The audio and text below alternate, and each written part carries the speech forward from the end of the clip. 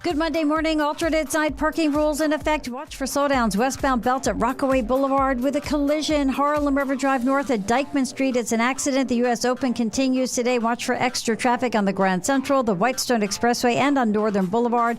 Heading over to Newark Liberty Airport, Terminal B, Level 3. Watch for a shuttle bus accident.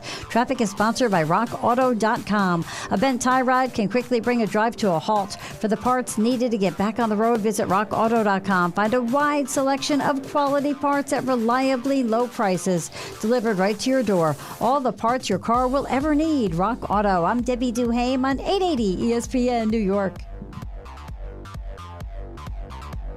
Download to see if you qualify. Not all customers will qualify. Transfer fees may apply. No Albert subscription required. Albert is not a bank. Albert Instant Loans are issued by FinWise Bank, member FDIC. Not an actual client. Terms apply. Kylie, what's wrong? I just got hit with a car repair bill. I'm behind on rent, and I feel like I can never save any money. Have you tried the Albert app? Albert is your financial assistant, helping you find ways to save and create custom budgets to actually grow your money. Plus, you can get up to $10,000 for big expenses or advance up to $1,000 fast when you need cash right away. Albert can get me up to $10,000? Exactly. Albert spots you in a pinch and helps you grow your money in the long run. I'm downloading Albert right now. Download the Albert app and use promo code BOOST to borrow up to $10,000 for whatever you need. The Albert app helps you budget better and save more money so you reach your financial goals faster. Download the Albert app right now and use promo code BOOST to borrow up to $10,000. Use code BOOST to borrow up to $10,000. Hi, I'm Kristen Bell.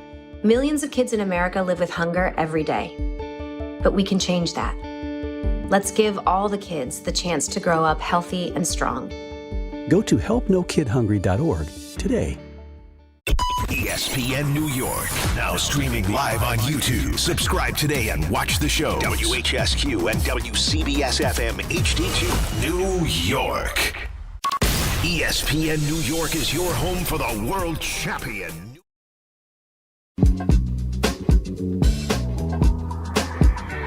Got the number one pick in the NHL draft, but the men that can't seem to stump. Do something dumb, that's an observation. CLT make them need to run. That's Lawrence Taylor. Cut 'em every trash, CMT for short. Wonder if we best once you peep the score. Up at the crack of dawn, top stories of the morning. While you're yawning, grab your coffee, rise and shine with 8:80 a.m. This is Drop Time. We provide highlights from your favorite teams. Got Dave and Rick making plenty of picks. It's Rule 76. Well, we welcome you on this glorious Monday morning. I say hello to my partner in crime for the week, Dan Garassa. Dan, look at my background. Look at this. Sensational right now. Sensational. I believe you're being honest about this. I mean, why do I have to kid you? What do I have to gain by kidding you this early in the morning? I don't think you have a lot. Where it's pitch black outside, I would never do that to you. My wife was slaving over this for the last 10 days. Taking down padding, sanding walls, putting up wallpaper, building shelving, putting up lights. You name it, she did it. She's heroic. Here's the new look. She laid the brick and all that stuff. That's actually wallpaper, Dan. Yeah, I was going to maybe go out on a limb and guess that one. Yeah, but still, here we are. You should have heard Raymond. Look at that. Look, welcome to the new man cave. Look at that. Look at that. And I can see from the bottom right this? that the Knicks won a championship. Yes, that's right. It's all there. It's all there. And it'll only get better. There's lighting, you name it, it's got it. So we have a lot to do. A lot to do today. I would think so. How do you feel? You're all bright-eyed and bushy-tailed from vacation. Yeah, it was. I mean, it wasn't like a go-away vacation. It was more of a staycation. But well, you didn't have to wake up at 4 in the morning, so that to me counts as a vacation. See, and it is. Therein lies the big difference. People don't understand. When you wake up every morning at 4, 4:15, 4:30, and then you get a week where it's like, I don't know, you roll over and have 4 or 5 hours at that hour, that's a vacation. Beautiful. Oh, yeah. It's the stuff of dreams. It really is. I actually listened to a little bit of you guys last week. Yeah, we had fun. We always have fun. It sounded Jordan didn't want to finish the week. Of course, he was too busy. So what was that about? That was about the fact that his daughter had some kind of a soccer tournament. Or I don't know. I mean, was it the World Cup? I mean, I don't know. You can't go with that. Tequila. You know, he had a family or some kid's Sweet 16 the night before. He had the soccer game in the morning. And then the kicker of it all was he had to sit there and had the gall to say, then, oh, by the way, I have to go cover Giants-Jets Friday night, as if I didn't have to be there as well? Right. Yeah, I mean, what are we doing? So Pat O'Keefe filled in more than capably on Friday. Would you maybe say Pat O'Keefe was better than Jordan Renan? Well, I can tell you this. Pat definitely had, I think, more gas in the tank because he didn't have to wake up at 4 a.m. probably all week at that point. Well, you know what that's like. Oh, yeah.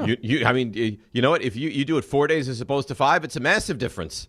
It's ridiculous. And when you're not used to it, like, you know, obviously I do this a lot in the summers, you know, so I'm kind of used to it by this point when we get to, you know, September. But if you're just doing this like on the offhand week, by the time you get to, like, right, Ray, I think like Tuesday, Wednesday, you could start to see it take its toll on Jordan a little bit. That's about how it goes normally. That's usually Monday, that's the human Monday body right they there. think they can own the world. Right. Tuesday, they're like, this was not easy. Wednesday, they're defeated. Done. You're defeated by Wednesday. And we'll see with Joe Leo this week because RJ's back another week of paternity before, of course, the big MSG reveal and the big, you know, start of the football season next week. And Rick will be back and RJ will be back. So we got Joe Leo John. We got Joe Leo for 3 days, and we got Harv for 2. But you'll see. As well, what do you have, Joe? You have Monday, Tuesday, and then you have Wednesday, Thursday off on this shift, and then Friday? Monday, Tuesday, off Wednesday, Carlin K on Thursday, and then back here on Friday. So you may never get crushed by this, but if you had to do the Wednesday, that would be very difficult for you, I believe. Yeah, it would be a little tough. Would you prefer like the consecutive days instead of breaking it up, or no? Probably, but it is what it is. I don't know why. I don't know why we just don't do it that way. Make their life easier.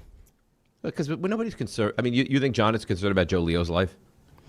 No. Apparently, Joe Leo showed up to work yesterday, not even having to work. He told me. Wait, Joe Leo, this is true? This is true. You showed up. Now, do you bill for these hours that you quote put in yesterday, or no? No, because I You left, won't bill for him? No, because I left before I even was on the clock. Oh, so you showed up, walked in, everyone's like, what are you doing here? You looked at the schedule, realized I'm not supposed to be here, turned around, went home. Julian walked in around 7:30 yesterday for Ty's show, and him and I both looked at each other like, obviously somebody screwed up here. Which of us screwed up? I looked on the schedule on Thursday, said I was in for Sunday. Looked on the schedule yesterday morning at 7:30, and Julian's name was on the schedule. Huh.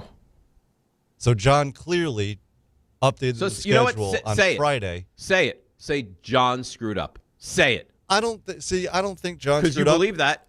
It was a typo. It was a typo. Here's the thing, because, and I'll pull the curtain back a little bit here. At the end of every producers meeting, John always says, check the schedule. Consistently check the schedule. But if you checked it on Thursday, should you have to check it again on Friday and Saturday? No, but he does give the warning out that it's an ever-changing organism, especially given this time of year with vacation and what RJ is going through. Yeah, I was like, is RJ not well? Like, what's happening? No, RJ's fine. RJ had a baby. My God. Yes. Like 3 months Paternity ago, RJ had a leave. baby.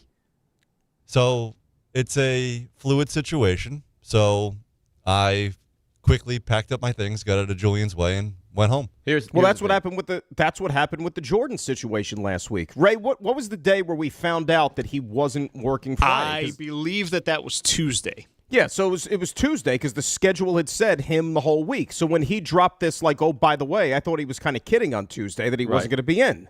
And that's led why I'm to not the whole here on Friday, because... Well, when you say here, you mean... I'm not doing the show on Friday. This is news to me. It's news to me. You guys didn't know that? Oh, no. Wow. Yeah, that's And how that we all happened. found out.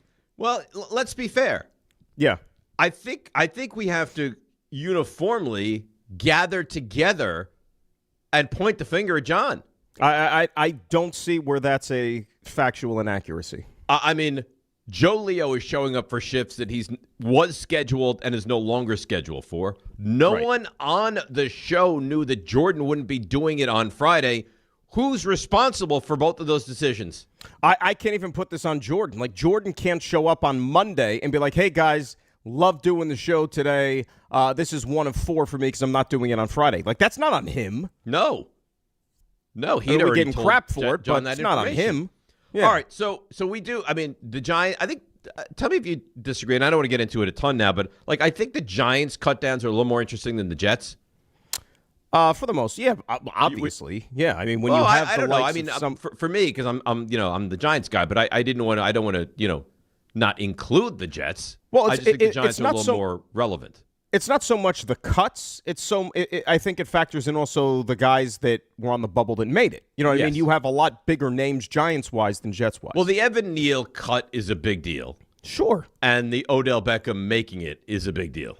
And I think what compounds the Evan Neal getting cut is that the guy who drafted him, and normally when you whiff on multiple top 10 picks, right. you don't usually get to keep your job, and yet this dude got a contract extension. Yeah, and everything is hunky-dory. The guy got extended 5 years. But I will say this. He got extended because of the coach. The coach obviously, if the coach came in and said, I don't like this guy, I don't want him here, he wouldn't be here. Of course not. No. But it's just, it's one hell of a redemption story, don't you think? Well, I don't think he's redeemed yet. Well, he's got checks coming in from the Giants for a few more years. I know that. To me, that's redemption. Yeah, well, good for him. And we'll see. Maybe he can right the ship. I mean, listen, the J.C. Davis looks good, and the kid from BYU, the linebacker Kelly that they drafted, some late round picks look good. So we'll see what it turns itself into. Arvell Reese, and again, I know it means nothing, was the highest graded PFF player in the preseason. So there are some real expectations. Mawanoa looks good. So we'll see. A lot to do with that. The Jets as well. The Jets are one of those teams, and we'll get into it a little bit later. Like, there's people, they're 3 wins. Joe Leo, I think I heard yesterday, 3 wins, 4 wins are going to be awful. Then I've heard people no, they could be a 500-ish team. So they might have the biggest, nobody thinks they're going to be a 10-win team, but they may have the biggest, they could be 3 or 4, they could be 8 or 9 of any team in football. I don't think I've heard that about any other teams. The Jets compare to certain people that, we talk about this a lot kiddingly, but almost kind of serious. You ever meet people that you don't know exactly how old they are just by looking at them? They could be 22 or they could be 72. There is that far of a range with some people. That's the Jets. I think that's a pretty fair assessment. Right? That's one hell of a... Let me see somebody else pull that comp for this football team out of their rear end this morning. You're good. You know, this is why you are who you are. That's it. Got the coffee going. You are who you are. We're ready, baby. All right. But let's make our launching off point. We'll get into the football. We're going to go around the league today. By the way, we have confirmation starting tomorrow and every Tuesday moving forward, Mel Kiper Jr. What? Yeah, that's right. Wow. Yeah, you didn't hear about this? No. Was it on the schedule? No. I did receive a text. I did receive a text. You must have not been on the text, which is... I was not on the text. Great. That's phenomenal. Yes, Mel Kiper Jr. starting tomorrow morning all the way through the football season. Love it. Yeah. How could you not? Speaking of Mel Kiper Jr., how much college football did you watch on Saturday, week 0? I watched the Carolina game in its entirety because I have a mini Belichick in my home. Alex has somehow, because I told you he's a Carolina basketball fan. Yes. And now he's somehow morphed himself into a Carolina football fan. You don't get a lot of Carolina football fans. No, and I actually don't mind Carolina football either because it's where Lawrence Taylor hails from. So watch that game in its entirety, which was a good win for Carolina, yet I thought a fairly terrible football game. I didn't watch a snap of it. And then we watched a lot of Virginia and NC State. And then that was about it. Yeah. I mean, are we really supposed to believe? Oh my God, USC's playing San Jose State. No. Did you see how many people were at that game? It looked like 11. No, I think it was actually 11. Blame the heat. Well, that's what I'm saying. They're making all these excuses like it was the heat, and it's like you can't sit on those seats. It's like sitting on a hot plate. You can't do. I'm like. Stop it. If they're playing maybe Notre Dame, people just aren't ready for college football in August. Well, it's a pro sports town. Is it? It's not even a great sports town to begin with. No. But USC, and they like USC there, but they don't like them the way they used to. It's not the same allure. And a lot of people think USC is going to have a good season. Let me ask you a question, too. Yeah. Like, think about it. You could say that it's a reflection on the program. Like, you're paying Lincoln Riley, what, $12.5 million a year, I think it is? And he's been there for how many years? And the freaking season/home opener, there's 11 people at your game? Like, is it really worth the money you're paying this guy? They haven't delivered on a college football playoff or anything since he's been there. Not yet. I get an email. Let John know that many workers are subject to predictive scheduling 14 days or more in advance. Be better, John. Predictive scheduling? Wow. Is this the market? I don't know. I'm just saying that maybe legally John has to give them 14 days. Yeah, good luck with that. Julia, if you want to take some kind of a lawsuit up. Yeah, but not for nothing. Things change. Things change at the heartbeat here. It's just, things happen. I think so. Yeah, so we watched that. And then we watched, I don't think we watched any USC, San Jose State, and then there was like Hawaii, Stanford, didn't dip into that either. But the thing, and I watched all 4 of these games this weekend, starting with the 1-0 really exciting one. I'm willing to bet you do as well. Yeah. And a lot of people don't. I thoroughly enjoy well-pitched baseball games. Who doesn't? A lot of people. People of the steroid era, maybe. No, I think a lot. I think if you polled like 100 baseball fans listening to the show right now, at least half, if not more, would be like, give me 8-7 over 1-0. 100%. I mean, I don't know how you. Let's put it this way. I don't want to associate with you if you're not one of these people.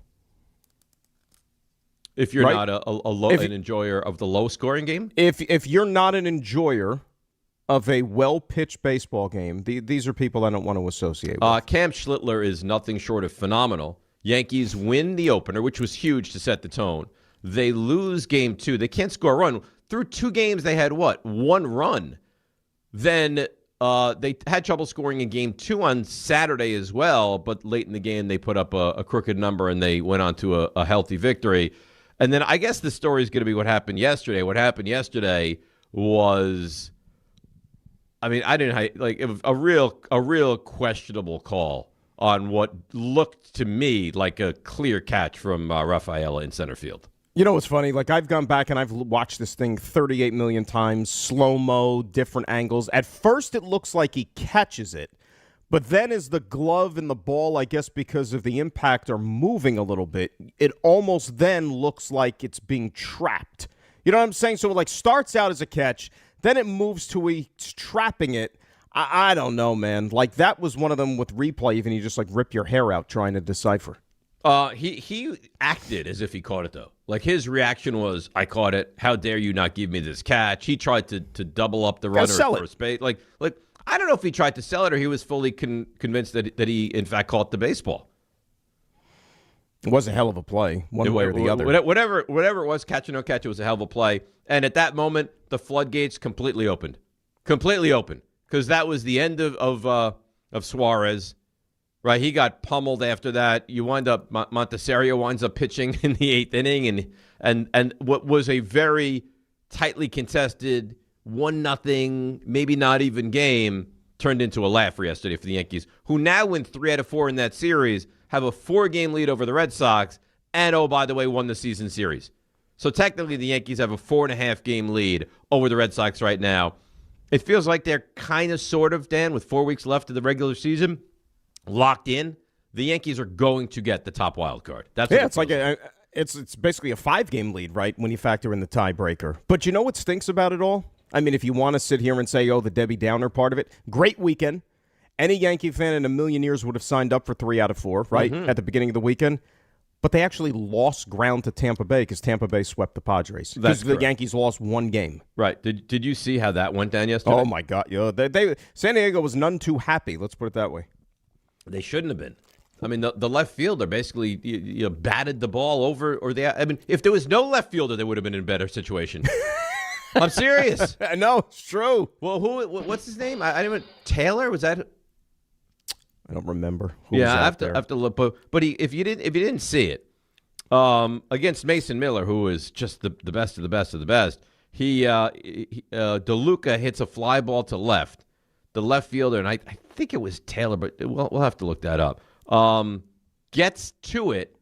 The ball's in his glove before he gets to the wall. The wall's low, so the glove goes over the wall, gets hit on the wall, and he doesn't complete the catch. There's a fumble, and it goes over the wall, and it's a 2-run And he didn't homer. make a football move either. No, he didn't make any kind of football So you can't move. say that he had it.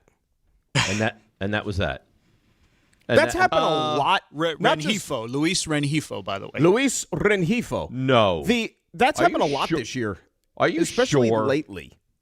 You know that? Like balls get No, hitting you Ray, it off was the not glove. No, he's the one who got hurt. I'm sorry. He's No. the one who got hurt. Like I said originally, what name did I say? Taylor. It was Taylor. I've never heard of this guy before in my life. Samad Taylor was the left fielder. Yeah, I'm not familiar with his exploits. Yeah, and you're a huge baseball guy.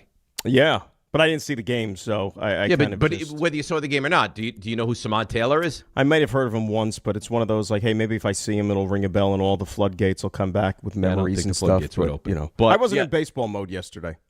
So you're in tennis mode, right? And we'll get to that too. So you're 100% accurate. The Yankees have a great weekend and still lose ground to the Tampa Bay Rays. That part stinks. But look, if I would have asked any Yankee fan the way this thing was going earlier in the summer, that as we are now on the dawn of September, if you would sign up for being, what are they, 4 back in the loss column on Tampa Bay right now? 5.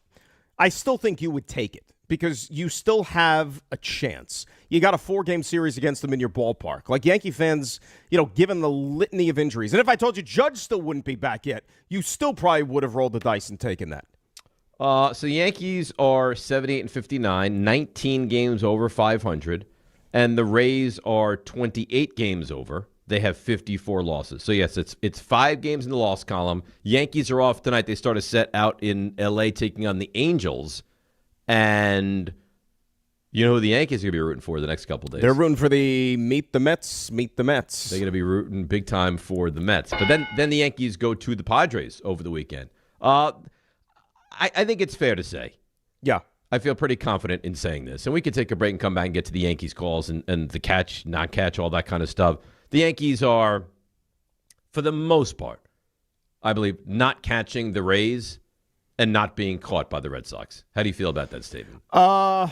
If I was a betting man, probably. I think that's probably how it's going to go. And look, you're going to get a repeat of last year in all probability. Yanks, Sox, first round, games at Yankee Stadium. Yes, but I do not believe you'll have Schlittler in the game 3. No. I'm confident you'll have Schlittler in the game 1. No. Because, I mean, if that's the case, how are they going to be able to slot the rotation the way they want it to, like the final week of the regular season? The Yankees? Yeah. Yeah, I mean, remember, you have do to. got the 4 against Tampa to start that final week. Unless you pull within but even if you pull within a game of Tampa, you're not going to have the tiebreaker there anyway. So that's going to be real tough.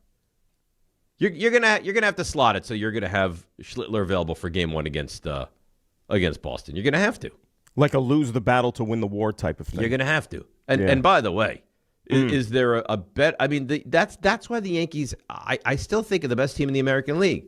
No one can bring to the table in the American League what the Yankees can bring to the table, as far as Schlittler to Cole to Fried to Rodon. I mean, nobody has that. No, nobody does. And Nobody you're getting fresh arms here too to help a bullpen, which I think is starting to leak gas a little bit because we're into September. Right, And they've Heel been is asked to do a back lot. and Schmidt is back. So let's take a break. We'll come back on the other side. 800-919-3776. Yankees obviously the jumping off point right now, but we'll get into all the football. We'll go around the league. We'll get into the Jets. We'll get into the Giants. It's all happening. Football is back. DNR with you, ESPN New York. D'Agostino, Law Bite Back. This is John D'Agostino from D'Agostino & Associates, and I know how a serious accident can change your life just like that. I'm Jenna D'Agostino, and I understand that with pain comes medical bills and time out of work. Let us get you justice. This is John Ryan, the closer. For over 35 years, our family has been getting accident victims every dollar they deserve. I started this firm for the injured so they can bite back against the insurance companies. Our legacy is to get you justice. Bite back. To get you paid, bite back. At D'Agostino & Associates, bite back means fight back. When you're hurt and they blame you, we bite back and get you every dollar you deserve. We have offices throughout New York and New Jersey, so call us first at 1-800-BITE-BACK. That's 1-800-248-3222. 1-800-248-3222. 3222. I've been there, and I'll be there for you. Good Karma Sports is proud to be an equal opportunity employer, providing equal employment, development, and advancement opportunities to all teammates and applicants. To learn more about careers with Good Karma Sports, please send an email to talentacquisition@goodkarmasports.com. That's talentacquisition@goodkarmasports.com. Monkey Sports, built by players for players, is your one-stop shop for hockey, baseball, lacrosse, and more. Find top-name equipment and expert in-store services like sharpening, break-ins, and relacing. Shop in-store at Monkey Sports in Farmingdale or Woodbridge, or online for all the top brands. Whatever your sports, Monkey Sports gets you game ready fast. Monkey Sports, where athletes shop. The success you've had in life matters. The late nights, the extra shifts, the moments you've stood up and said, I've got this. At University of Maryland Global Campus, we value your achievements because we're a school for real life. With UMGC, you can earn up to 90 credits toward a bachelor's for prior learning and relevant life and work experience, or transfer up to 12 credits toward a master's. We offer scholarships, affordable tuition, and online and hybrid classes, all with the support you need from your first day to graduation day and beyond. As an accredited state university, we've been transforming lives for over 75 years. Choose from more than 100 undergraduate and graduate degrees and certificates and get ready to succeed again. Are you ready to take the next step in your life and education at University of Maryland Global Campus? Now is the perfect time with undergraduate and most graduate classes starting September 16th. Apply today and put your goals within reach. Learn more at umgc.edu. That's umgc.edu. Certified to operate in Virginia by Chev. This is Don, Hahn, and Rosenberg. The unknown on the other side of this season leads me to believe that there's extra pressure on win now. I think for the Yankees, it's World Series or bust right now. It has to be. When they play their first playoff game, postseason game, whether it's a wild card round or whether they do get to the division somehow, some way, I think it really does start to feel like, if not now, then when? Yes. Don, Hahn, and Rosenberg. Weekdays at 3 on ESPN New York and streaming live on YouTube.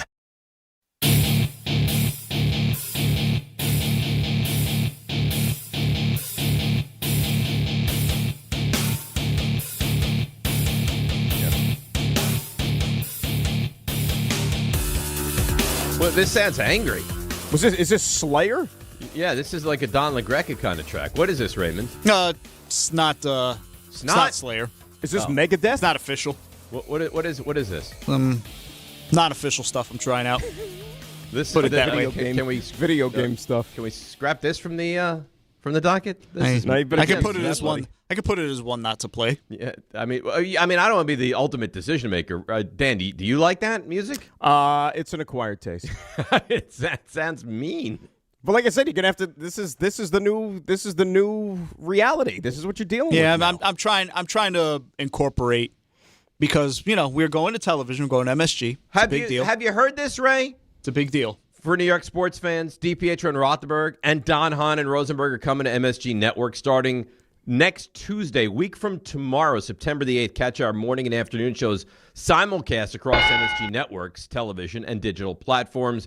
Of course, you can still catch us on 880 AM, the ESPN New York app, YouTube, and more. But we are very excited to start simulcasting this show and the afternoon show on MSG Networks, which will give our shows an even bigger, better, sexier platform to reach our fans. Don't miss out, all starting September the 8th on MSG Networks. How exciting is that? Very sexy. Very. That's a big thing. It's a huge thing. I mean, what's wrong with one additional way to consume the programs? There's nothing wrong. Nothing. Absolutely nothing. MSG is the home of champions. I did read that somewhere. Yeah. Yes, the Knicks they won the whole darn thing. They still did. Yeah.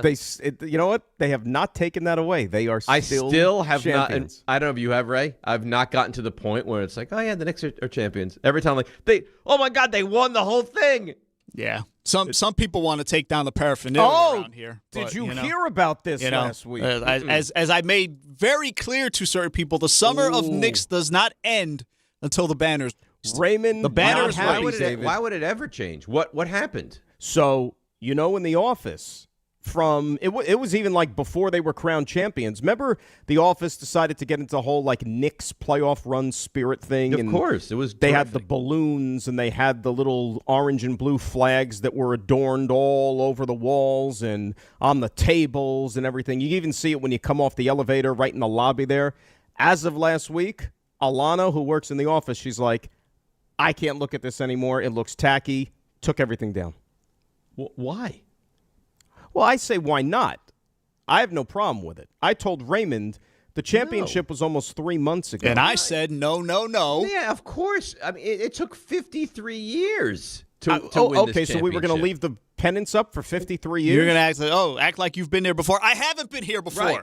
I haven't. No. I said to Raymond, what is Jalen Brunson saying right now? He's saying, on to the next one. He is focused on next season. I think that's what we need to be like as an office. Well, you're half right. No. Jalen Brunson is single-minded. He's focused on the next play, the next game, and you're totally right. He has to go out and get the next one. But he's still celebrating this one. Don't get it twisted. He is enjoying himself with this one, as they all are, as they all should.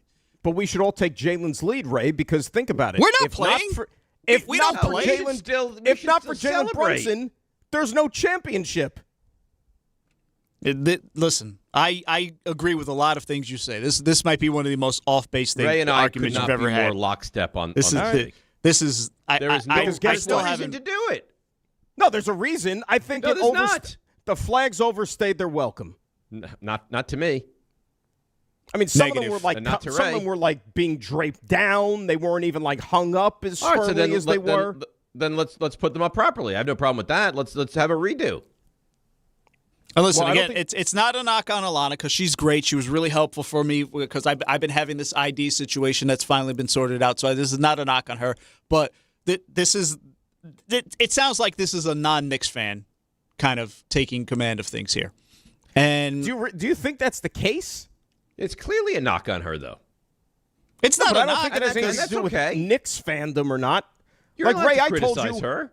I never articulated this stuff, but I kind of thought that, maybe it's time to take them down. No. I don't agree. No. We take it down? Never. Yeah, in all honesty, if you're taking it down, you could take it down after the opener. And even then, no, I think I'm leaning more with Dave. Never take it down. Yeah, why would keep we it take up it forever? Down? It's a forever memory. I want to keep that memory. Almost everyone at the station is a Knicks fan. I don't think we've ever, in the history of our play-by-play, carried a team that won a championship. No, we never have. Never have. 25 years, we've never had that. Why would we not? Again, we're hitting the 25th anniversary this week of the station, right? Yep. And we've never had one. Why would we not celebrate that until the end of time? We weren't forever. The home of the Jets for Super Bowl III? No. No, we were not. Whatever. Fine. Take it all down. Be Debbie Downer. But see, no, Dave, it's not that. It was just so random. There was like 6 here, 35 of them over there, 8 over in that corner. It kind of was just all right. So if you want better distribution, I'm fine with that. If you want it to be pinned up nicer, fine. You know what it looked like? It looked like how a 7-year-old would decorate their bedroom when they look draw like my studio does it and get tape and put them on this wall and that wall and one down here, and it just looks like a mess after. You know what? I'll take it. I'll take it. I'll take it too. I'll take it too. This is the first time in my life that the Knicks have won a championship. I'll take a little bit of messy setup, but whatever. And I love the idea at first. Don't get me wrong. I thought it was great for about the first 2 months. We haven't even done the first 2 months. We just passed the 2-month mark. No, and well, that's true. 2.5 months, but still, 2-month window done. No. Why? You've forgotten. We are New York, and we love basketball. As the song says. We are New York, and we love basketball. We're going to take it all, because we're the New York Knicks. And we did take it all. Yeah, we did. And now you want to make us forget that. That's fine. It's fine. How's this on me? In my memory, it'll never go away. Ever. It won't go away. Flags should not decipher if they won or did not win the championship. Sam Rosen said it for the Rangers. I'll say it for the Knicks. This one will last a lifetime. I couldn't agree more. Let's quickly go to Joe in Ocean Gate. Joe, good morning. You're on ESPN New York. Good morning, Dave, Dan, double D's in the. There you radio go. This morning, man. There you go. No, Rick, and you got to pick up that slack. Absolutely, man. Right. You kidding me? I'm glad you had a good relaxing time last week, Dave. Just quick with the Yankees, and if I could make a Giants point, I guess obviously the only thing better this weekend would have been if they actually swept the Red Sox, and then maybe if the Rays actually lost, a game or two as well. But I guess one thing we can hold our hat on is that, potentially Judge coming back, that obviously gigantic, and the fact that they got the Rays, they got 4 games in the stadium against the Rays at the end of the season. So all that said, let's go Yankees. And catch then, or no catch yesterday, Joe? Dave, You're a big Yankees guy. Be honest. Catch or no catch? I'll be honest. I was actually at my son's last night and yesterday, and I didn't actually get a chance to see any highlights this morning. But so I'm being honest in that regard. How is it possible that in this day and age, I'm up with everything on social media, like instantaneously, and highlights, and that you have? I wasn't on my phone. That's amazing. It's possible. I was in with the family. I was saying spending quality time with my family last night. So, I'll get back to you tomorrow, Dave. With the, I would try to appreciate be. that. Did you have a quick Giants point you wanted to make? Yeah, well, I saw this thing with Mawanoa. Could he be the best? I guess it was his grade that he was like the top guard in the entire preseason. I don't know if that's he looks good. A fraudulent stat. And then, awesome for Odell to make the team. And I'm just excited. And, I can't wait. But, I think we got possibly the best wide receiver in the draft and the best offensive lineman in the draft. So 65 or sooner. I'll talk to you guys later. Love it, Joe. Thank you. Yeah. We are now right here, Dan. Like the start of the NFL season it's no more like, in 5 weeks and 3 days. It starts a week from Wednesday. It's insane. No, we're here. As soon as we finished that debacle of a preseason outing on Friday night, I said, you know what? We're here. Get me to triple digits on the scoreboard on Friday. We are in the regular season. When we started the post-game show on Friday night, I said to Greg, it is now the regular season. But by the way, and I've said this in the past, preseason football is really something. Can I say something that might come off wrong, but I'm going to say it anyway? Yeah, I think you would echo my sentiments. I think anybody, I'm going to try to word this carefully. Somebody who would willingly give their time, and hell, we could even say their finances, to go take in that product. And I'm not just talking about the teams here. I'm just talking about across the league. Yeah. A preseason football game, I think you really need to take a good long look at where your life is right now. That really is a statement. I'm not going to Is it not a horrific product, the NFL preseason? It's brutal. And honestly, it's like it's hard to watch any of it, but at least, in some instances you're like, well, I'd like to see. Like I thought Beckham looked really good on Friday. And I enjoyed watching that. I'm sure you felt the same way about a couple of Jets, but they were backups. They're playing against backups. It's like you're right. It's very, very rough. All right. Let's take a break. We'll come back. More on the Yankees. Over to the NFL. Raymond's going to take us around. I think Raymond's going to take us around the league. That's right, Joe. So we have it all. We have it all happening. 800-919-3776, and we can now officially say, guys, it's football season. DNR with you, ESPN New York. Hey, Yankees and Knicks fans, come out to Yankee Stadium on Friday, September 25th, and be ready to receive a very special giveaway. It's Josh Hart Yankees Bobblehead Night, presented by Delta Airlines. The first 18,000 guests will receive a Josh Hart Yankees bobblehead. Again, don't miss Josh Hart Yankees Bobblehead Night, presented by Delta Airlines, when the Yankees face the Orioles on Friday, September 25th. For tickets, log on to Yankees.com/tickets.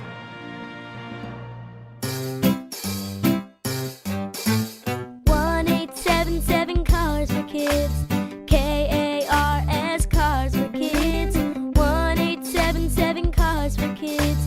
Donate your 877-CARS for Kids to reach a friendly live agent. Donation is super easy, and your car can be picked up as soon as tomorrow. Call us now or go to carsforkids.org. 7 Cars for Kids. Donate your car today. Did you know you can donate real estate too? Okay, girls, ready to go? Yeah! Mom, I'm hungry. Can I have a snack? Me too, Mommy. You want a snack? Yeah. Got it? Children learn from our behaviors. Mommy, can you open this, All right, hold on 1 second. Okay. Okay, here. Thank you. They learn what is okay from the adults they see. Mommy, are you on your phone? If you're a distracted driver, chances are they will be too. What kind of driver are you raising? Funded by the Governor's Traffic Safety Committee. Okay, all signed up. Easy. Now let's run payroll. What the? Hey girl, I'm you with more gusto. Nice. Who's that? New social media manager, hired and onboarded with gusto. And spoiler, we're kind of famous now. Wait, we're famous? Oh, well, I'm famous. Payroll, benefits, and HR. Designed and built for small businesses. Choose a future with gusto. Football is almost back. You did the homework. Now put it to use where it counts. Join the Poly Market community where you can trade live in-game and exit when you want. See what other fans think, find the predictions you think they've got wrong, and take your position. Just download the Poly Market app and use promo code LINEBACKER. Deposit $10 and get $20 to trade instantly. 18 plus only. See Poly Market's terms of service for more information about restrictions and eligibility. The Poly Market app is an independent affiliate of Poly Market US and not CFTC regulated. Trading always involves risk. Complete loss can occur. Fall is here, and the Home Depot has everything you need for an outdoor refresh. Start with quick gardening projects under $20, like bright mums, planters, and mulch that make your yard a standout. Power through leaf cleanup with the Ryobi 40-volt HP leaf blower from the Home Depot. Clear leaves from driveways, patios, and sidewalks with ease, so you can get back to enjoying the season. Whether it's a simple weekend DIY or a bigger backyard project, Labor Day savings help you do more for less at the Home Depot. Indeed presents hires you can't afford to get wrong, like a bank teller. Hi, I'd like to make a withdrawal and unmarked bills if you got them. Is this for your son's birthday again, Mr. Smith? Yeah. And no dye packs this time? Thanks. No dye packs. You got it. This is your job for sponsored jobs. This is what happens when you don't sponsor your job on Indeed. Next time, get matched with quality candidates with Indeed sponsored jobs. Visit Indeed.com/hire now and sponsor your job today. Congratulations, New York. The Knicks did it. Through battle after battle, they dominated to become this year's NBA champions. Day in and day out, the hard work paid off, and you were there every step of the way. Enjoy the crown. Own it, because this year is your year. A part of your legacy that will never be forgotten. So celebrate this moment, show your pride, and shop the largest selection of official NBA gear at NBAstore.com. A Fanatics experience.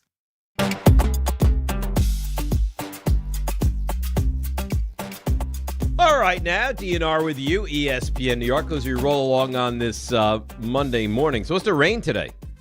Does it not rain every day?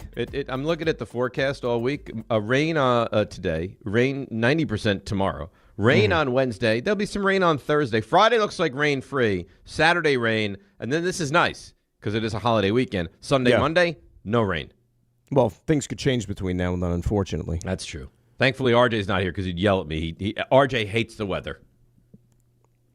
Yeah, but see, I don't know why you can even be anti-weather, because don't you kind of want to plan your day, your life? I don't have the answer.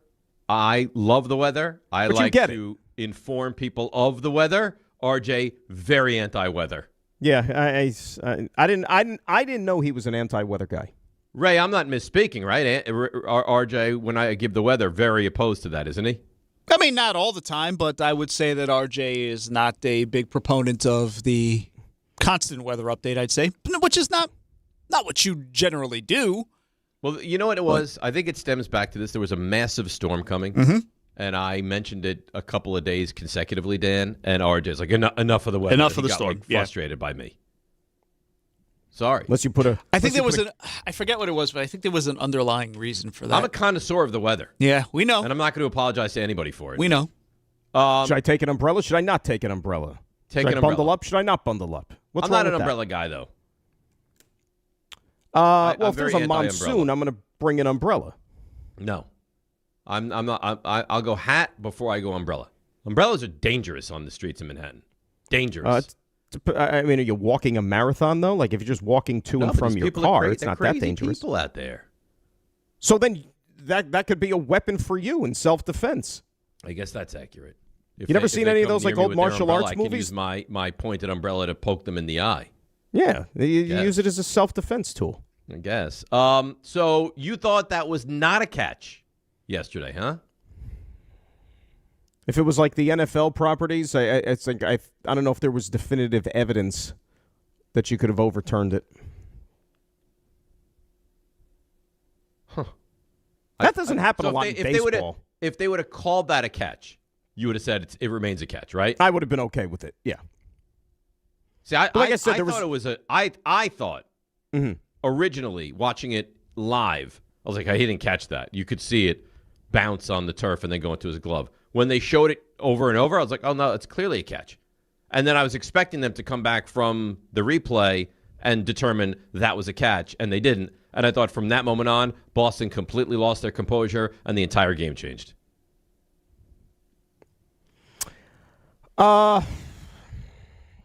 Like I said, that's the beauty of the replay, because when they slowed it down or whatever, like I thought it looked like a trap a little bit. Ray, what'd you think? Catch, no catch? So initially, I thought it was a catch. Like really? Clearly, I was like, oh, well, boy, like maybe we got away with one there. And then they kept looking at the replay, and I think where a lot of people got lost here is, especially the people on EEI and Red Sox radio, they lost their minds. They lost their minds for the entirety of the game, though. Like the entire game, like they kept pointing out, this is where the game turns, as if 16-1 is, you know. But Ray, the game did turn on that. Okay, it did. The final score was 16-1. Like, come on. But so I think a lot of people forget how replay works. It's like you need clear, indisputable evidence that something that was called on the field was wrong in order to overturn it. There was no clear, indisputable evidence. It looked like a trap. So you know what? It stands. You know what is amazing, though? It really is. I saw it and thought to myself, that's a catch. Ray saw it and thought to himself, clearly looks like a trap. Dan saw it and is like, I could go either way. Like you have three different people watching the same replay having three differing opinions on what they just saw. Variety is the spice of life, my friend. You can go with that. Not? Yes. But you know what? When you lose 16-1, you're really going to sit here and bitch and complain about one play, or was it a catch? Was it not a catch? It completely changed the game. But not to 16-1. I'd be furious about it. Not to 16. If you lose 16-1, you know what? That should not have had any impact in it. You didn't deserve to win the game. It did, because if they call that a catch, then well, now so what happens if the umpire says it's not a catch? Would they give the runner first base back, or would they call that a double play? Got to imagine they'd call it a double play. I don't know about that. Contreras finished the play. What? Contreras finished the play. Tags first base. They threw the ball to first base. But the umpire said it hit the ground. So then the base runner is just going by what the umpire says. How far away was the runner, I guess? He was on second base. He stayed on second base because the umpire gave the sign of it's fair, it's good. It hit the ground. That I don't know. You guys make it sound so cut and dry. 16-1. That game could have taken a lot of different directions had that been called the catch. Listen, I'm just happy that the Yankees found a way to score 16 runs. It's not really common lately, so I'll take. But do you have a problem? Do you have a problem with the replay process with that whole thing, like how they came to the decision? Are you asking me? No, he's asking me. I was going to say just in general. No, I guess not. Like I just saw it differently than you guys. Like, to me, I thought it was clearly a catch. Like, I can see it hit the bottom of the glove, and I thought it was a catch. And I understand why. Because if this is reversed, I think that the Yankee fans are calling nonstop today about they got screwed by the umpiring, and that was clearly a catch, and how could they not have called that a catch? You know, the part of me, like, there's this old saying in baseball where if a guy behind you makes an error, right? One of your fielders makes an error, it prolongs the inning, whatever. Pitcher could still go out there and make a pitch. Next guy he faces. Go make a pitch. You're 100% right. You know? But that was it. Make a pitch. It was a great bunt. And by the way, Sanchez, he is very costly. He is. I mean, why are you laughing? Like, he is. He laid down a really good bunt in that spot. He's a terrible backup catcher. Well, I mean, are you surprised by that, though? Well, yeah, because I have Boone sitting here telling me, all season long how good he is, and they have so many options at catcher. I mean, Wells has been a little bit better of late, but, Sanchez is brutal. Yeah, but Boone also is the same guy who told you for how many years how great of a shortstop Anthony Volpe is as well. Yeah, he did. So what is he going to do, say he sucks? Ali Sanchez, boy, I don't even if Austin Wells was, if he could only play 162. You don't need to go on this whole diatribe about how great he is. That's what he's trying to do, though. I mean, he's not going to sit there and throw his guys under the bus. I'm not saying come on the air and tell us that your backup catcher is a disaster. I'm just saying you don't have to wax poetic about how great he is. He's not. Well, there's nothing great about this guy. He laid down a good bunt in that spot. Then you get the bleeder up the middle for the 2 runs. And did you notice this? When Ramos comes up, David Cone, he goes, he's in a spot right now where he could hit a home run. Next pitch, boom, gone, home run. But, I mean, David Cone, he's like a soothsayer. It's about time Ramos did something for him. That's why they got this guy, right?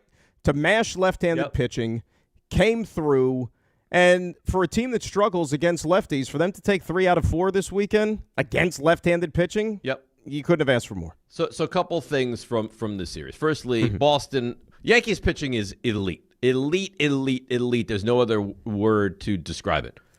Offensively, Boston does not scare you at all. Now, they do get back Roman Anthony, and they do get back Trevor Story, and they both had a couple hits yesterday, but I would still stand by offensively, Boston doesn't scare you at all. The Yankees, if Judge comes back, and he's close to Aaron Judge, Dan, they have to go to the World Series. When you look at this American League, I mean, it feels like we've talked about it all summer. I just don't know how you could sit here and say, to your point, why they should not at least win the pennant. And I know that's a lofty bar, but at the very least. Is it though? Is it a lofty bar?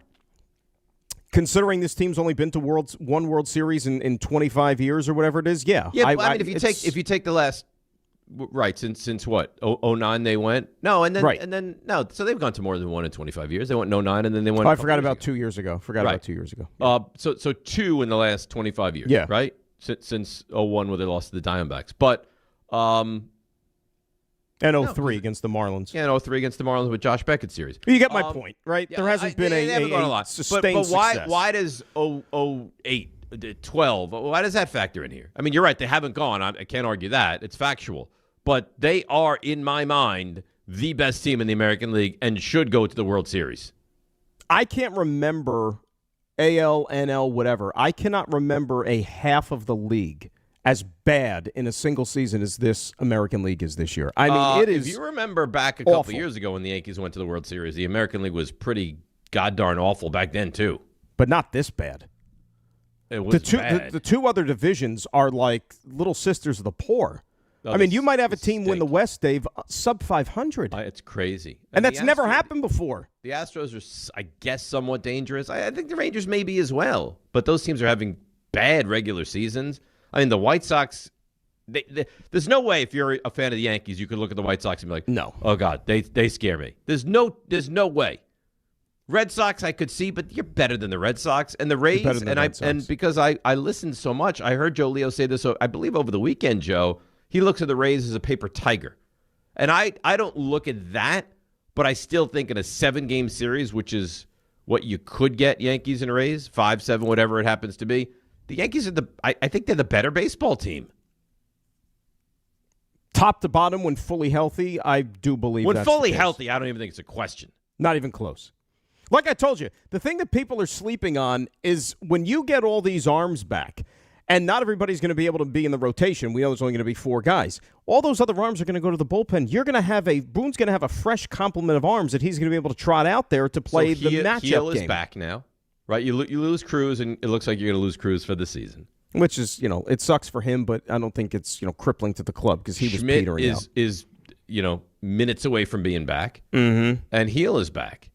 And Will Warren is a guy that's going to have to also go to the bullpen. Yes, he is. And you never know what Will Warren you're going to get.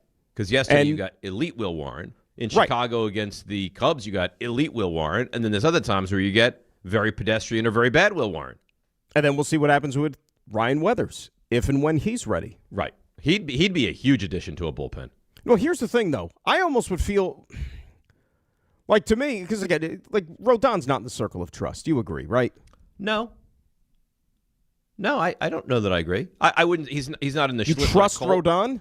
I trust Ish Rodon. Yes, I don't not trust Rodon. Rodon is not. He's not Fried. He's not Cole. He's not Schlittler. But in a up 2-1 in a best of 5, can I throw Rodon out there? Absolutely. As a Yankee fan, I get nervous when Rodon's on the mound. Yeah, you don't trust him at all. He's not in the circle of trust for me either. That's why the Ryan Weathers injury to me is big. Because, like, he was pitching as well as he's ever pitched in his life. And there's and no I was way they were really going to pitch Weathers over Rodon in a Game 4. What I'm saying is, if he did not get his season interrupted here and he kept this going till the finish line with that track record of success, throw the contracts out. I'd feel a hell of a lot better giving him the baseball in a postseason start than Rodon. I don't see any way that you would have given a Game 4 postseason start to Weathers over Rodon. Guy was pitching lights out. He was great. He's been great all season. Lights out. But here's the problem, too. Regardless of what you think of Rodon, you also don't want him coming out of the bullpen. Because the one thing you don't want, Dave, is a guy coming out of the pen who's going to issue free passes. And Rodon is notorious for that. So it's almost like the lesser of two evils, you have to start him. I feel like there was a time where Rodon was like public enemy number 1, where he was a disaster. Awful. Oh, yeah. Remember the first year? It was horrendous. I don't feel like that with him anymore. I feel like this is a guy who's competent and capable. I listen. Do I think he's a Schlittler? He's a Cole? He's a Fried? Of course not. Do I feel like in a big spot I can rely on Rodon? I don't know about that. But do I feel somewhat confident? Yeah, somewhat confident. Somewhat confident. Not great. Okay. This isn't a getaway day start we're talking about against the Kansas City Royals. We're talking about a possible, life on the line playoff game. And if he has to start, you don't trust him. I don't know how you can. I think I trust him more than you guys. But do I ultimately trust him? No, that much is apparent. But I'm telling you, if it's a situation where they've got to get a win in October, and Rodon's getting the ball, I'm hide nervous. The women and children. I'm nervous. You're terrified. Yeah. Ray, say it right now. Yankees going to the World Series. Nope. You won't say it? But listen, if they can get the type of offensive production that they got in those last 2 games of the weekend, I'd feel a lot better. Oh, come on. But you're not going to get that. Well, that's and the those thing. Are not. You know what? You're putting lipstick on a pig. Those games were close games until they got late, and then the Yankees exploded when the games were done, and Boston waved the white flag. Sure, but they still got more run production, even not considering that, than they usually get. Like again, the 2 previous games, and they scored 1 run. I put it in the email. Yeah, they got 1 run in the and they were 1-1. 27 innings, they had scored like 2 runs. It's like, oh, by the way, how about another thing we haven't even mentioned this morning? How many thought that when Lombard came out of the game the other day, given the Yankees' injury luck this year, that you're thinking worst-case scenario? You thought it was over. It didn't look good. But that's why, Dave, like you talk about, like the Yankees have like the that no other team can claim with the 3 starting pitchers, and you're right, they can't.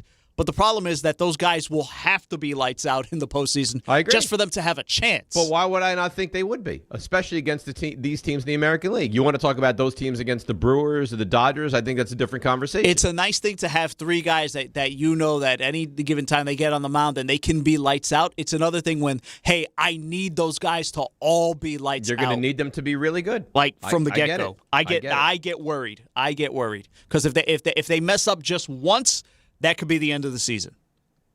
Then that makes me nervous. Can you imagine, God forbid, if the Yankees get eliminated by one of these inferior teams in either the Central or the West in the playoffs? What? I'm just saying. No, but then what are they going to do? They're not going to do it. They're not going to do anything. No, they're not going to. That's not my problem or your problem. But I would just love to see what the reaction is going to be from the fan base. By the way, thank God the Yankees won yesterday. Thank God.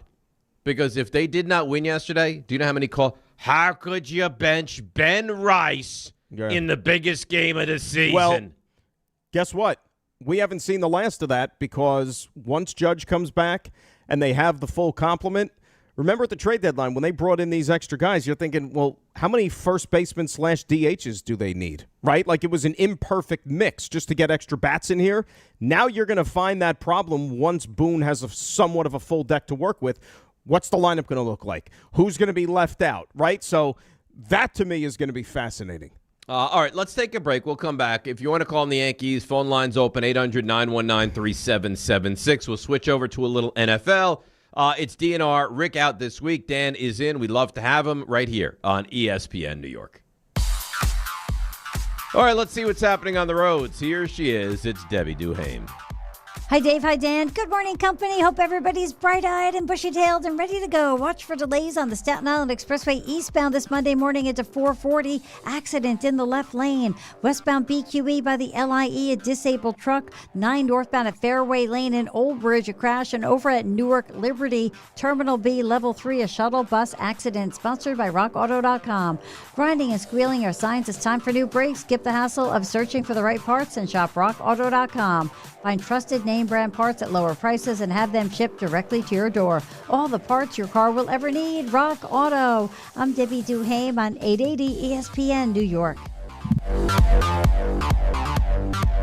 Hey, New York and New Jersey, Boost Mobile has an unlimited talk, text, and data plan that's only $25 a month forever, meaning you'll only ever pay $25 a month for the rest of your life. Who wouldn't want unlimited wireless when it only costs $25 a month forever? If you don't, you must be one of those people who enjoy overpaying for their phone plan. $25 a month forever is truly as good as it gets, so go online and switch now at boostmobile.com. After 30 gigabytes, customers may experience slower speeds. Customers will pay $25 a month as long as they remain active on the Boost Mobile Unlimited plan.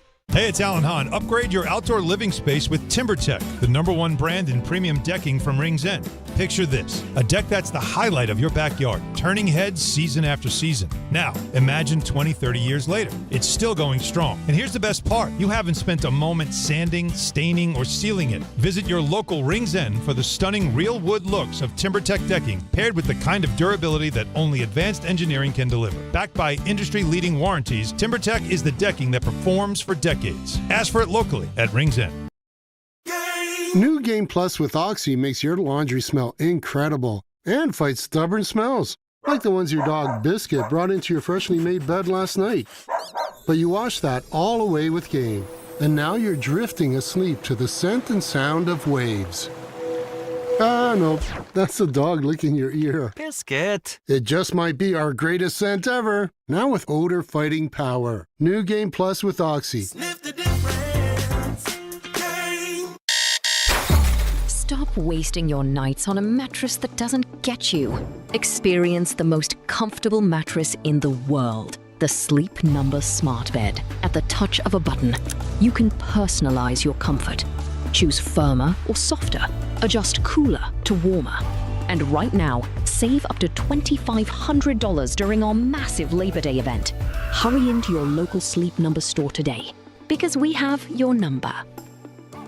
Download to see if you qualify. Not all customers will qualify. Transfer fees may apply. No Albert subscription required. Albert is not a bank. Albert Instant Loans are issued by FinWise Bank, member FDIC. Not an actual client. Terms apply. Kylie, what's wrong? I just got hit with a car repair bill. I'm behind on rent, and I feel like I can never save any money. Have you tried the Albert app? Albert is your financial assistant, helping you find ways to save and create custom budgets to actually grow your money. Plus, you can get up to $10,000 for big expenses, or advance up to $1,000 fast when you need cash right away. Albert can get me up to $10,000? Exactly. Albert spots you in a pinch and helps you grow your money in the long run. I'm downloading Albert right now. Download the Albert app and use promo code BUILD to borrow up to $10,000 for whatever you need. The Albert app helps you budget better and save more money, so you reach your financial goals faster. Download the Albert app right now and use promo code BUILD to borrow up to $10,000. Use code BUILD to borrow up to $10,000. ESPN New York, now streaming live on YouTube. Subscribe today and watch the show. WHSQ and WCBS FM HD2, New York. This is DiPietro and Rothenberg. Apparently, Joe Leo showed up to work yesterday, not even having to work. With Joe Leo, this is true? This is true. Julian walked in around 7:30 yesterday, and him and I both looked at each other like, obviously somebody screwed up here. I looked on the schedule on Thursday, said I was in for Sunday. looked on the schedule yesterday morning at 7:30, and Julian's name was on the schedule. Joe Leo is showing up for shifts that he was scheduled and is no longer scheduled for. No one on the show knew that Jordan wouldn't be doing it on Friday. Who's responsible for both of those decisions? This is DiPietro and Rothenberg. Say it. Say John screwed up. Say it. On ESPN New York. And streaming live on YouTube. You know what the upsetting thing is, DNR with you, ESPN New York? I believe John will take no responsibility.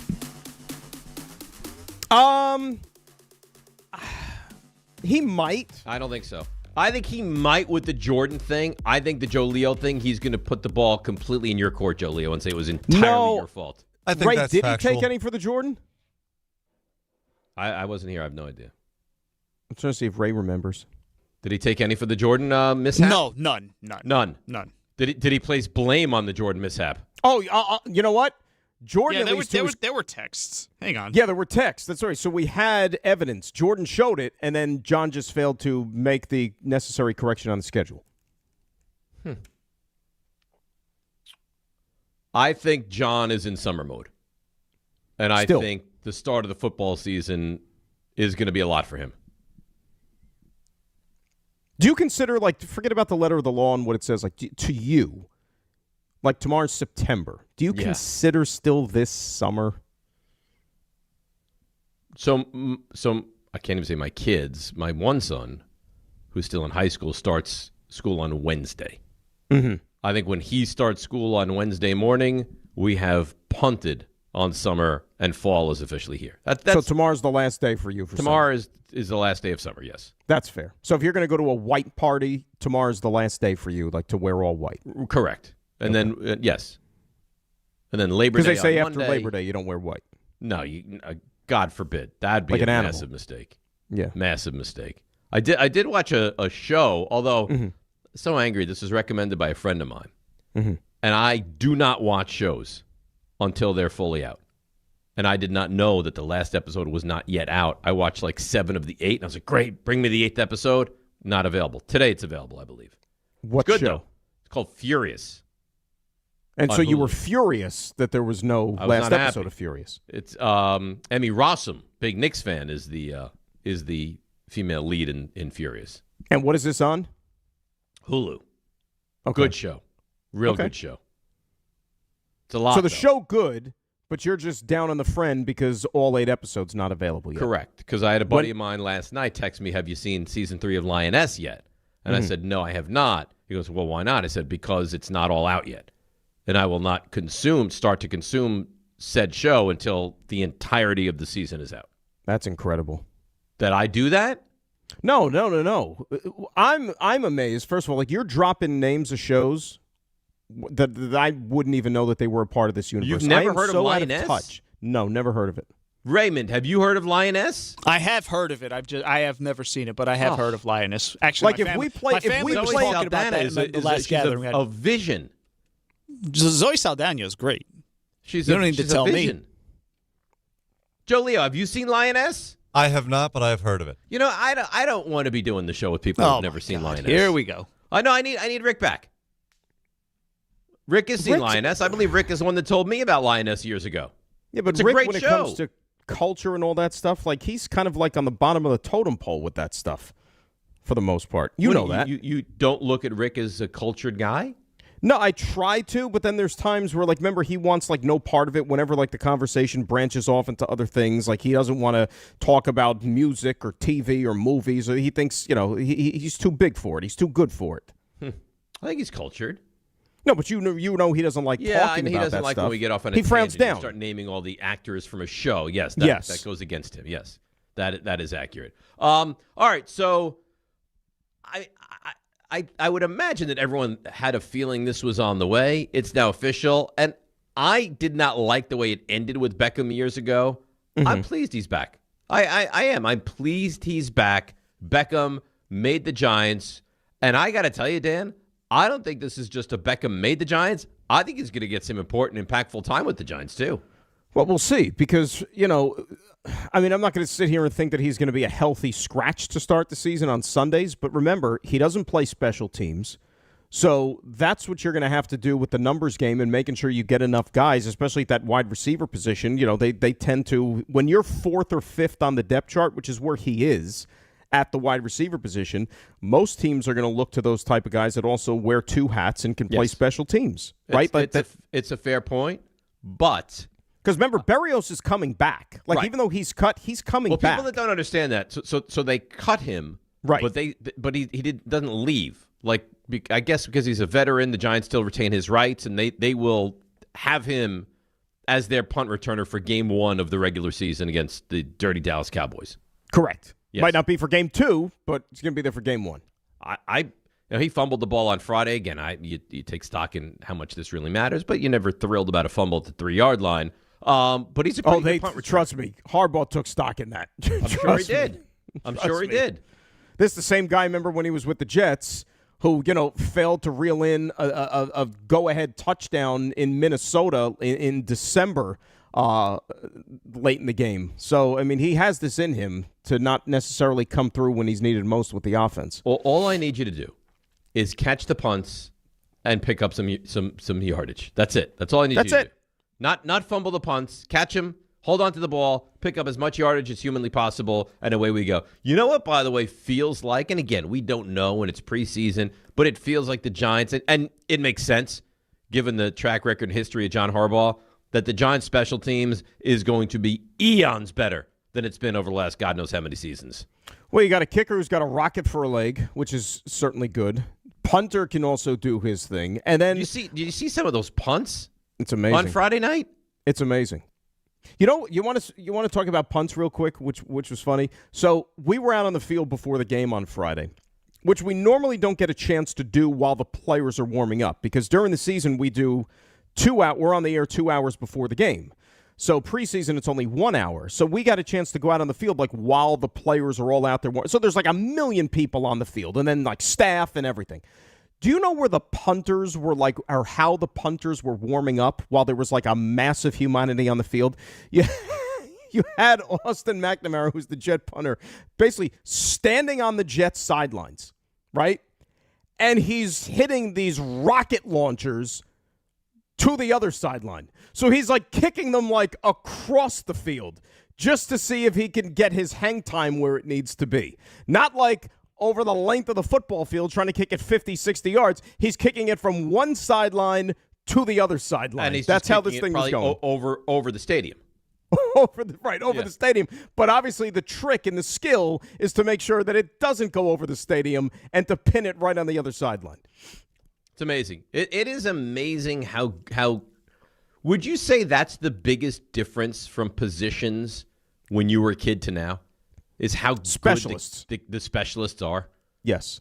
Like what I mean, I tell this to Rick all the time. I remember when Norwood lined up for that field goal. It was like, whoa, 47-yarder.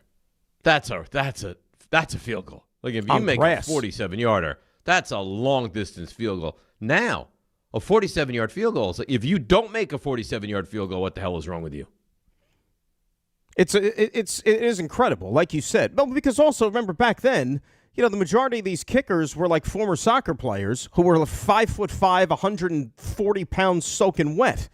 You know what I mean? Some of these dudes were kicking barefoot, which I never could figure out, but that was actually a thing. And you're right. Mark Mosley was a barefoot kicker, wasn't he? No, Rich Carlin was a barefoot kicker. I think Mark Mosley was Raymond? No, because Mark Mosley used to kick straight on.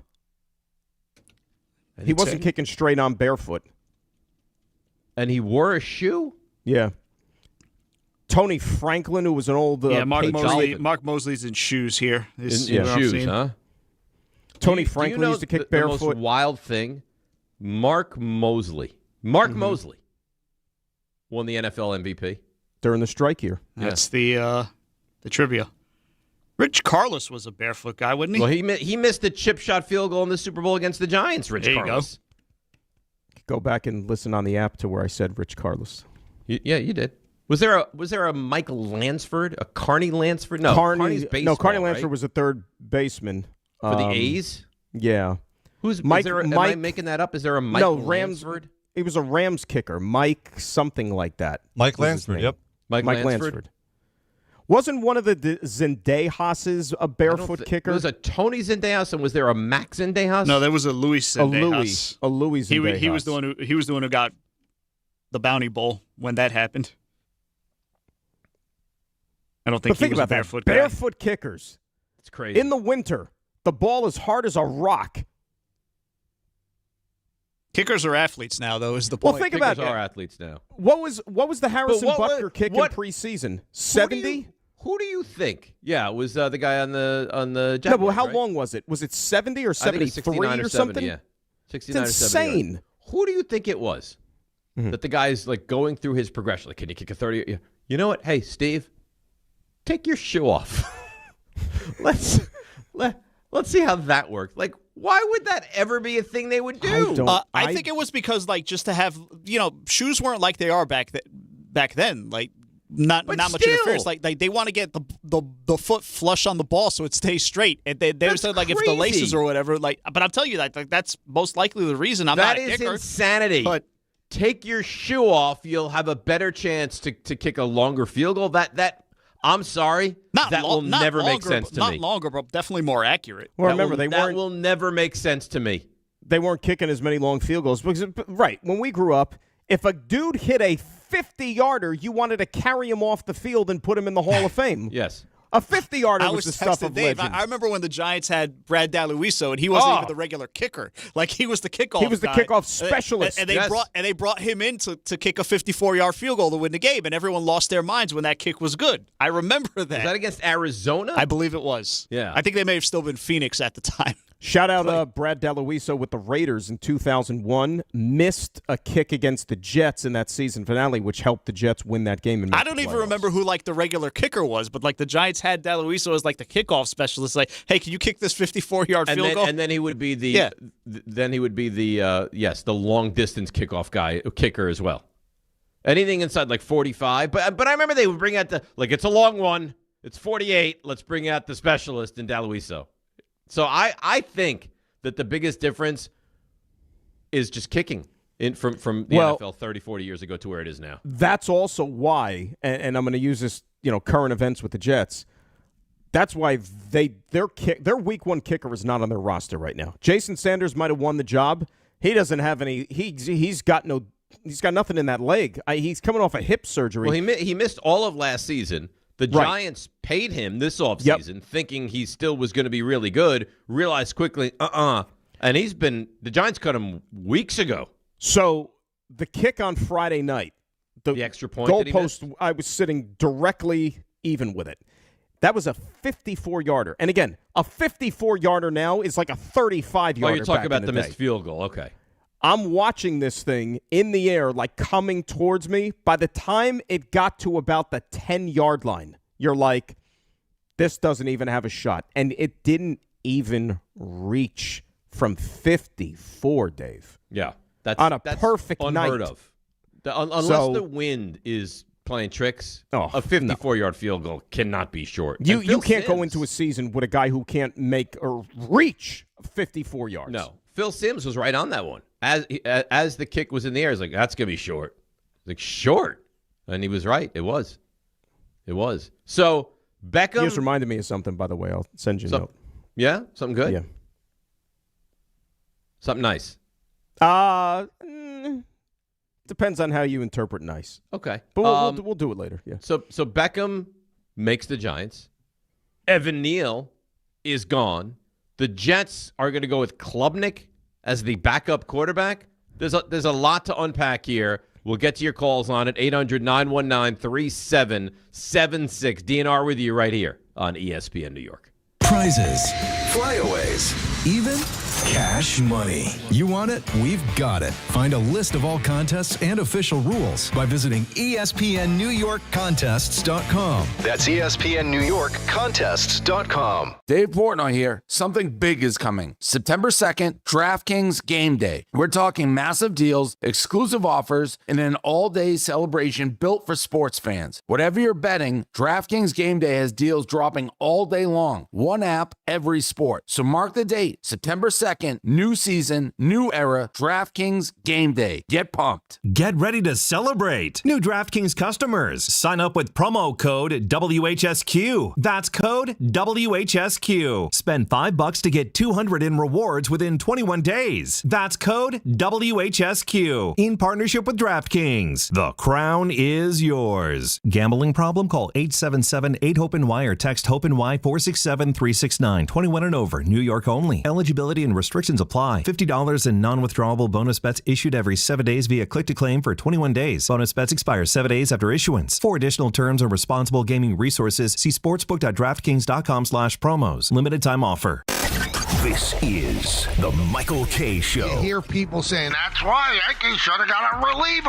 Well, they tried. Everybody wanted George Lombard Jr., one of their top prospects. Would you have wanted to give up George Lombard Jr.? Oh, they should have gotten Mason Miller. Not available. They should have got Morjan. Not available. They did try. They knew they needed another arm in the bullpen, but you can't bankrupt your system to get another arm in the bullpen.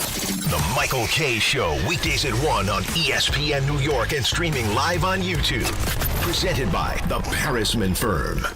Hi, thanks for calling Uline. Wait, did the phone even ring? Nope. Okay, so you answered before the ring. But now you're going to put me on hold, right? We don't do that here. We're real people answering the phone, ready to help with your order when you are.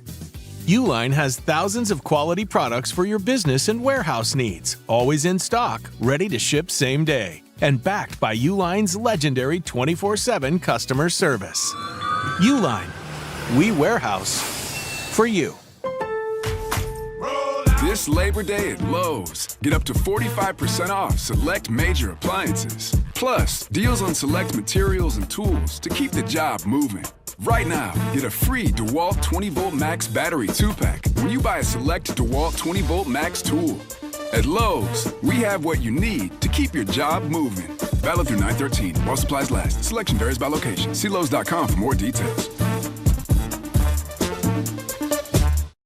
Okay, all signed up. Easy. Now let's run payroll. What the? Hey girl, I'm you with more gusto. Nice. Who's that?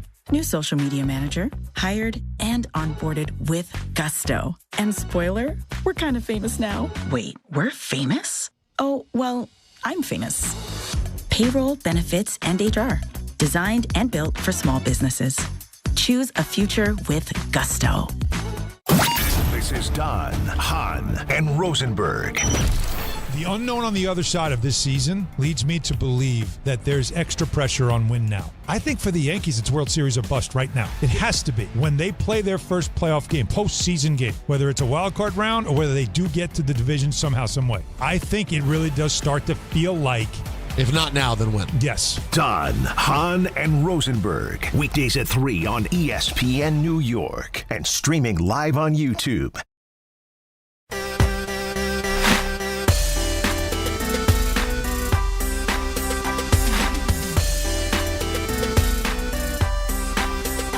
All right, DNR with you, ESPN New York. So Joe Leo just asked me a question during the break. This is why he makes you think. He makes you ponder. And I like that about Joe Leo. Hey, Joe Leo. Ponderous.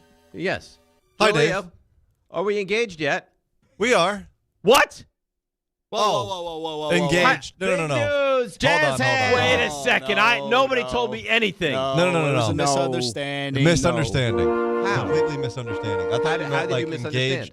I thought this was like a Julian question, like, are we engaged with the show? Sort of. So I got to tell you, under normal circumstances, that would be an honest mistake. But on this show's circumstances, where Dave is constantly asking you that question, that's a bad job by you, bud. I appreciate it. That's not great. So you and you faked us all out there. We all had a wait a minute there. Apologies. Not engaged. Not engaged. No. Okay. But you did make some kind of a verbal agreement that by the end of the calendar year you will in fact be engaged. Yes. A verbal agreement to who? That plan is still. That plan is still in the like. We're on track for that. Joe, do you feel that there's any sort of peer pressure element to this? Because that's the last thing you would want to have happen. No. I think it's time. I just don't want you to do things because you feel like you're being pressured into it. That's all. Megan, right? Is that her name? Nice try, Morgan. Well, I was close. You got the M, you got the G, you got the N. I think you're good. Close. Right. So Morgan. Can I be honest with you? Morgan, better name than Megan. Anyhow, how long have you been with Morgan? 7 years. I mean, come on. Yeah. What are we doing? And how old are you? I just turned 29. Damn, it's time, no? It's probably time. Yeah, it's definitely time. You know, like when you're on the bowl, you could do one of two things. Yes. Right? You go or you get up and you're done. You leave. Yeah. That's a good way to keep it clean. Yeah, that's what we do. Ray, it's a normal bodily function that everybody experiences. That doesn't mean we need to go in live detail on the radio. I don't know that we need to do all that. Oh, yeah. But continue. So breaking fine. news. You're breaking fine. news to everybody out there. If you're curious as to what that thing you do basically every day is, sorry. Isn't that like the title of a kid's book? What? Like everybody. The Judy Blume book? No, everybody. I think it's everybody poops. Everybody goes? Yeah. Everybody poops, yeah. Yeah, everybody poops. I think that's the name of it, yeah. I never heard of this. I got to get the audio book. Everyone poops is the actual name. Joe Do you Leo, believe we're who's talking on the about verge this? of getting Yeah. engaged to the great Morgan, posed a good question to me during the break. Yeah. I think they're all terrible. Mm-hmm. But he said, what's the worst preseason sport right now? Ooh. I'll tell you which is the best. Go ahead. Hockey. Not even close. I guess. No, I'm telling you, hockey. Hockey's a game that you can't really dog it out there. Yeah. Ray, I used to cover preseason games intently. You would get regulars that would play, and even the regulars that weren't playing, like the guys on the ice, it was quality hockey that you Why were were you watching. covering preseason games? Back in the day, bro, like 20 years ago. Oh, my goodness. Like Devils preseason games. So hockey, in your mind, clearly the number one. I believe so. Followed by? Baseball, spring training. Oh.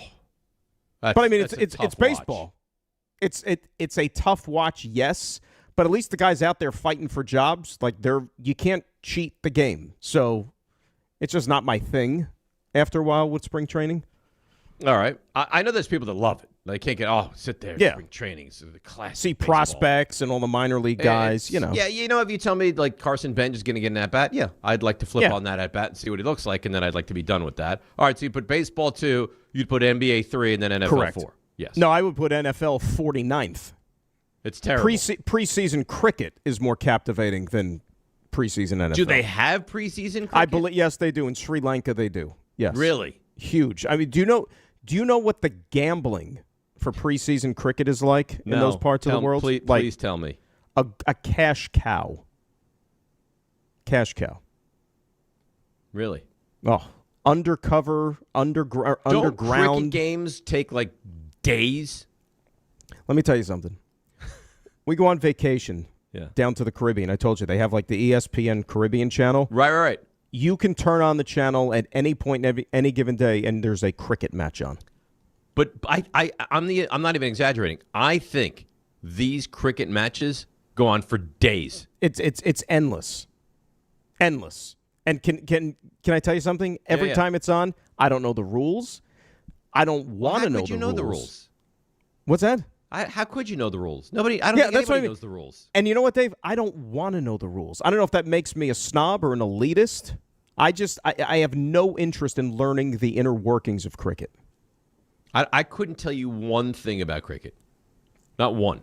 I mean, they pitch Stadiums the ball. look massive, though. Yeah, they do look big. There's no mitt, right? Outfielders don't wear a mitt. They wear shin guards. We got to protect the shins. You got to protect the shins. They wear a little face masky thing. Yeah. I believe there's a term, a googly. Yeah. Is a wicked term. googly. Yeah. But that's about the extent of my knowledge. All right, let's get to a couple of these calls. Let's go to Tom in Eastchester. Apparently he's friends of RJ. Tom, how friendly are you with RJ? Were you at the wedding 5 years ago? No, I was not at the wedding. RJ was a senior when I was a freshman when we were in college. Big help to me, big influence with me at the radio station. The purpose of my call this morning, Dave, is to invite you to my Survivor pool. I know how much you like Survivor, and RJ has been an original member since I started the pool in 2017, so he could vouch for the legitimacy of it. And I think that I think if you joined, it could take my pool to heights that I never dreamed of. I don't know why that would happen, but let me ask you, how big is the pool, and what's the entry fee? Last year we had 505 people, and I expect the same kind of deal this year. And what's the entry fee? $20. All right. So if you win this thing, is it just winner take all? Yes, it is. Unless, obviously, if it's a split. Last year we had a 4-way split. 4 guys ran the table all 18 weeks. Now, can I ask you for complete transparency and honesty, Tom? Sure. Do you take a little bit, like $1 or $2 off of each entry? Administrative no, I do fees? Not. Never have, never will. Never have, never will. Okay. Never have, never will. So, Tom, I'm going to give you an honest answer. I'm already in a survivor pool. I love the survivor pool I'm in. It has about 4,000 people. I do it. My wife does it. My kids do it. I'm sorry. Tom. Committed. Tom, I think this is I think this smells like a cop out. It's not a cop out. No, you can be in more than one survivor pool. Just be honest with him and say, you know what, I don't think it's for me. I agree. Dan, Tom, we I'm would being love to honest have with you too, Ray, the whole station. But I know Dave has said on the airwaves before how much he just loves Survivor. I love the so Survivor I thought I'd just give it the old college try. Look, here's the bottom line. In another life, you could be in 10, 15 survivor pools. That's the Tom, beauty of it. I'm sorry, and I appreciate the offer, and you sound like a great guy, and thanks for the call. I'm going to, I think, politely decline. Thank you for the offer. I'm already committed to a survivor pool. Well, I don't understand why that's a bad thing.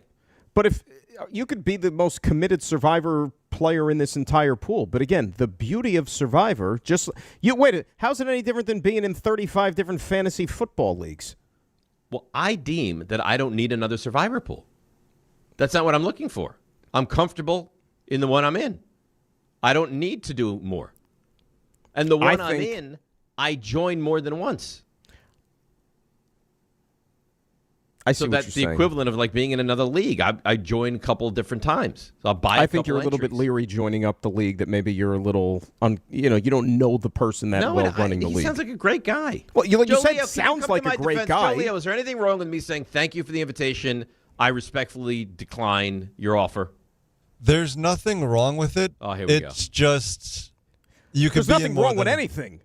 You can be in more than one. It's a survivor. You can be in pool. more than one. Joe, you don't know the person would you like that to well. Be in his Are you in a survivor pool? I am. Would you like to join his survivor pool? $20. I'll think about it. Okay. I'm leaning towards it. Joe, are you in multiple survivor pools? I am in multiple survivor pools. This would be my 4th, I believe. There you go. Okay. Then Joe Leo, why don't you carry the torch for the station and join? Was it Tom? Was that his name? Tom, yes. Yeah. Why don't you join Tom's survivor pool? I'll reach out to RJ. Let me ask you a question. If RJ was here right now, because obviously he said he knows RJ. Yeah. And you could sit there and grill RJ, and you could, gauge the merits of Tom and his pool and everything. Would that put you more at ease? It's not a Tom thing. I think it is a Tom little sounds bit. like a lovely guy. This is not Tom specific. I'm not on the mark. I'm not looking for another wife either. I'm very happy with the wife I have. It's got nothing to do with a wife. It's a survivor pool. I don't want another survivor pool. I'm happy and content with the survivor pool I'm in. Let me ask you a survivor strategy. You want to go with this? Let's speculate a second. Let's say you join multiple pools, okay? Strategy-wise, do you vary up your picks in the different pools, or do you just go balls to the walls with the one team to where if you lose, you're out of everything? It's a great question you ask. So my wife and I have this conversation, and I'm being sincere, often. Sure. I'm of the mindset, if there's a game you love, you take it. So here's how it works. I join, everyone in the family, all 4 of us get an entry. And then we do 2 additional entries of as a family, we kind of hem and haw and determine what we would like to go with. Yeah. I would be fine with all 6 picks being the same. Like week 1, what's the game? It was Chargers Cardinals, I think. Correct. That to me is that's the lock. That's the game. I love that game. I would take that 3, 4, 5 times of the 6 picks. My wife is like, why would we jump all in on this one game where if there's an upset in that game, we're done? Yeah. I'm not even exaggerating, Dan. It's a conversation we have on a weekly basis during football season. Because I think it's an important conversation, especially if you're committed to the pool. Where do you fall on this? I think if you have multiple, you then get yourself maybe 2 to 3 that you like the most, just to give you a little bit of a safety net. So we'll never ever take 6 of the same, ever. She just won't allow that. It'll probably be, so what we do is everyone gets their own pick, and then the final 2 we throw out there as a family, and we determine. If, like, say, for instance, I were to take the Chargers in week 1, and say Ben and Alex also took the Chargers in week 1, Sherry would make a statement and a point. She now will not take the Chargers in week 1. I think that's smart. She doesn't want to load up too much on one team. That's I totally agree with that strategy. I think that's how you have to do it. Only because, like, you just don't want to. The worst thing in the world is to get knocked out in like week 1 or week 2 with some massive. Because remember, given the fact nobody plays in the preseason anymore, the first few weeks of the NFL season are like roll the dice in some spots. Are you I know you're not a fantasy guy. Are you a Survivor guy? I can't necessarily, with the gambling stuff, with the NFL because you tie-in. work for the Jets. But back in my day, I used to love a good Survivor. I love the Survivor. Actually won a Survivor pool once. How about this? I tied with somebody. Like, me and somebody else actually, like, made it to the finish line. Really? Still alive. And we had to split the earnings, yeah. Was it good earnings? Well, I don't think it was bad, but it wasn't, like, life-changing or anything like that. What was maybe would you like consider 20 life-changing earnings to be? For a Survivor pool? $50,000? I think that's fair. That's life-changing. For what considering you're putting in only a fraction of it just to join the pool? Yeah. I have big news for you and for all New York sports fans. And I don't even want to limit it to that. I have big news for everybody that walks the planet. All of them. All of them. DiPietro and Rothenberg, that's this show. This show. And Don Hahn and Rosenberg, that's the afternoon show, are coming to MSG Networks. Now, starting next Tuesday, September the 8th, catch our morning and afternoon shows simulcast across MSG Networks, television, and all their digital platforms as well.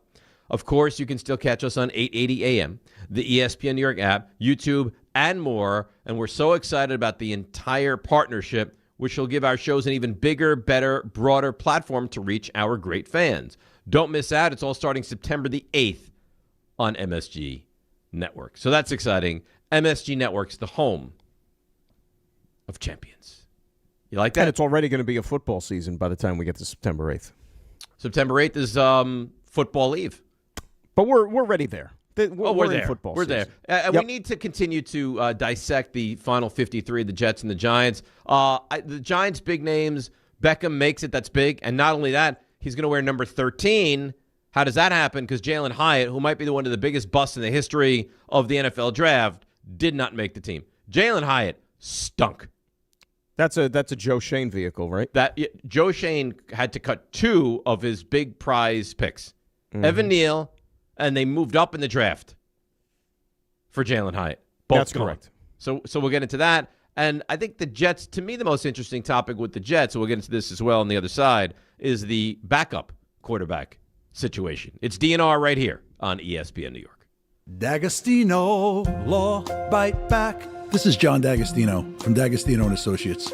Did you know Social Security takes money out of every paycheck you earn, paycheck after paycheck, and you're not supposed to touch that money until you're 67?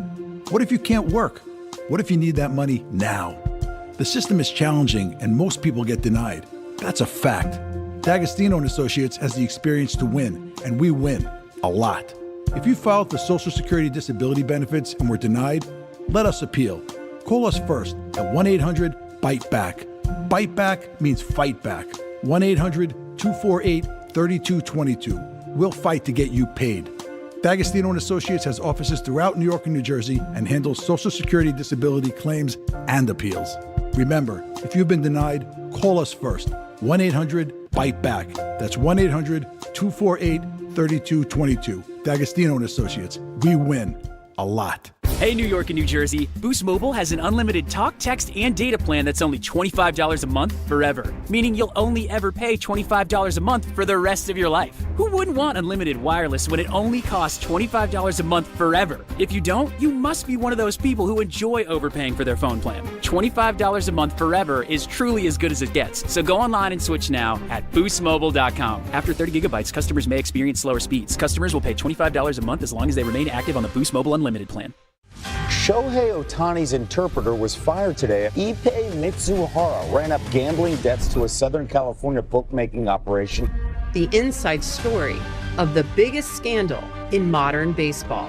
He was absolutely bananas, the amount of bets he was making. I've never seen anything like it.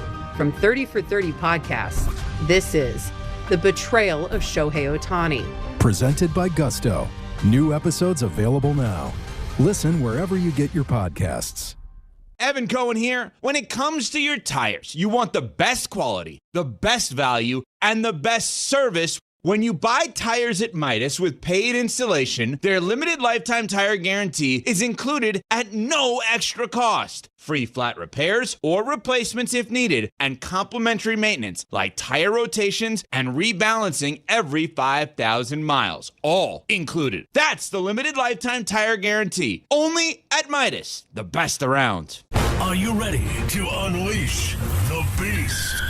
Monster Energy is here to give you the edge this college tailgate season. Loaded with bold flavors, our powerful blend gives you the energy you need to push you beyond your limits. Tune in all season long with Monster, the energy drink of ESPN Radio College Football Tour. Power your performance with a drink that's as hungry for victory as you are. Crack open an ice-cold Monster and dominate your competition. Monster Energy. Unleash the beast. Grab yours today.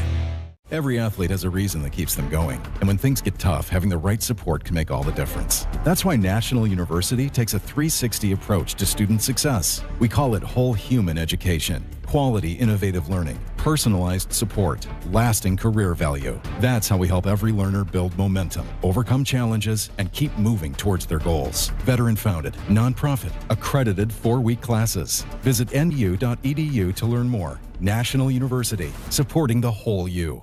Congratulations, New York. The Knicks did it. Through battle after battle, they dominated to become this year's NBA champions. Day in and day out, the hard work paid off. And you were there every step of the way.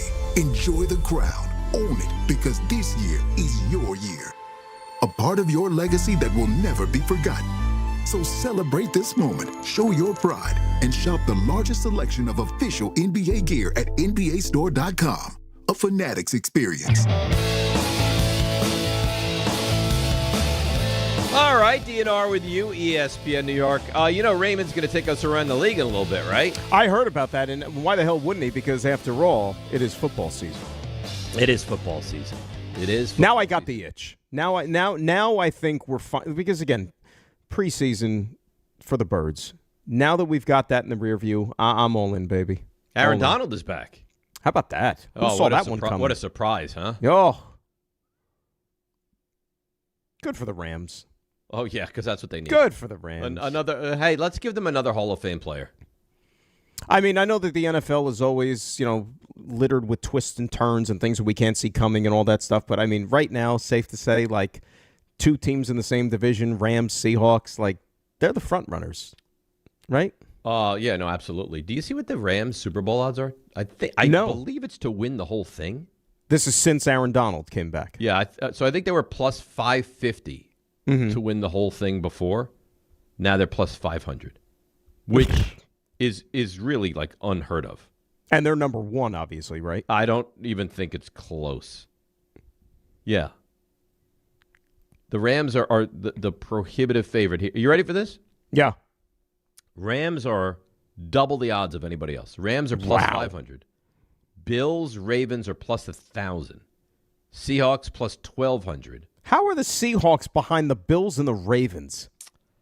I guess the thought is that the Seahawks would have to get past the Rams, and all right, if they don't think they will. I don't know that I agree with that. I'm just saying. Right. I mean, odds are different than quote-unquote power rankings. Right. Yeah. Chiefs are 5 at plus 16 to 1. The Dirty Eagles are plus 17 to 1, along with the Chargers. Patriots 18, Texans 18, Bengals also 18. And but I mean, I don't ever remember a team being 5-1 to start the season. 2-1 better than the next team. That's Dan, that's a prohibitive favorite. That's the word I was going to use. That is a presumptive favorite. Yes, prohibitive favorite. You look at the Ravens as like the top of the. I don't even think the Ravens win that division. Much less you're telling me they're tied for the second best Super Bowl odds. That seems. Let me look at another site here. What year is that? Yeah. Now I'm looking at FanDuel.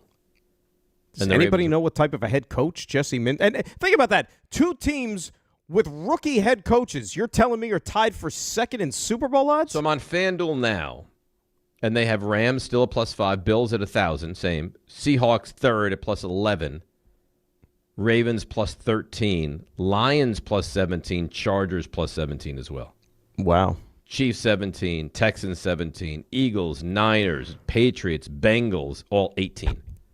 And then you get to the Broncos, who were, this far away from being a Super Bowl team last year, are +2,000. Well, they're not going to have Jarrett Stidham playing meaningful games for him this year. You wouldn't think. Cowboys are also +2,000. Ray, how do you feel about the Cowboys heading into the season? Great? I feel better than I have in the past 2 or 3 seasons, for sure. You still feel confident about that game next Sunday? Yeah, for the most part. I do have one area of concern, which I spoke with you about off the air. But yeah, you can bring that on the air. Oh well, I'm a little concerned about that right tackle position. But then I feel like it's been a problem for a couple of years now. I thought that a certain player would get better. He has not, and so that could be a problem. Terrence Steele, you were talking about. Yeah, Terrence Steele. And I think that's why they made a trade to address the offensive line. But, again, that player is not necessarily great either. Broderick Jones stinks. Yeah, that was and he's hurt. He's got a neck fusion. Yeah. He got injured late last season. You didn't trade anything for him. You traded a 3rd and a 6th and got back a 4th. Correct. So it's taken a flyer. But I don't know that the contribution you're going to get from that player is going to be felt this year. Which, by the way, he's on a contract year, so it's a little bit of a gamble in that sense. It's like, okay, even if he does trend in the right direction, well, you're going to have to re-sign him. So, yeah. Well, Ray, the Rams are bringing back former players. Why don't you call up Eric Williams and see what he's up to these days? I don't think Eric Williams, even in his playing days, would have been much use here. Post-car accident, Eric Williams is probably... Yeah. I'm talking about prime Eric Williams, baby. That was a hell of a player. He was on his. He probably was a Hall of Fame player before that happened. That offensive line was so good; it was disgusting. Yeah, we don't have that type of offensive line anymore. Who does? Who does? Tuane Newton, Stepnoski, Larry Allen, Eric Williams. Larry Allen was a real problem. So sad what happened. Not you, Ray. I know you know. Where did Larry Allen go to college, Dan? That I know. I know you know. Very small school. That's small. right. In fact, they don't even have a basketball outside of Larry team. Allen, I never heard of this school. I think it was a Division II school. What was it again? Sonoma State. Yes, Sonoma State. That's right? That's correct. Yeah. Is that in literally like Sonoma, like Northern California? It is. Yeah, I think wine country. I think that was where he was from. I think being a sommelier was a big major at Sonoma State. What's great is if the football thing didn't work out, yes, he was going to be a sommelier. He'd be like, listen, I can get you a 42 Burgundy. Do you like? Oh yes, please. He'd be the scariest sommelier you ever saw. Yeah, right. The 360. What do you mean? What do you mean you don't like this? What? He'd pour the little bit into the glass. Yeah. You'd be like, doesn't taste good, but I don't want to tell him. Yeah, it's good. It's great. Go ahead, pour more. Cardinals worst odds in the NFL according to FanDuel, 75,000. How is it not the Dolphins? Dolphins are next up at +7,000. Oh my God! And then the Jets at +30,000. Yeah, that's funny to me. Like, I don't know. Then the Browns. Maybe because I'm closer to the situation. I just the Dolphins are going to be a 2-win team this year. I believe that. Minimum. So the most wins they get is 2. You think? Yeah, they're horrible. Horrible. Well, but you know what? To their credit, They want to be horrible. Well, that's what I mean. But, like, that's why, like, this shouldn't be a surprise. Like, if you follow them the entire offseason, like, every move they made, aside from giving Malik Willis $40 million, was to lose this year, to be as bad as possible. It's like right out of Major League, Dave. I'm surprised they even have hot water in the showers. They may not. That's going to be a horrible, horrible football team. All right, so Ray's going to bring us around the league in a moment. Let's get to a couple calls that we'll get to Ray. Let's go to Ira in Staten Island. Ira, good morning. You're on ESPN New York.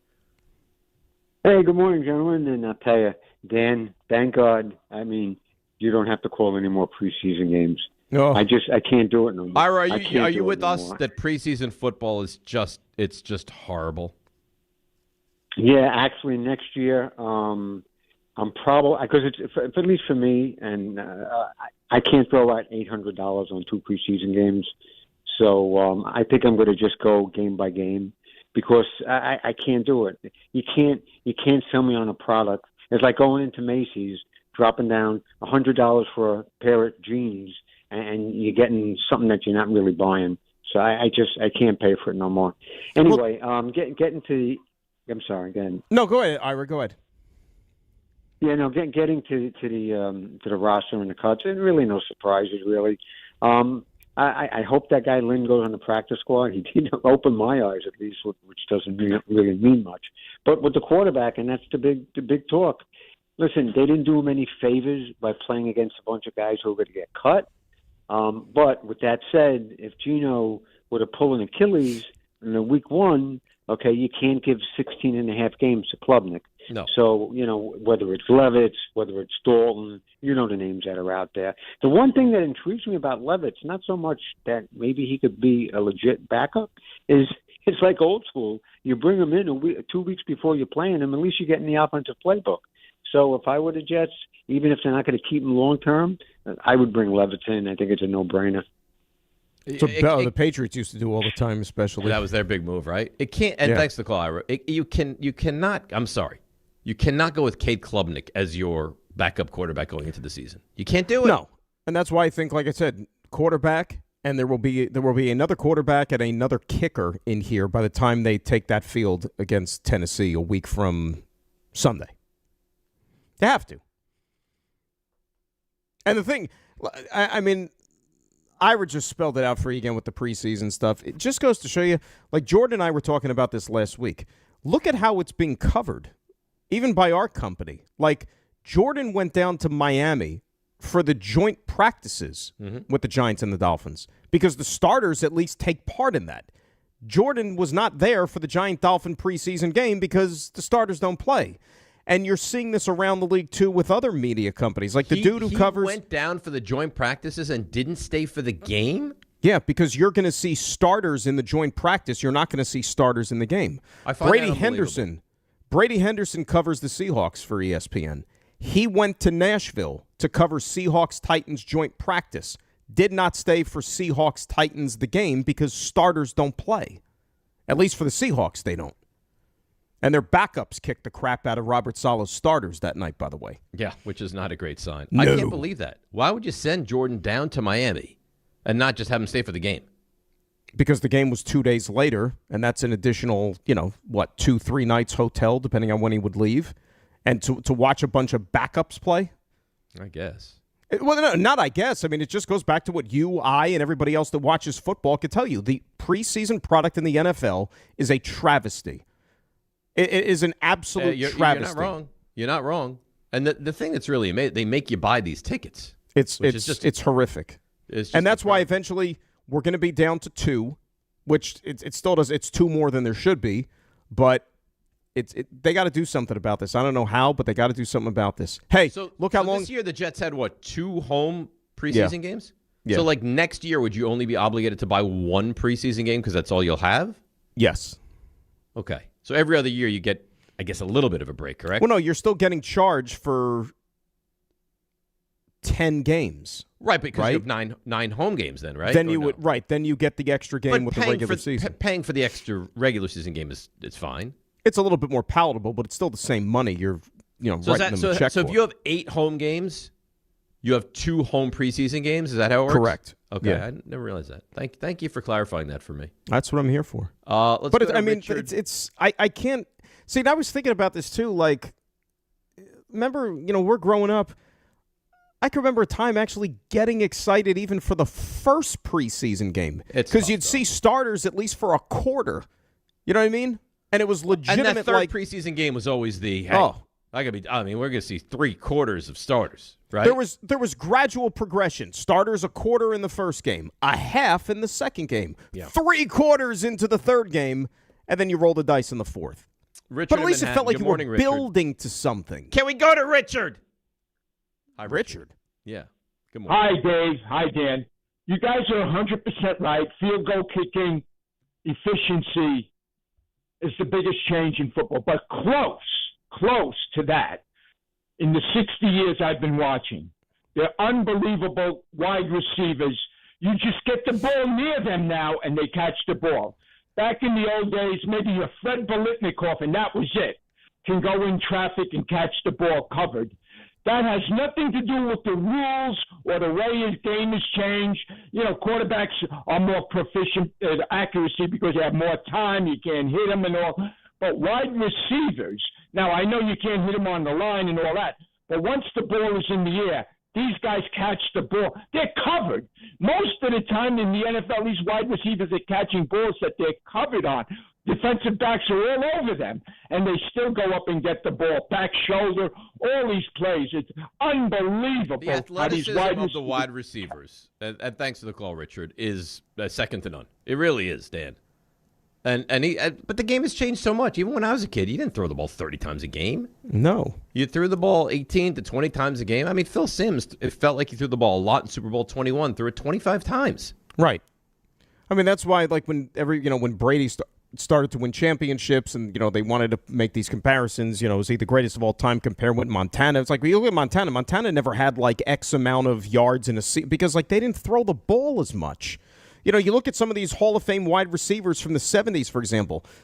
Teams didn't throw the ball as much. That's why guys never had, 80 catches in a year or, 1,500 yards receiving the year because that wasn't as part of the offense. No, well, it's not the same game, right? No. The ball was never thrown downfield years The back. running back was the focal point of your offense.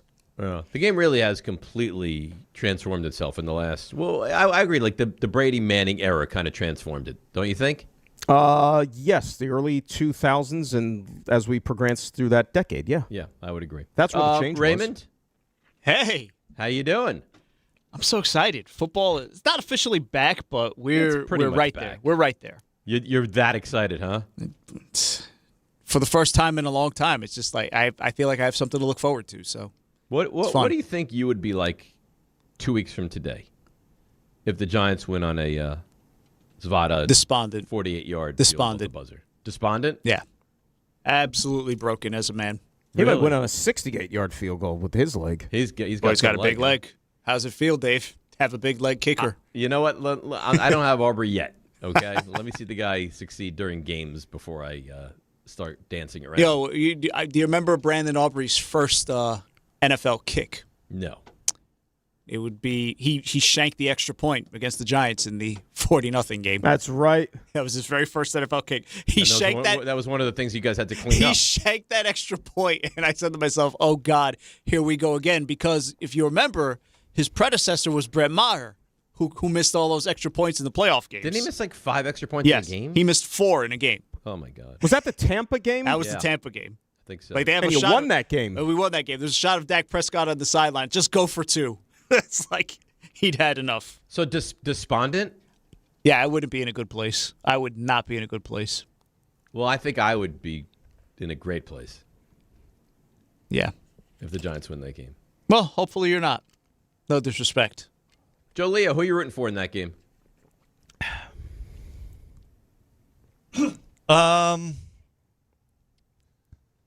Wow, he's really Probably thinking about the it. Giants. I'm not asking you to He's solve really world peace, thinking Joe, about just this. who you're rooting for in the Probably the Cowboys-Giants Giants. game. I think Probably the Joe's Giants. just trying to sit there and figure out what his headspace is going to be, depending on what happens with Jets-Titans by the time he gets to Sunday night. Oh, well, Oh, dear. look, I mean, the Joe Titans Leo cannot be has favored less enough. confidence in the Jets than any Jets fan going right now.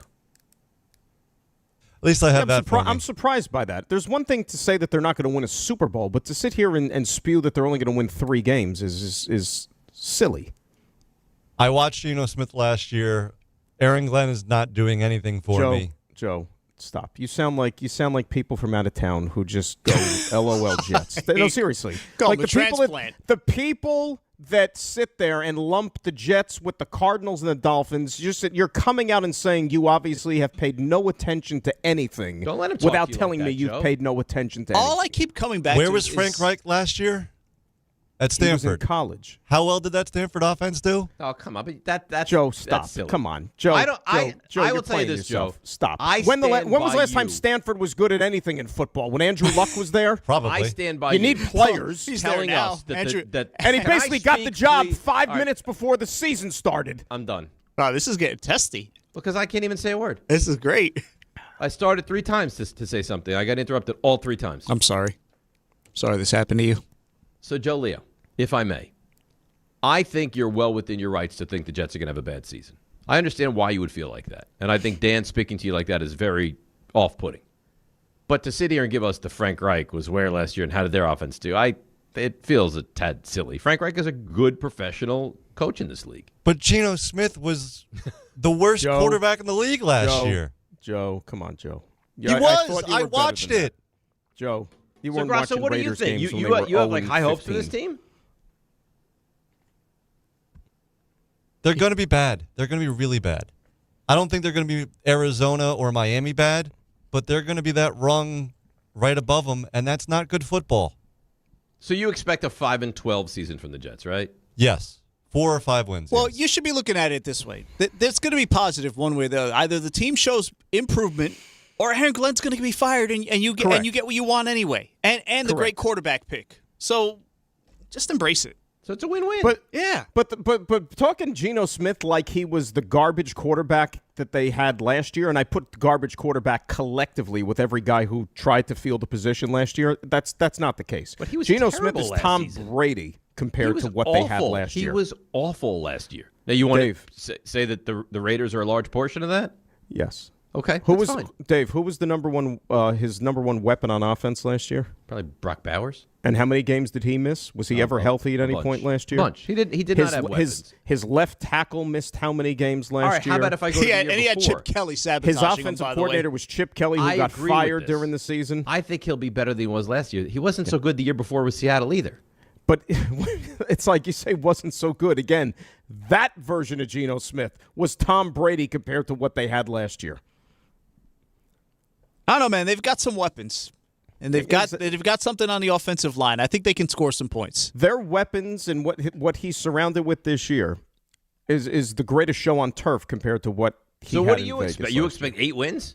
No, not 8. I think, but you could still be a 6, let's say maybe 7-win team and look markedly better and show that you're heading in the right direction compared you're to a the disaster that was last year. The team quit last season, stopped playing football, Dave, and was being destroyed by backups. If you win 7 games, it will be a hell of a season. When you say quit, yes, okay. All due respect to the fact that the guy somehow, some way, got himself on the VIP list for Game 4 of the Here we NBA go. Finals.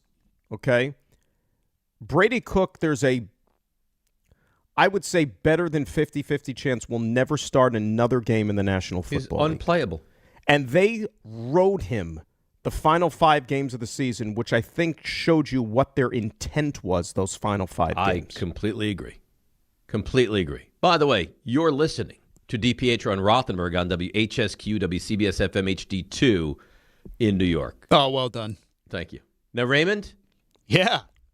Would you like to take us on a tour of the league? I think that would be great. I would love that as well. It's time to go around the league. Oh, it is. And, I mean, it's love comeback this. time. If you don't want to grow up, if you want to just warp back to your childhood or maybe young adulthood, maybe the mid-2010s, you could do that because Geno Smith is back on the Jets, Odell Beckham is back on the Giants, and Aaron Donald is back with the Rams. Officially says he's coming back, reaches a $20 million deal for this season. Aaron Donald, big press conference yesterday. Excited for this next chapter. Just being here, being part of this team, potentially doing something special, that's what it's about. I think the Super Bowl being back at SoFi kind of excites you too. But, it's a long process to even get to that point. You can't jump past the process and the grind that you got to go through to get to that. Obviously, that's the end goal you want to do. But, I'm just present, and I'm here, and I'm glad to be here, and I'm just going to work, get myself where I need to be, earn my position wherever that is and whatever my role is, and just do it at a high level. Yeah, just casually throw up 160-pound dumbbells. Did he always dumbbells. sound like that, Ray? You know, I completely forgot what he sounded like when I was listening to those this morning. He sounded like some hipster cool guy. SoFi, hey, SoFi. He's been retired for the past 2 years. He's just been casually throwing up. Yeah, casually throwing up his 160-pound dumbbells like nothing. Jeez. You see this guy's workout videos, man? They're terrifying. He is a terrifying human absolutely being. Terrifying. And he's going to be terrorizing quarterbacks and interior offensive lines for this season, at least. I mean, there's something to be said for the layoff, but I don't know, man. Especially with Garrett on the outside there. I can see why he came back. Dave, what's the Week 2 final score, Rams-Giants? Well, I'm banking on a little jet lag from the Australia game Week 1. I'll say 31-20 Rams. Wow. I keep coming back to this, but like the way the two teams are approaching it differently between the Rams and the 49ers when it comes to Australia, like the 49ers may already be heading there midweek, and then the Rams will be there like the day before. Somebody's going to really pay for it, and somebody's going to really feel great. But we'll see. Oh, I can't believe Dave missed the whole Jed York thing. That just popped into my head. That was something that I was going to mention. I didn't miss it. But what? Well, you missed it for our purposes. Yes. If you were talking about a week for the two of you to not be around, you being Rick and Dave, boy, Rick missed a real golden opportunity. What an horrible story. What an offseason for the 49ers, though, man. Jeez. Although Rick sent that text on, was it Thursday or Friday, Ray, that literally, I belted out laughing as soon as I read it on the air. That was You read it on the air? Well, I read it, and then, I just belted out laughing while we were on the air. It was a good one. So you can't read it on the air? Probably not, no. Mm-hmm. Fun times. One guy who's not leaving yet, J.J. McCarthy, staying put despite all the rumblings all preseason long that the Vikings would let him go, but Vikings keeping 4 quarterbacks, J.J., Kyler Murray, Carson Wentz, and Max Brosmer for now. That's the new way, huh? Steelers did that also, 4 quarterbacks. Browns keeping 4, but 3 on the active. Eagles keep 4? I think they did. Because I didn't. They love their backup quarterback. Cuts. Yeah, so the Browns are keeping 3. They're putting Dylan Gabriel with a back injury on IR designated to return. Sure. But they're keeping Shador, Right. they're keeping Deshaun Watson, and they're keeping the rookie. So, a lot going on there. Let's just fire through the league real quick. It's cut down day. There's so much happening. But Cardinals, they trade Hunter Long and a 7th-round pick from the Jaguars for a 6th-rounder. Some cuts for Arizona, B.J. Ojulari among them. James Conner. Boom, boom, boom. Placed on IR, designated to return. Falcons, they cut BJ's brother, Azeez Ojulari. Not a good weekend for the Ojulari family. Not a good weekend. Mom needs to make some homemade chicken soup to soothe their souls. The Bills trade for Zedric Van Pran Granger. Say that 3 times fast. Yeah. Who and a is he? 7th-round pick, center. They needed a center. Did you only give us this story because you wanted us to hear you said the name? Yes. Okay. But significant cut for Buffalo. They cut Mitch Wisnowski, their punter, as well as the veteran receiver. You remember Mecole Hardman? Sure. How could you not? The game-winning touchdown in the Super Bowl. Kyle Trask cut by the Panthers. Bears. They acquired defensive back Clark Phillips along with a 5th-rounder in a trade with Atlanta in exchange for defensive tackle Jervon Dexter. The Bengals. Josh Johnson, the longtime veteran, was among the notable cuts for them. Browns, as we said, Dylan Gabriel. Somebody else signing him, Ray? You think Josh Johnson he's always on somebody's speed dial. Always, Has he been on like 14 teams? Half the league, it seems like, yeah. He's got to get to 20. Like, come on, league. Come on, league. But he's been on several teams multiple times is the thing. Yeah. I think he was Get on him on the Washington, practice squad. Washington, something. San Francisco. I'd welcome him back with the Jets. Jets and Giants did have him at one point, didn't they? He was on the Giants. Yeah. Well, he was a Jet, yeah. So. Played a Thursday night game in Indianapolis, Salah's first year. He's had his Played well. He's been in other leagues. You name it, he's been there. It's an impressive run for him. And he got a commercial. Yeah, Remember, he got a commercial off it. One of the great commercials out right now. He has an active commercial? No, was. Like last year or the year before. Like basically Last year. saying, I've been on 500 He just said teams it's one of the type great thing. commercials out right now. It's good money if you can get it. You could still see it pop up. Cowboys were active on cutdown day. So they traded, and we mentioned this earlier in the show, but they traded with the Steelers for offensive tackle Broderick Jones and a fourth in exchange for a third and a sixth. Jones is notable because he was a first-round pick back in 2023, had neck fusion surgery after an injury last year. Came back to camp this year, was really struggling in the preseason game, so it looked like Pittsburgh was going to cut him, but the Cowboys, they need offensive line help, so they picked him up. Then they traded one of their offensive tackles, Nate Thomas, to the Texans in exchange for a seventh-rounder. They cut a couple of running backs, Phil Maffa and Jaden Blue, who was their... Oh, Jaden Blue, what a disappointment he turned out to be. I thought Jaden Blue was going to be like a sleeper stud, like amazing. You talk about like Jalen Hyatt being disappointing, like he's a great athlete, super fast. I felt that way about Jaden Blue. Like, he was the speed element in their backfield. I thought, okay, last year, I could tell he pissed Brian Schottenheimer off, I think, last year, like multiple times. Like, and they said, well, why don't the Cowboys dress this kid? Well, Javonte Williams got hurt at a certain point. Like, why aren't we seeing him? We didn't see him until that last game against the Giants. And there were like multiple instances where he annoyed Brian Schottenheimer. I could tell it. And then, like, he said in the offseason, oh, well, the kid's like, he's matured. He's taken a really, really good step. I like where he's at this year. And then they end up cutting him. So disappointing, Dave, as you said. What was he the one that they called his dad? No, that was Deuce Vaughn. Oh, okay. That was Deuce Vaughn, and he was let go a year ago. ago. That's right, yeah. Broncos. Their outside linebacker, Jonathan Cooper, was placed on the commissioner's exempt list. Now, get ready to hear that term a lot in this update. So he cannot practice or attend games while on the list, facing 5 charges stemming from June arrests. Now, why do I mention the commissioner's exempt list? Well, the Steelers were active as well. They traded Caleb Johnson to the Packers. That's their running back. You remember, he played at Iowa. Why did the Packers acquire a running back, especially when I think it was a third-round pick last year? Oh, well, that's because Josh Jacobs is also going on the commissioner's exempt list after misdemeanor charges in a domestic incident himself. So the Packers needed running back help. Packers will also need some help along the pass rushing factor because Micah Parsons officially placed on the PUP list, meaning he'll miss at least these first 4 games for Green Bay. One of those games against the Jets in Week 2. So just something to keep an eye on. Brett Rippon among notable cuts for the Houston Texans. Colts, Keenan Allen, arrested on drunk driving charges on Sunday. I can't believe these guys. Keeps happening. Wasn't the one thing we say, like, at the beginning of, like, the summer break after minicamps, it's like the one job all these guys have. Don't get arrested. Yeah.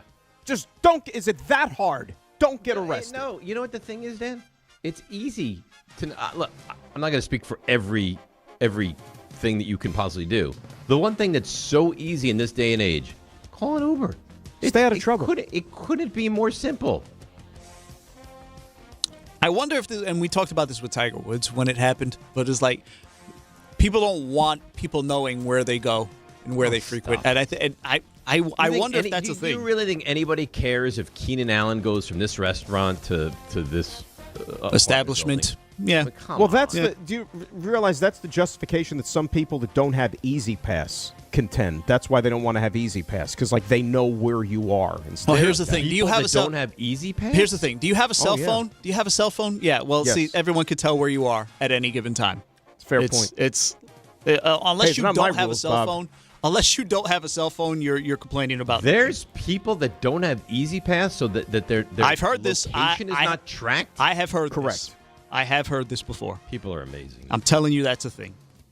So what do you, if you don't have Easy Pass, what do you do then? You wait in a pay long-ass cash. line to get a ticket and Yeah. pay cash. Just like the old days. How about if you drive over like the Henry Hudson Bridge? They where they mail you your toll. They mail you a toll and they charge That's you what they more have at the money. Lincoln Tunnel.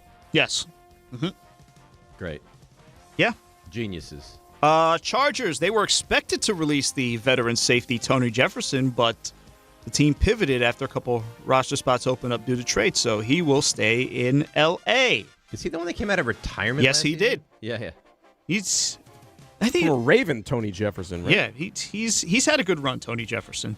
Dolphins, they've been busy, so they trade Quinn Ewers to Jacksonville. Remember the backup quarterback game, Dan? Yeah. Then they cut Nick Mullins, and then they trade with the Packers for Kyle McCord, so he'll be their number 2 quarterback behind Malik there He was good in in Miami. college, Kyle McCord. I do remember him being very, very A lot good. of guys were good in college. Yes, they were. They should have stayed in college. Well, I think his eligibility was done. Well, here's the thing. Nowadays, Nobody's guys as stay- done nowadays. Yeah, Come nowadays, the eligibility Maybe is, he'll wind is up back in meaningless. college for Syracuse in a couple of weeks. They're on the Thornton Mellon program. Make it make sense.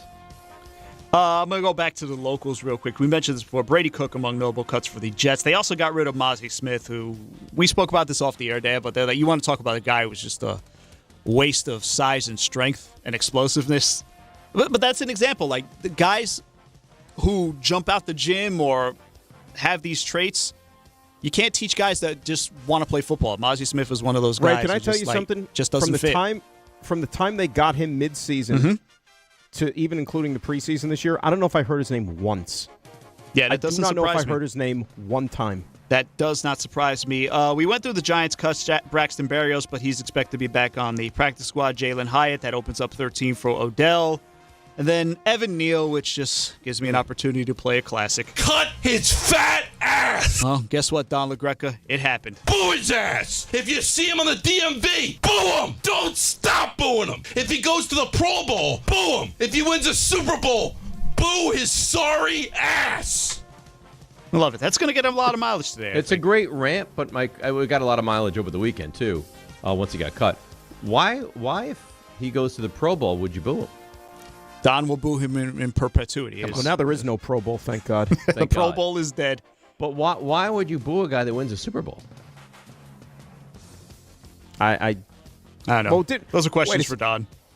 How did the was one of the other things he said? Did he bring up the Willowbrook Mall? Yes. Yes, he did. Okay. Yes, he did. I was going to say, I was thinking Evan Neal, Willowbrook Mall. Like, what's the Willowbrook connection? Mall. If you see him at Willowbrook Mall, boo his ass. I think was Yes. Right, which I guess I understand.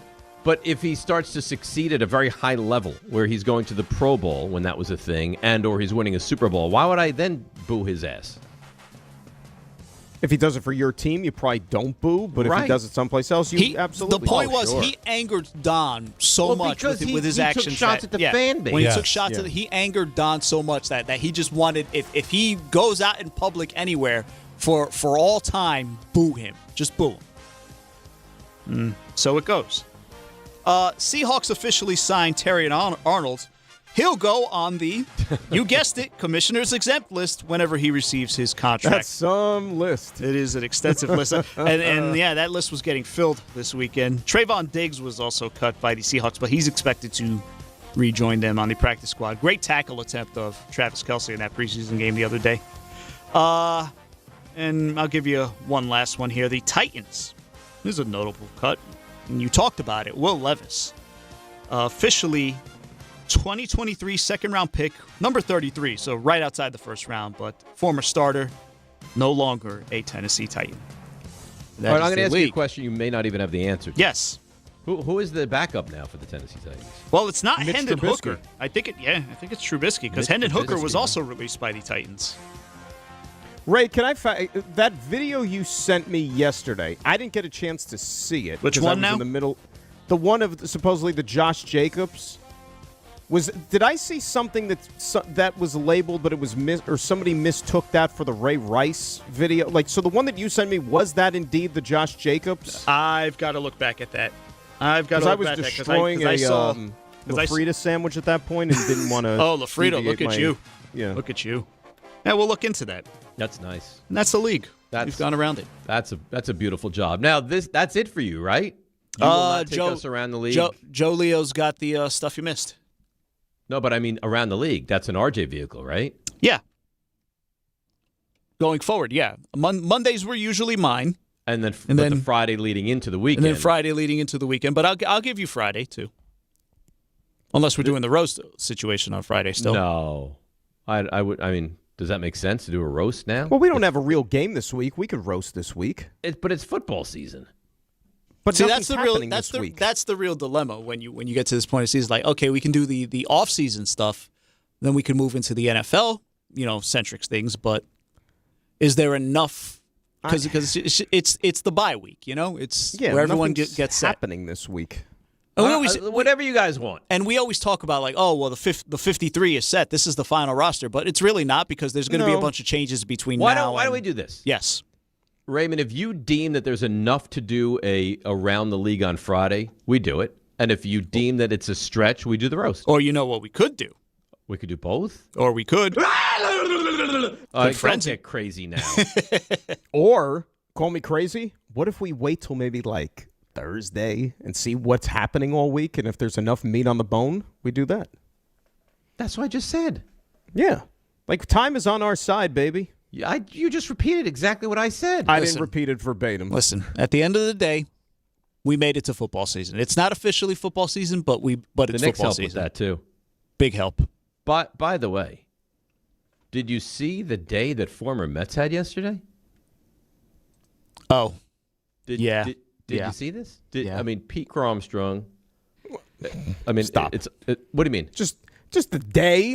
I mean, have you seen the week or the season that he's had? He's probably going to win the MVP. Oh no, not probably. His odds went from like minus 180 on Friday to minus 1,200 now. I don't like to throw this around loosely. I think there's merit to this. Is there a chance the Mets could rehire Zach Scott and then just fire him all over again? Wow. Just for that. It was. I mean, you got. But you heard his rationale, right? What? You heard he went on, did some interview or podcast within the last couple of months to once again revisit the decision to trade Pete Crow Armstrong for Javi Baez. And you're going to tell me that he defended the He trade? justified it? He tried justifying it by his previous organization was the Red Sox, I think, before he came to the Mets. Or I think that's right. Dodgers, one or the other. But he said he based it heavily on the scouting report they had of Pete Crow Armstrong from when he was with his prior organization. To move on from him. What does that even mean? That's great. The way they scouted Pete Crow Armstrong. He wasn't well versed in Pete Crow Armstrong and traded him because of whatever his prior job was. And by the way, do you not have like internal scouts for that sort of thing? It's Is that like I said? The Guy Mets, was a first-round draft pick. I'm you sorry, couldn't do your own due diligence on him? No. But like, even if you don't do your due diligence, do you not have internal scouts like that you can go to? Hey, how is this kid developing? What do we think of him? For one of the most ill-fated postseason runs of all time. That team was such a fraud, awful team that they pretended all year. Pete Crow Armstrong might be, from top to bottom, defensively, arm, range, speed, power, average, might be the most complete player in all of baseball.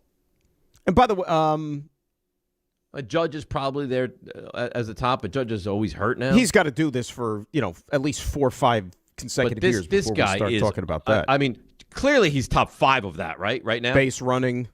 Everything. There's not one weakness in his game. And I'll never forget, he came in the COVID draft. Like, remember, nothing was happening in the summer of 2020, and they still had a draft. And I remember sitting on the couch watching it with a buddy of mine. Like, a buddy of mine, were texting each other, met Pete Crow Armstrong, but okay, cool. His mother was the mother in Little Big League, blah, blah, blah. And now he's, like you said, one of the best players in baseball. He's absolutely amazing. And they gave him away. So that's the one. And I'm not complaining about this one. It's just like, boy, I didn't know that he had this in him anymore. You see what Max Scherzer did yesterday. I mean, come on. What? So we can't mention that Max Scherzer goes... Max Scherzer, it's a miracle that he's even still pitching. I'm not saying that. I'm just saying, can we mention the guy threw 7 one-hit innings and was dominant yesterday? And who was it against? The Mariners. Okay. So it doesn't matter. Struck out 10. not that it doesn't matter. I'm just saying Max Scherzer, it's like I said, God bless him. He's like being held together by tape and glue. How about Djokovic last night, huh? I stayed up for the duration of that match. That was sad to watch. So we got home, I was watching it, and then I was gone. You were at the Open yesterday, right? Yeah, long day. Fifth set, I kid you not, fifth set was a rumor. I woke up when Djokovic was walking off the court, and they gave him the standing ovation. So you tried to watch it, and your body just said you're not watching Fifth set, it's like it didn't even occur. I mean, you didn't miss much. I thought he was going to have, because it's Djokovic. He always finds a way to rally past whatever the ailment is. Especially in the first round. He couldn't do it. Yeah, we could stop this. He's never getting another Grand Slam. I know. No, but some people who think they know tennis, but they don't know tennis, think, he's still a champion, blah, blah, blah. No, he's never winning another Grand Slam. No, but what he's done is pretty remarkable. Oh, I mean, the resume speaks for itself, 1,000%. But yeah, yesterday, my God, but apparently, if you watched him in Cincinnati. And by the way, and this is almost a roast-worthy thing, they put the Venus-Williams match on after midnight. Normally in that situation, they would schedule the women's match first because those go shorter than the men's matches do. Because they only play best 2 out of 3. I get it, but then the men's match starts at 9 o'clock, and then that goes till 2 in the morning. Look, we can have a long discussion about the USTA and what they're doing with that tournament. There's a lot that rubs you the wrong way. How about for starters with this? Back in the day, for the longest time, you used to get, if you were a day session ticket holder at Arthur Ashe, you got 3 matches. Right? Got 3 matches. Last few years, it's only been 2 matches. The 2 that were on center court yesterday at Arthur Ashe, 2 matches totaled 3 hours and 40 minutes. Is that bang for your buck? Huh? Is that bang for your buck? I don't know what is bang for your buck anymore. You start the tournament. You start the tournament on a Sunday now, okay, to give you an extra day to sell tickets, sell food, sell drink, make millions of dollars. And now, because of that, the first round is spread out over 3 days. Is it Wednesday is round 2, or is Wednesday still round 1? No, Sunday. Yeah, Wednesday's round 2. So Sunday, Monday, Tuesday is all round 1. And then it goes Wednesday. Let's go to Artie in Brooklyn. Artie, good morning. You're on ESPN. Hey, good morning. I want to rattle off quick question. Number 1, Dave, do you, in Survivor Pool, do you ever bet against the Giants? Typically, no. I think there's probably been some in the past where I don't even care. Well, I don't know that I ever have, actually, to be honest with you. I don't know that I ever Okay, because it was very interesting because I won the Survivor and made a case that I had the toughest job because I never bet against the Jets and stuff. The second one is Muji looking at cuts just like fantasy football players? Because if it's true, there's a third round kicker, a third round pick that's available right now. This kid Moody, I don't know anything about him. All I know is he got drafted in the 3rd round, and the fact that the Jets picked up Sanders after the Giants dropped him, you would think Harbaugh would know a little bit about special teams to pick this guy. So why is it Moody on the line? There should be a crash and saying Moody just got picked up by the Jets. And number 3, I think the Jets are waiting for Dalton. And the last one, maybe you could ask me, with 10 seconds left, the Jets had the ball at the end of the half. That's when the running back got hurt. Obviously, Mike made the call. He called a running play up the middle with 10 seconds left instead of just taking a knee. Is that Glenn's fault for not changing the call, or is that Reich not remembering Herm Edwards? All right, love you guys. No. Oh, my God. I mean, come on, man. It's a preseason game. He wants to probably watch them run one more play. Now, I will say this, and thankfully nothing serious with Chip Trainum, who was the ball carrier on that play. What's that? It looked terrible. So that was a surreal moment because halftime, Greg and I go into the booth to do halftime. Obviously, for the first time since I've been doing this, we're sitting there beginning halftime, and the team has not left the field. Everybody is down on one knee with their helmets off. They're immobilizing Chip Trainum. Mm-hmm. They've got the cart out, And meantime, Greg and I are starting halftime, and I'm sitting here trying to describe what's happening on the field, and I'm like, well, now to make the uncomfortable, awkward transition, the score of the game at halftime is so-and-so, and, the Jets did have 2 takeaways in the first. Like, it was a surreal scene. And from what I heard... I don't even know if the Jets had a broadcast on CBS. The Giants... They did. They both have... So I watched the Giants one on NBC, and Bruce Beck had, the same thing. As they're tending to this guy on the field, Bruce Beck is like, so the Giants lead at half. It's like, oh, my God. It was very uncomfortable. And so we go, obviously, by the stadium clock, to keep the line moving at halftime. They asked the NFL, I know this for a fact, Jets asked the NFL if they should stop the clock, because obviously there's a serious situation happening. The NFL said, no, run the clock for a preseason game. Yeah.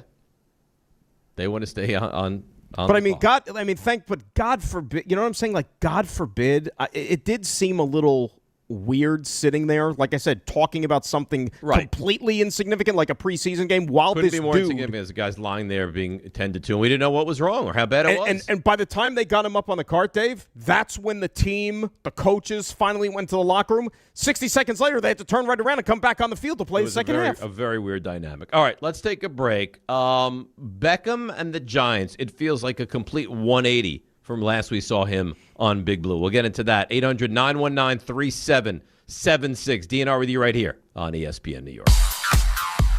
Oh, let's see what's happening on the roads. And here she is. It's Debbie Duhane. Hi, Dave. Hi, Dan. Alternate side parking rules in effect. Watch for delays on 21 South at Bridge Street in Newark with an accident. Over at Newark International Terminal B, Level 3, an accident still being clear. That one involving a shuttle bus. 17 West is closed right past 84 in Middletown. Serious accident involving a tractor trailer. Westbound BQE at Queens Boulevard, a disabled truck. And the LIE West at Maurice Ave, an accident there. Traffic is sponsored by RockAuto.com. Grinding and squealing your signs. It's time for new brakes. Skip the hassle of searching for the right parts and shop RockAuto.com. Find trusted name brand parts at lower prices and have them shipped directly to your door.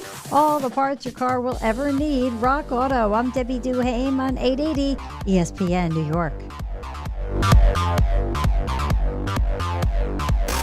This is the Michael K. Show. You hear people saying, that's why Yankees should have got a reliever. Well, they tried. Everybody wanted George Lombard Jr., one of their top prospects. Would you have wanted to give up George Lombard Jr.? Oh, they should have gotten Mason Miller. Not available. They should have got Morajan. Not available. They did try. They knew they needed another arm in the bullpen, but you can't bankrupt your system to get another arm in the bullpen.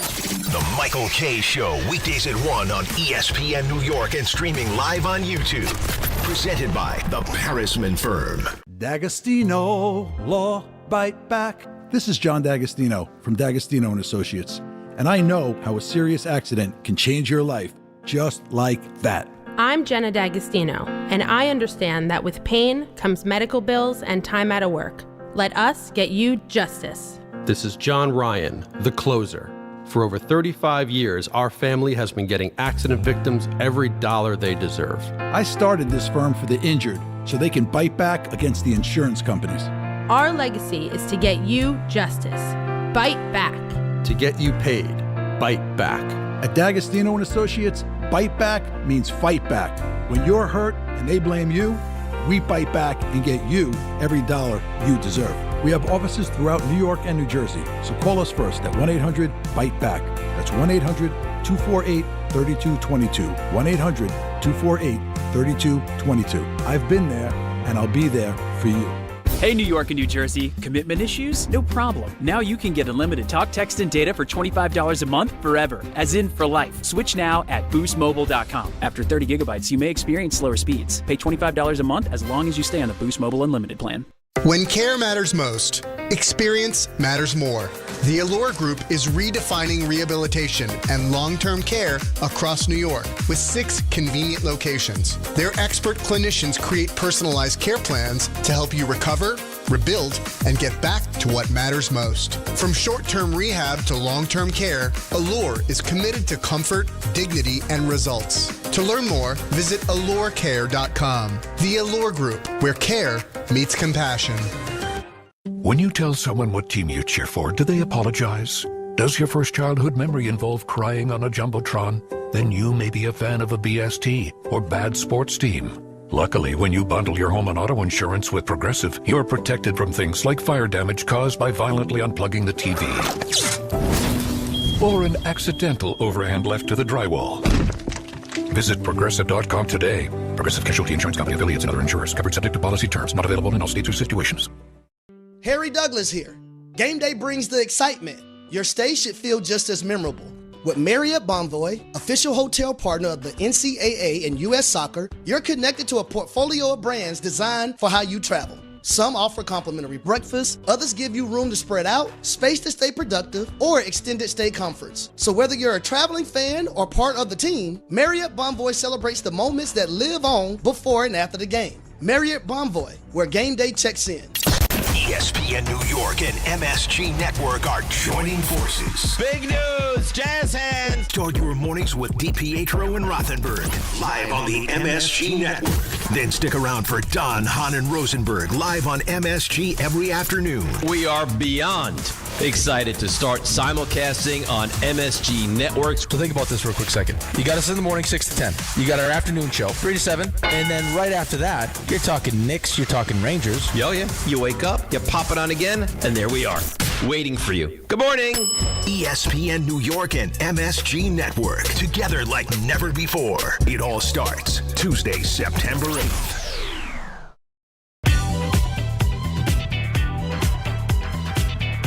All right, DNR with you, ESPN New York. So I have in front of me, courtesy of Get Up and DraftKings, the odds to win the NFC.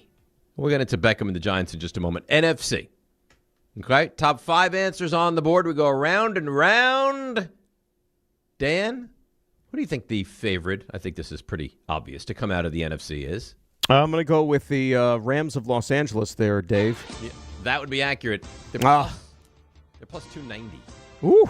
They're plus 290. They're a good team, you're saying. Oh, very good. Do you ever remember a team being plus 290 to come out of that conference? No. No, that's some crazy arithmetic right there. Plus 290. Next up on the board, I got 2 through 5 sitting right here, Raymond.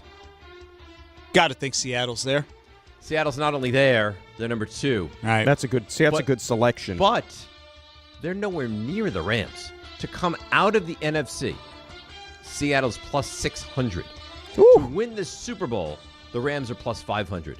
So Vegas is telling you, we believe better chance the Rams win the Super Bowl than the Seahawks go to the Super Bowl. So the defending champion disrespected in their own division by a super team. Sounds familiar. Sounds very, very familiar. I see what you did there, Bob. All right, Joe Leo. Now it gets interesting. 3, 4, 5 on the board. Where are you going? How about the Philadelphia Eagles, Dave? You know what? I tried to make it difficult on you. It couldn't be done. Eagles number 3 at plus 850. I believe deep in my soul now it gets difficult. Dan, 4 and 5 remain. I'm going to say, despite the fact that it has been a source of folly to the umpteenth degree, I'm going to go with R.J. Santillo's San Francisco 49ers. It's a good job by you. They are number 5 at plus 950. That's shocking. Only the 4th team remains. Raymond, to close it out. Man, I feel like this is super tricky because there's so many. I can justify so many teams going here. And I will give you a little bit of a hint. Mm-hmm. I know that the division's pretty clear cut. It's not the Arizona Cardinals. What about the Chicago Bears? Survey says no. Ooh. No, not the Bears. Joe Leo for the win. I'll stay in that division. How about the Detroit Lions? Joe Leo, this is why you are who you are. The sexy Lions, huh? The sexy Lions are plus 930. 4th favorite to come out of the NFC. Raymond, I don't see your Cowboys at all here. No, and I don't think I didn't expect that they would be. Didn't expect that they would be, but we've got a season to play, so let's see. Although the Rams, it's going to be tough for anybody facing the Rams. It is going to be tough. You guys play them also this year, right? Yeah, but way later, which is probably worse if you think about it. Does it matter? It's not ideal either way. I mean, you're playing week 6. Is that good? Is that better than week 9 or 12? Who cares?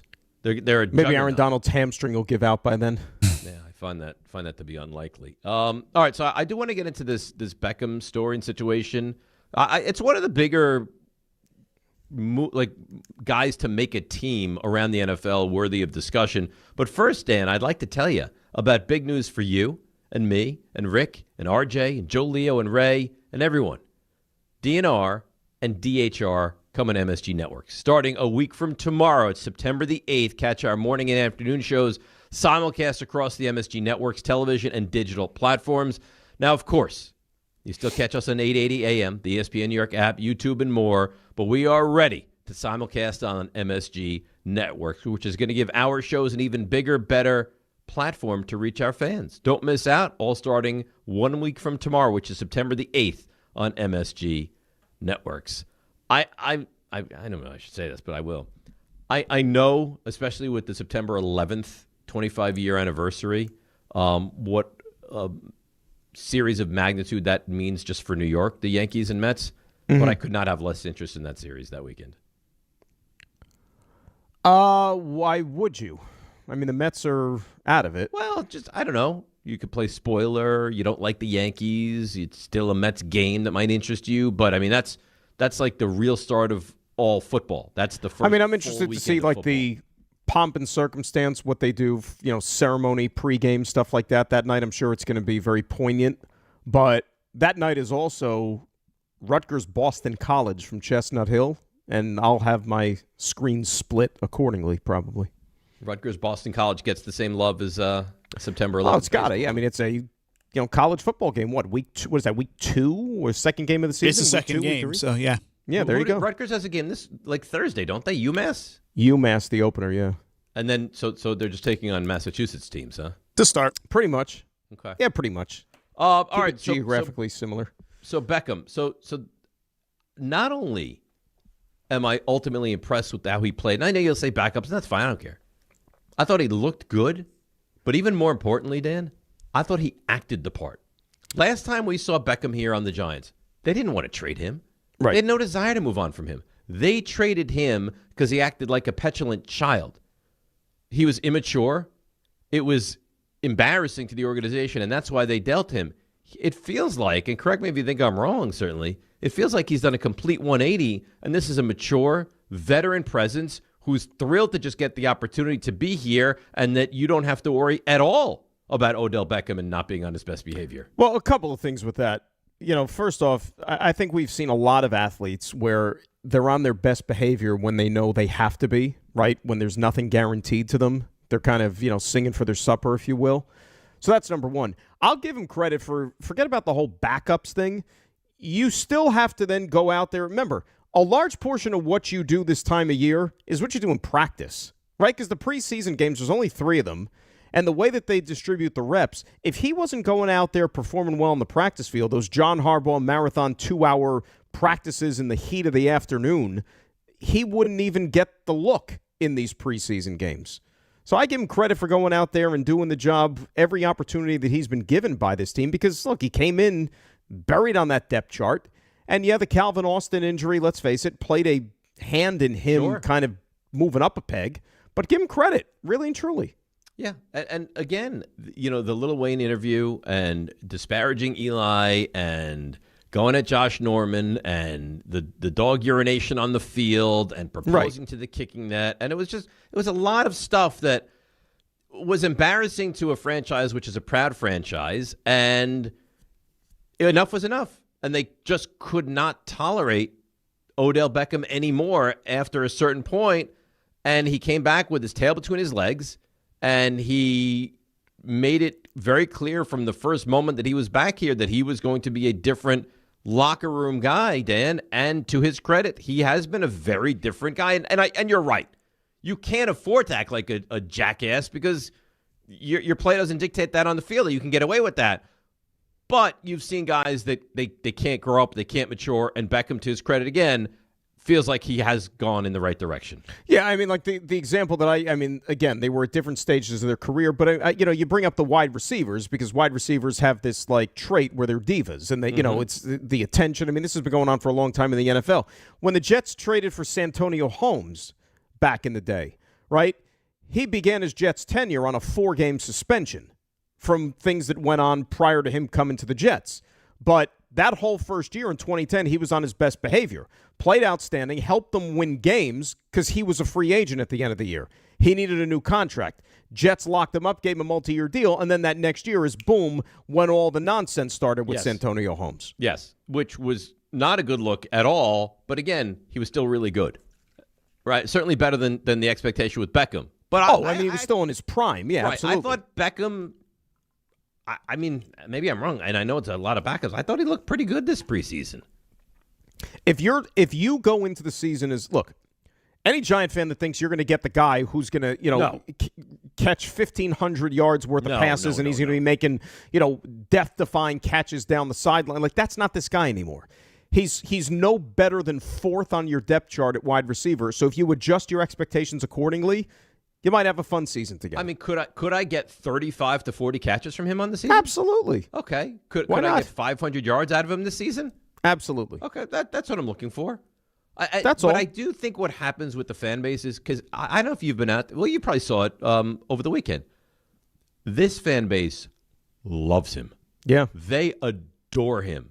And I think a lot of people they see him, the name is the same, and they think he's Odell Beckham. This is not Odell Beckham. You got to adjust what you expect. A very different version of what was once the best receiver in all of football. Right. And nowadays, like your guy, like that's Malik Neighbors. That's the guy that you need to be what Odell was. But if you feel like Beckham can groom and work with Neighbors to show him some of the mistakes that he made back in the day, that's a win, right? I'd be excited about Neighbors. I'd be excited about Malachi Fields and certainly what you've seen out of him. Isaiah Likely, I'm very excited about. Isaiah Likely's going to have a huge season for them. But no, the thing with Beckham was, remember, the day that they signed him in the spring, remember they signed like 3 wide receivers that day? Juju Smith-Schuster also? And Berrios that day as well. So it was kind of like, well, what is this? It looked like a PR stunt more than anything else. And at the time, look, I thought that there was no way in hell he even made the team. So the fact that he's even this far, give him credit. Yeah, I give him a lot. All right, so we'll get to the calls, 800-919-3776, and we got to get to the Jets. And the two things with the Jets, Artie in Brooklyn, I mean, he made some inane points, but the one good point he made was what's going to happen to kicker with the Jets. That's got to be a concern. And the question that we're going to have to continue to come back to, what are they going to do at backup quarterback? Because there is no way that Geno Smith can hurt himself in week 1, and you're going to ride with Kate Klubnik for the entirety of the season. Those two questions on the docket. We'll get back and answer them. DNR with you, ESPN New York. Hey, Yankees and Knicks fans, come out to Yankee Stadium on Friday, September 25th, and be ready to receive a very special giveaway. It's Josh Hart Yankees Bobblehead Night, presented by Delta Airlines. The first 18,000 guests will receive a Josh Hart Yankees bobblehead. Again, don't miss Josh Hart Yankees Bobblehead Night, presented by Delta Airlines, when the Yankees face the Orioles on Friday, September 25th. For tickets, log on to Yankees.com/tickets. Hi, this is Don LaGreca. Just like the New Jersey Devils bring intensity on the ice, Viking Pest Control brings the same level of protection to your home. And I know because I use Viking at my own place. The season may be over, but pests are always in play. So it's time to lock in your off-season defense. As the pest control provider and proud partner of the Devils, Viking delivers 45 years of trusted experience to keep ants, cockroaches, stinging insects, rodents, mosquitoes, and more out of your zone. And when you bundle pest control mosquito services, you score big savings. One call, one company, total peace of mind. Visit VikingPest.com. Protecting your home inside and out. There are a million reasons to love New York. Making your budget stretch isn't one of them. According to an independent study, Amazon prices average 14% lower than other retailers. Get food, fashion, furniture, and more shipped straight to your building. Plus, another study found Amazon Prescription Pass customers pay nearly 1/3 less out of pocket. Learn more at aboutamazon.com. Fall is here, and the Home Depot has everything you need for an outdoor refresh. Start with quick gardening projects under $20, like bright mums, planters, and mulch that make your yard a standout. Power through leaf cleanup with the Ryobi 40-volt HP leaf blower from the Home Depot. Clear leaves from driveways, patios, and sidewalks with ease, so you can get back to enjoying the season. Whether it's a simple weekend DIY or a bigger backyard project, Labor Day savings help you do more for less at the Home Depot. Football is back. Feel like it's your year? Well, you're right. Trade every game on the Poly Market app. Join the Poly Market community where you can trade live in-game and exit when you want. See what other fans think, find the predictions you think they've got wrong, and take your position. Just download the Poly Market app and use promo code QUARTERBACK. Deposit $10 to get $20 instantly to start trading. 18 plus only. See Poly Market's terms of service for more information about restrictions and eligibility. The Poly Market app is an independent affiliate of Poly Market US and not CFTC regulated. Trading always involves risk. Complete loss can occur. Congratulations, New York. The Knicks did it. Through battle after battle, they dominated to become this year's NBA champions. Day in and day out, the hard work paid off, and you were there every step of the way. Enjoy the crown. Own it, because this year is your year. A part of your legacy that will never be forgotten. So celebrate this moment, show your pride, and shop the largest selection of official NBA gear at NBAstore.com. A Fanatics experience. They built this station from the ground up. And now, for one afternoon, they're back together. Michael Kay and Don LaGreca, the two longest tenured voices in ESPN New York history, reunite for a special 2-hour broadcast celebrating 25 years of ESPN New York. 25 years. Two legends. One conversation you won't want to miss. Thursday, September 3rd from 1 to 3 p.m. right here on ESPN New York and streaming live on the ESPN New York YouTube channel.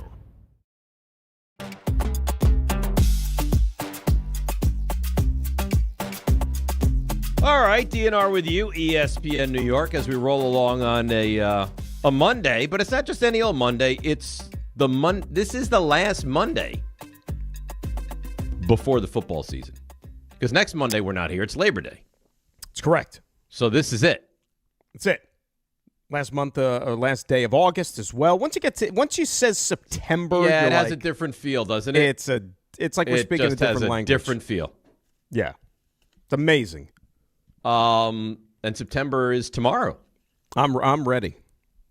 So you're a guy that never wants to rush the summer, but now you want to get through the next. Well, once we get because you know what I feel like. I don't know if I've said it. To me, this week in particular, it's like a cheat week. It's like summer, but it's not summer. You know, you could still live the summer vacation lifestyle, but it just doesn't feel like it yet, you know, because it's a little bit cooler. It's going to be September, the late Labor Day. How do you feel about the late Labor Day? You a fan of that? Can I give you an answer next week after we've experienced the whole gamut? Of course. No, but like I Please said, reach I out to like me. the cheat week. Like we're cheating an extra week of summer. You know what I mean? Yeah. Oh, yeah. So I like that. No, we'll see. We'll see if it's beneficial to us or not. Yes. So like next week we come back, we're like, hey, then it doesn't make any difference. I'll tell you, the late Labor Day, that's for the birds. Yeah, we don't want the late Labor Day. Let's go to Jeremy in Westbury. Jeremy, good morning. You're on ESPN New York. Dan and Dave, thank you. First time, long time. We appreciate it, Jeremy. All right, Jeremy. Oh, thank you. Yeah, so listen, I'm a huge Giants fan, Dave. I was brought into this world watching Mark Bavaro scream down the lines during the Super Bowl against the Bills. But I have a lot of Jet fan friends, and I just feel like the Poly is a little unfair, so I want to come out in a little optimism in defense of the Jets and what they've been doing. I think the plan is real. I mean, I think that they're building towards the future. I don't think Aaron Glenn's a terrible coach. I mean, he was a first-year coach. Well, Jeremy, let me ask you a question. I'll let you finish. Sure. What so far that you've seen would lead you to the mindset of Aaron Glenn is not a terrible coach? All right, so, it's part of Nuji. I like what they're doing with the draft picks. But in terms of Aaron Glenn, he was a first-year coach in a regime change with no generational quarterback yet. So he's really there's no purpose of him to really show a full playbook, to show fully capable of what he's doing without a loaded gun. I mean, his first year. And you think now they have the just generational quarterback that you didn't have last year? No. So what I thought was I wasn't the biggest fan of the Geno signing. I thought Justin Fields actually was serving his purpose, right? He was either going to turn into a generational talent, which was his athletic upside, or he was going to stink badly enough for you to get better draft picks to get that generational quarterback. Now, they bailed out early, right? They traded him to KC for a 6th-round pick, but he did help this mission, right? They got a top 3 draft pick off of Justin Fields' performance this year. Now, they went with a pass rusher. But that wasn't the goal, though. But Jeremy, that wasn't the goal. To get a generational quarterback? The goal was they actually thought that Justin Fields was actually going to play good quarterback last year. No, exactly, but that was the best part of that signing. He was either going to turn into a good quarterback or he was going to stink badly enough to get you a high enough draft pick to get another quarterback. It's not the Jets' fault, though, that the luck of the draw of the college QB class happened to be so small and then shrink even further when that Oregon quarterback pulled out. Right. Now they get a second chance at doing this plan again with a better quarterback draft next year. We know that they're loaded up for a couple of picks, and now they're in the same situation, except actually a little bit worse because you know that Geno's not the future. So, but they're also the other positive they might have stumbled into here is they may have drafted and brought their best pass rusher in 20 years onto this football team in David Bailey. Right, exactly. So they're a far more talented team now, Jeremy, than they've been. No one is arguing that. But you still need the quarterback because even if Geno Smith is really good this season, he's not your future quarterback. No, of course, but if he does mediocre or bad, he's going to help put you in position to get that next quarterback, right? Because it's all about you're nothing until you have your quarterback, right? So Aaron Glenn, unfortunately, he's a lame duck until – how can we really, truly judge him until he has a QB of his own?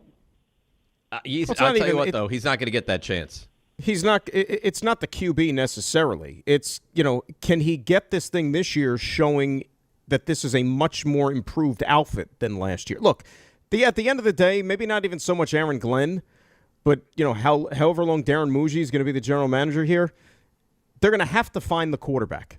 And make no mistake about it, Aaron Glenn and Darren Muji, they don't think that Geno Smith is their quarterback of the future. They know that. Because he's not. Because he's not. So they're going to have the time to go get that quarterback because let's face it, why is Joe Douglas not here?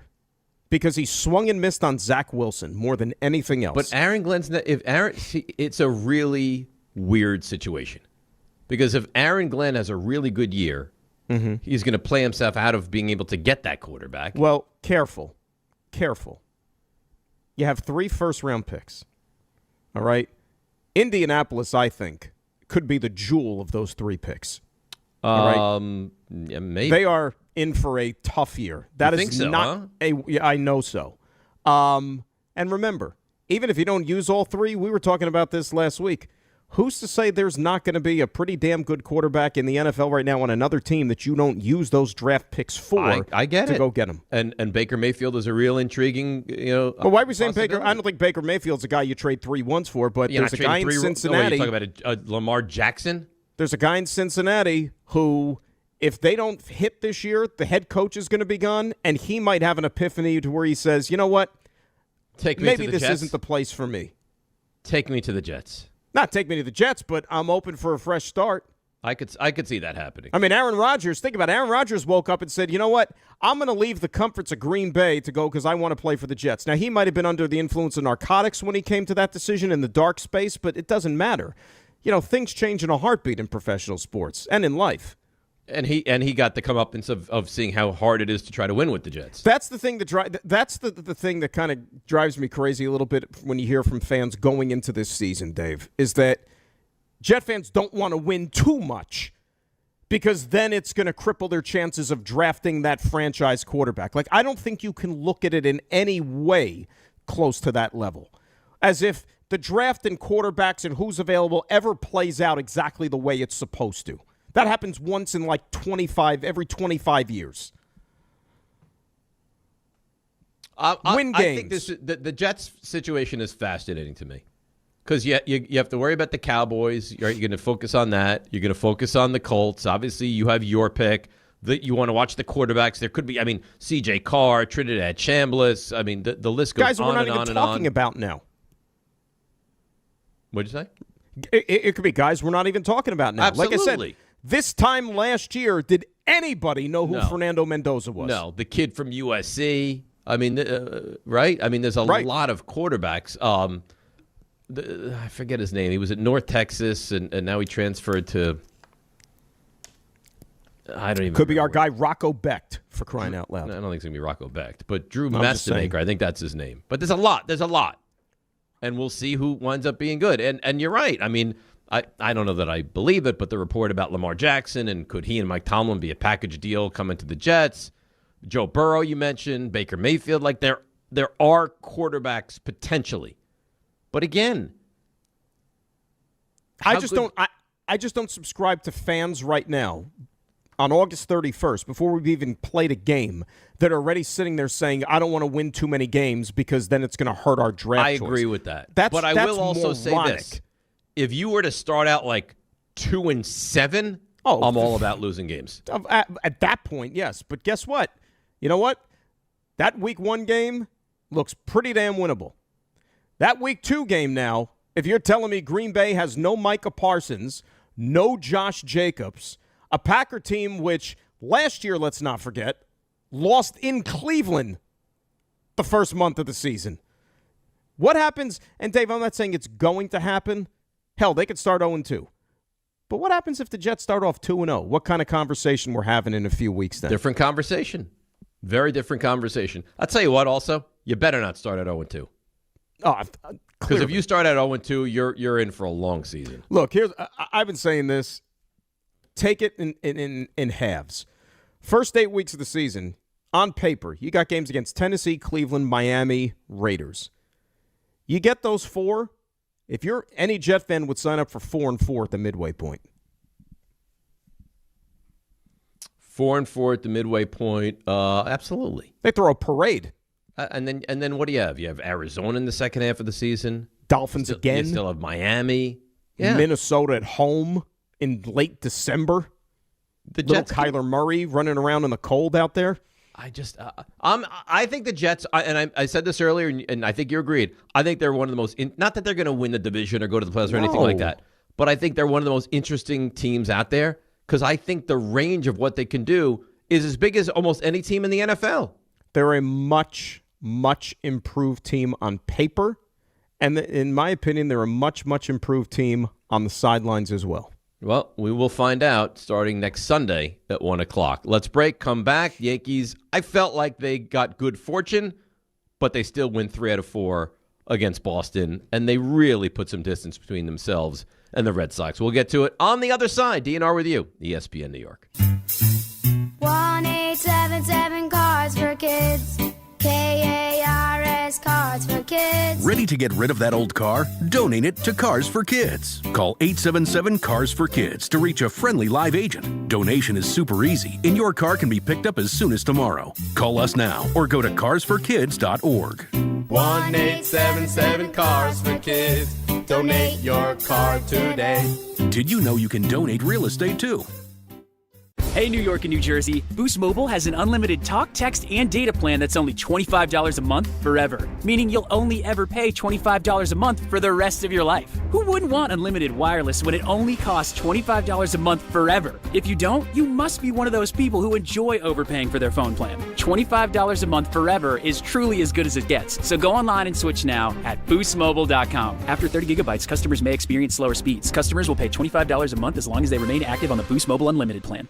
Dave Portnoy here. Something big is coming. September 2nd, DraftKings Game Day. We're talking massive deals, exclusive offers, and an all-day celebration built for sports fans. Whatever you're betting, DraftKings Game Day has deals dropping all day long. One app, every sport. So mark the date, September 2nd, new season, new era, DraftKings Game Day. Get pumped. Get ready to celebrate. New DraftKings customers, sign up with promo code WHSQ. That's code WHSQ WHSQ. Spend $5 to get $200 in rewards within 21 days. That's code WHSQ. In partnership with DraftKings. The crown is yours. Gambling problem? Call 877-8-HOPE-NY or text HOPE-NY 467-369. 21 and over. New York only. Eligibility and restrictions apply. $50 in non-withdrawable bonus bets issued every 7 days via click-to-claim for 21 days. Bonus bets expire 7 days after issuance. For additional terms and responsible gaming resources, see sportsbook.draftkings.com/promos. Limited time offer. Strong communities are built in the places where life happens,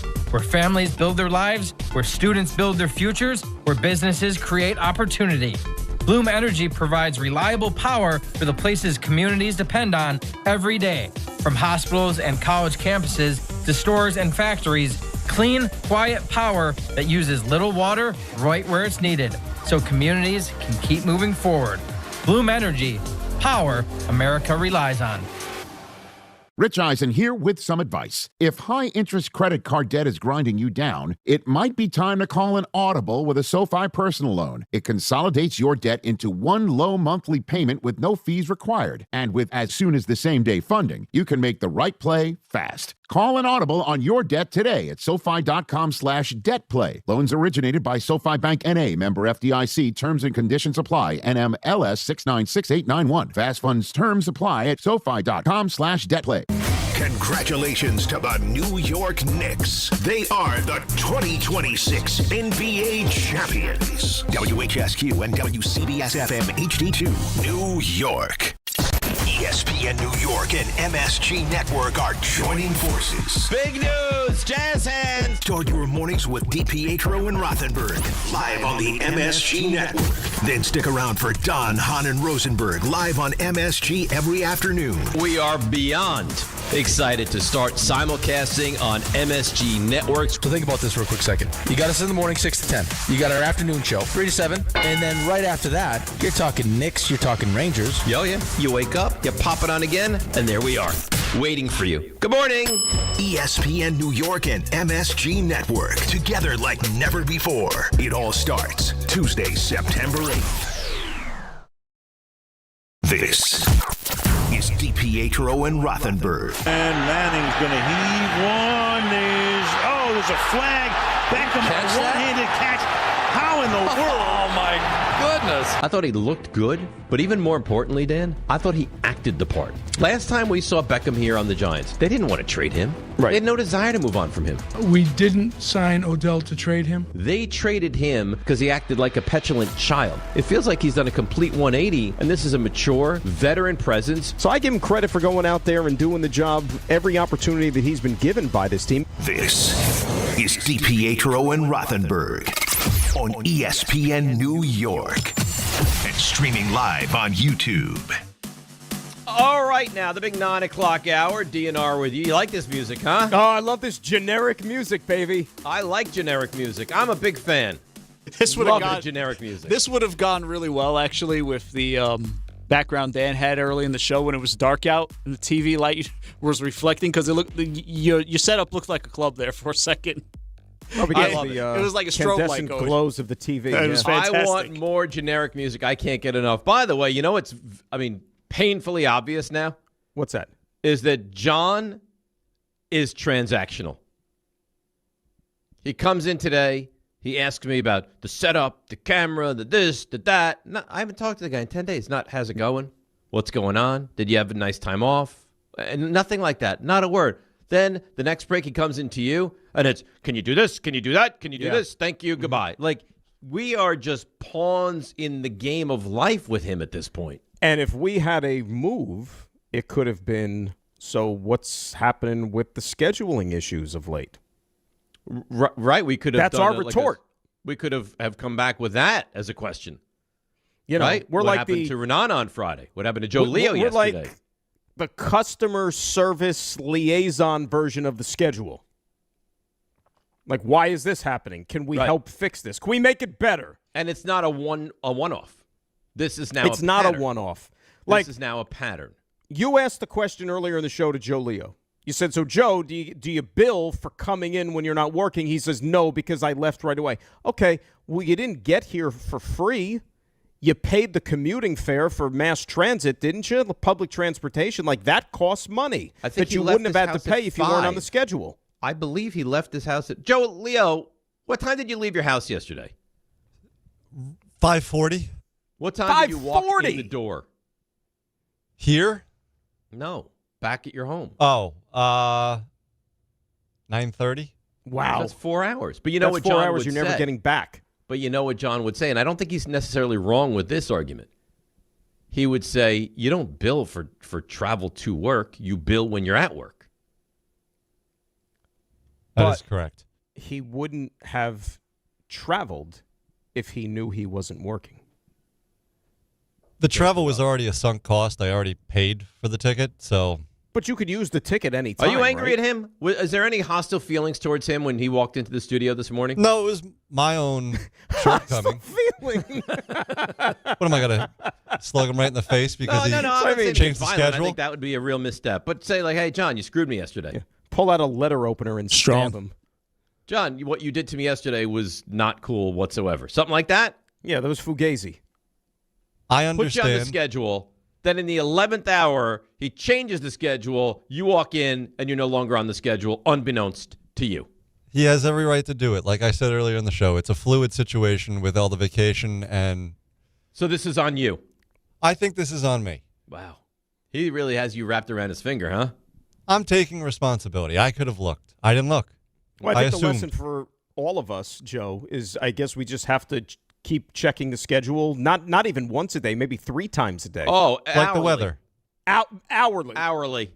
Well, you get notifications on your phone with like when tweets. Why can't we get notifications with the change of the schedule? That's what we should sign up for. Can we make that happen? An assistant. You're onto something here. John needs a helper. Yes. Who will make a call and be like, Joleo, hi, it's Veronica. Just making sure you realize you're not working this morning. Thank you. Bye-bye. That's like what a he needs. Siri version to help us with the schedule. Yes. Veronica, yes. like you said. Or Vernon, either one. Vernon? Yeah, either. That could be either or. All right. Yeah, either or. All right, so Yankees. That's a big weekend for the Yankees. They win. I thought it was a really fun game to watch on Friday night. Schlittler was outstanding.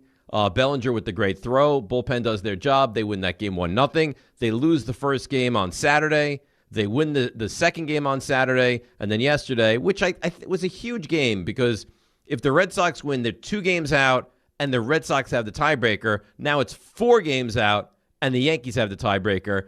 And did I think it was a catch? I did. Yankees win that game yesterday. They win 3 out of 4, and they're in really good shape to get the top wild card right now. And not only that, like I understand we want to play like the win-loss game on paper, but dude, you're going to Anaheim. I know that you don't get the off day going out west, which kind of stinks today, but the Angels stink. Go out there and sweep them. I actually believe, at last check, the Angels have the worst record in all of baseball. They're tied with Colorado, but they're the worst in the American League. So go. You're not wrong, because then it's San Diego, who's in a dogfight to get into the postseason, and they're a San pretty Diego's good baseball good. team. Tatis, Jackson Merrill, those dudes have been swinging the bat really, really well, post All-Star break.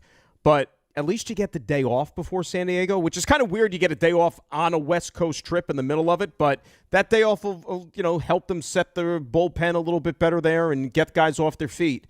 Don't screw around against the Angels. Take care of your business there. Look, if you sweep the Angels, and then even if you lose 2 out of 3 in San Diego, a 4-2 West Coast trip is not the worst thing in the world. No, you would sign for that because it's going to keep you ahead of Boston, and that's the key. Now, can you wind up catching Tampa?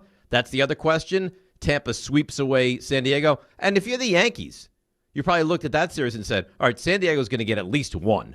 So if we have a good weekend, we're going to gain some ground, and you lost ground. So now you're 5 games in the loss column behind, and there's not forever to go in the baseball season, Dan. There's 4 weeks of baseball. I think this thing ends on September the 27th. So it's 4 weeks of baseball, and you have to make up 5 games over the Rays. It is if you don't sweep that 4-game set later in September at the stadium, it's very difficult to envision winning this division. It's asking a lot, but even after they get back from the West Coast, it's Colorado for 3 at the stadium. So you have a bookend, 3 with Colorado, 3 with the Angels here. Like, you should be pocketing wins against those teams. They're horrible. It's a good opportunity for this team. It really and truly is. They're absolutely horrible. And again, it goes back to you thought it was not a catch. I thought it was a catch. I thought it was a game-changing play because from that moment on, everything completely changed in that game. Suarez lost his composure. Ramos with the big home run. Then it's 5-0. Game's over. 6-0, 7. Then Monasterio comes at the bench. The game completely got away. But, I mean, Warren was still great yesterday, right? Like, Ramos had a huge hit yesterday. Boston didn't have to curl up and fade away and not compete after that, and they did. So, it's again, there's not a lot to say. It was a great weekend from the Yankees. 100%. You couldn't have asked for anything more. Going up against the lefties of Boston, the fact that you get the tiebreaker. Look, you can't be choosy. Like, I would have taken a split, 4-game split.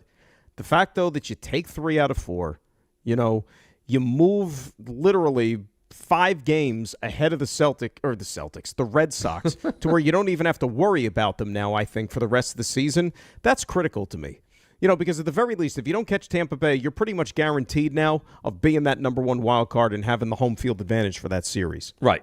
And the Yankees they'll have the tougher path. Like, if you are the 3rd wild card, whoever that team is going to be, you're gonna have an easier path because then you're gonna have the White Sox, right? The 3rd division. Well, them or it might be the AL West champion. But right now, the White Sox have a better record than that team. Correct, because that AL West team is either like right at below Houston's 500. Either, 500 or right. So I think the AL West winner will be the division champ with the worst record, which is who you play if you're the 3rd wild card, because the first 2 division winners get buys, as crazy as it. So think about it. The White Sox are going to get a first-round bye. Not only are they going to get a bye, I mean, so you're talking about if you're the 3rd wild card, who's the 3rd wild card now? Cleveland, or if it winds up being Cleveland, Toronto? Because Cleveland actually is getting a little wind in their sail now. Or Baltimore, or Toronto, whoever it's going to wind up being. Your matchup is going to be the AL West winner, which is not bad. And then if whoever wins that, then you're going to get the White Sox. It's amazing. So the Yankees' half of the draw is going to be much more difficult, even though they're going to have had a far superior season to any of these teams. Totally. And it almost doesn't seem fair, like you said, with everything that goes on. But look, this American League, it is so there for the taking. And I know that the Yankees have battled injuries all season long, but think about now, even if you've misjudged for 3 months or however long it's going to end up being, if you get them back now, if you get a couple of these other arms back now, it's almost like pickups, essentially like pseudo trade deadline pickups late in the season for you. Well, you can have no other team you're competing with is going to be able to make that claim and say the same thing. I have said this. I don't care. The Yankees should go to the World Series in the American League. I just see this as very cut and dry. Boston is a nice team. They're not at the same level as the Yankees. They don't have the same pitching. They don't have this. Their bullpen is really good. And Tampa, who I think is a good baseball team and gets as much out of what they have as anybody, is not a daunting baseball team. They're fine. There's no reason the Yankees should not go to the World Series. And then once you're in the World Series, anything can happen. The Yankees have a real chance to win the World Series this season. Anything can happen. And the only thing that's saving the Dodgers at this point is because they could always point to their starting pitching. Like, as dysfunctional as they seem right now and as they're limping to the finish line, and maybe this happens when you're going for a three-peat. Like, remember the 2000 Yankees, they were not, world beaters that regular season, especially going into the playoffs. But, when you're measured by championships and nothing else, I think the Dodgers are going through that right now. But their starting pitching in a short series, that could carry them. Dodgers pitching is pretty remarkable also, and this is even without Ohtani being back yet. Right. Well, they went out and got Skubal. Think about it. Right. So I mean... And I was saying last week, like, pound for pound, dollar for... You give me, like, my choice, life on the line, I don't care. Yamamoto's the guy I want with the ball in his hands. Yamamoto, because you saw what he did last season. Correct. Right? But he's having a freaking great year this year, too. Was electric. So you're going to have Skubal, who's a beast. You're going to have Yamamoto. You're going to have Sasaki. You're going to have Glasnow. You're going to have Snell. You might have Ohtani. I mean, their pitching is very rich also. Wouldn't you love to see Edwin Diaz in a big spot if he ever makes Not if I was a Dodgers roster? fan. Not if I was a Dodgers fan. That was one. See, you would. But that was luck. That's what I was going to say. You would almost be like, boy, Stearns was on the money if he said, I don't want any part, like they did with Alonso. I don't want any part of this. We think Diaz is done. They made a really good offer. They just get outbid. They got lucky to not have Diaz. They got outbid, and then he turns around and he gives Devin Williams a 3-year deal to just compound the problem. Yeah. So now we're even talking about Devin Williams not being the closer next year, possibly. If there is a next year. If there is a next year. Well, by the way, I want to ask you real quickly. You like the antics from Jeffrey Yan or no? You know what? Let's put it this way. The 2026 Mets have basically been a patient lying in a hospital bed from the jump, hooked up to tubes, machines, you name it. You know? So the fact that the thing doesn't flatline occasionally, and in those instances it's maybe Jeffrey Yan getting a little excited, I got no problem with it. It doesn't bother me. I hate. Oh my God, do I hate it? I just don't let it consume me. Right? Now, would I hate it if he was on somebody else's team? And it would probably be sophomoric, yeah. And I think to a certain childish. Even the Mets have told him, you might got to tone it down, because at one time he did it where it wasn't a strikeout. He looked foolish. Oh, he's dancing around and he's challenging it. I mean, he looks ridiculous. But that play last week when Lindor made that unbelievable catch in the 9th inning when the screen went black, like instead of jumping up and down, he got on his knees and he started like pounding the grass or whatever in excitement. It's a lot. By the way, yeah. How about so you had at the exact second you have this, and I thought it was my TV. Everybody I was like, did. I can't believe my TV would go out. And then I saw it. It's what happened. I can't believe that happened. And then Friday night, I turned the game on. And they're back in the studio. They couldn't have it. Like, I don't know if it was a power issue or what the situation was. SNY and the Houston broadcast could not broadcast from Citi Field. Then that was a power issue with the state. Yeah, I didn't know about that until way, way later on because I wasn't watching it. I was at the preseason scintillating affair at the Meadowlands. But yeah, it's incredible. They didn't have any technology luck throughout the week over there with the Mets broadcast. Only the Mets. Like it's bad enough that my team is 15 games below 500. I'd like to watch them play. I turn the game on. I can't even watch them because the power is out at the stadium as far as getting things connected to SNY. I mean, only the Mets. But don't worry. You talk about excitement still remaining for the season. Mark your calendars. However many weeks, the final weekend of games, the Carlos Beltran number retirement, when everybody is just so giddy to celebrate anything Mets by that time in September. My friend asked me yesterday. He'd go, do you want to go September 14th? Pete Alonso returns and go to the game. I said, no, I don't want to go. I don't even want to go. It's Monday Night Football. I don't want to go. But that's not on the Mets. The baseball makes the schedule. No, but it's not. If the Mets were relevant, I might want to go. Yeah. But again, that schedule came out before Pete Alonso even signed with the Orioles, so nobody knew, Nobody knew. Let's go to Everyday Edgar. He's on ESPN New York. Good morning, Edgar. How are you? What's up, my man? Sweet backdrop with the lacrosse. Very impressive. Listen, we don't play around. Well, my wife was she was a worker bee for the last 10 days, Edgar.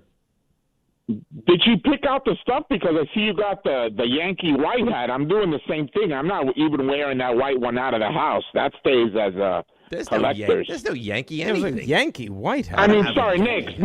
No, sorry, Knicks. My bad. Oh, I have Yankees on the brain. Knicks. My bad, Dave. Knicks.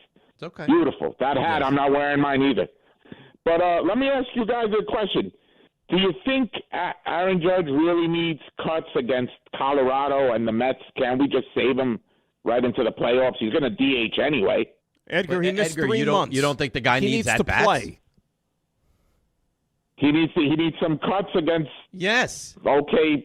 I mean, I don't know. I just feel it's so freakish with him that one bad swing, he goes true, down but again. Edgar, you can't just say, all right, Boston, cold turkey. Yeah. Go have at it. Let's see what. No, you can't do it. You need to get at bats. You need what? Why do you think they go through all the drills and all the hitting and all live at bats to be able to come back and play at all anyway? Because it's very difficult to hit the baseball. What's the point of spring training? True. Soft landing against Colorado, or you save the September 11th Hoopla 25th anniversary, Bronx, he's back. When he's ready to play, he plays. When he's Edgar. ready, whenever and he's as ready. close to 100% as he's going to get, because I don't think he'll be 100%, but whenever he gets to as close to 100% and as he's going to get to, I'm playing him. Look at what happened with the Mets over the weekend. Unbeknownst to anybody, because they didn't offer any timetables or anything, saw Saturday afternoon, hey, Juan Soto's in the lineup after a month and a half. Last I saw, it was going to be like a mid-September for Juan Soto. And then I'm on Instagram, and it's like, Juan Soto activated, will play today. It's like, where did that come from? Yeah. You had the same reaction? Like I said, they weren't specific with any timetables. Not that there was a chance at all for the weekend. And when I saw his name in the lineup, I was like, wow. And then he was back in there yesterday, hit a home run. Did you hear the Red Sox announcers losing their minds over Jazz Chisholm stealing bases yesterday? I did not. I mean, I just caught wind of it, but didn't hear the exact Ray, blow by you blow. don't have that by chance, do you? Oh, I can get it. It's off of WEEI. They were losing their freaking minds. So how do you feel about this? Let me set the scene. I think Yankees up 6-0. Mm-hmm. Chisholm's on first. He takes second base uncontested. He takes third base uncontested, and they lost their you-know-what. I mean, it was very aggressive what they said about him. How do you feel about stealing bases up 6? In what inning was it again? 8th inning. I mean, dude. But 6 runs is nothing anymore. It's nothing. We've seen teams score 7-8 runs in an inning and blow 6-run leads. I mean, stop. Stop. I mean, didn't the Phillies score like 7 runs? Giants, I think, scored like 7 or 8 runs in the 9th inning the other day. This is baseball. Like, this happens. Like, if you want to say they were stealing bases like in the 9th inning when it was, 16-1, that's another thing. That's different. Right. That's different. If you're up by 11 and you're in, well, it couldn't be the 9th, right? But in the 8th, up by 9, 10, 11 runs and you're stealing bases, that's Bush League. You're like bunting the guy over. Right. Playing small ball to bring in the runner. But no, I mean, listen, 6. I think 6 is right on that precipice of you need more, but I could understand why they would be angry. But at the end of the day, no, I agree. I mean, steal the base. The thing that bothered me is the guy goes on to say 2 things that drill Austin Wells, like Austin Wells had anything to do with it, and wouldn't you like to fight Jazz? Have one of them fight Jazz Chisholm. They should fight Jazz Chisholm, which is crazy to me. Like, you have a problem with it, dude? Do you have the audio yet? I'm gonna have that for you, but like, dude, why don't you go fight Jazz Chisholm? Here's what I think we should do. Why don't you do the stuff you missed? We'll break, come back, and then we'll listen to the like verbal attack on the Yankees. Joe Leo's got you covered. That sounds like a plan. That's a plan. Got you covered. Oh, Joe Leo, you're doing stuff you missed? That's right. You know what? I mean this genuinely. You've really done well in this role here. I appreciate that. Yeah. I'm impressed by you, Joe Leo. You ready? I'm ready. Now. Walk up 3-pointer. He got it! See ya! Score! Put it in the box! The you missed. Let's stay with the Yankees because they won 3 out of 4 against the Red Sox over the weekend, clinching the season series 7-6, and now own the tiebreaker against Boston. That puts them 5 up in the division and in the wild card standings in the loss column. Yesterday afternoon was the largest win, a 16-1 win over the Red Sox since June 19th, 2000, 22-1 that year. And that was a really good year for the Yankees. Hopefully that is a good omen. You were just talking about it. Juan Soto, surprise, surprise. He returned over the weekend on Saturday for the Mets. The $765 million man went 2 for 7 over the weekend against Houston with a home run, 2 RBIs, serving as the team's DH. He's such a great hitter. Oh, my God. He's good at baseball. Watching him hit the baseball is really a thing of beauty. I was thinking about this over the weekend. Is he going to go down as the best Met talent-wise ever? Talent-wise, probably.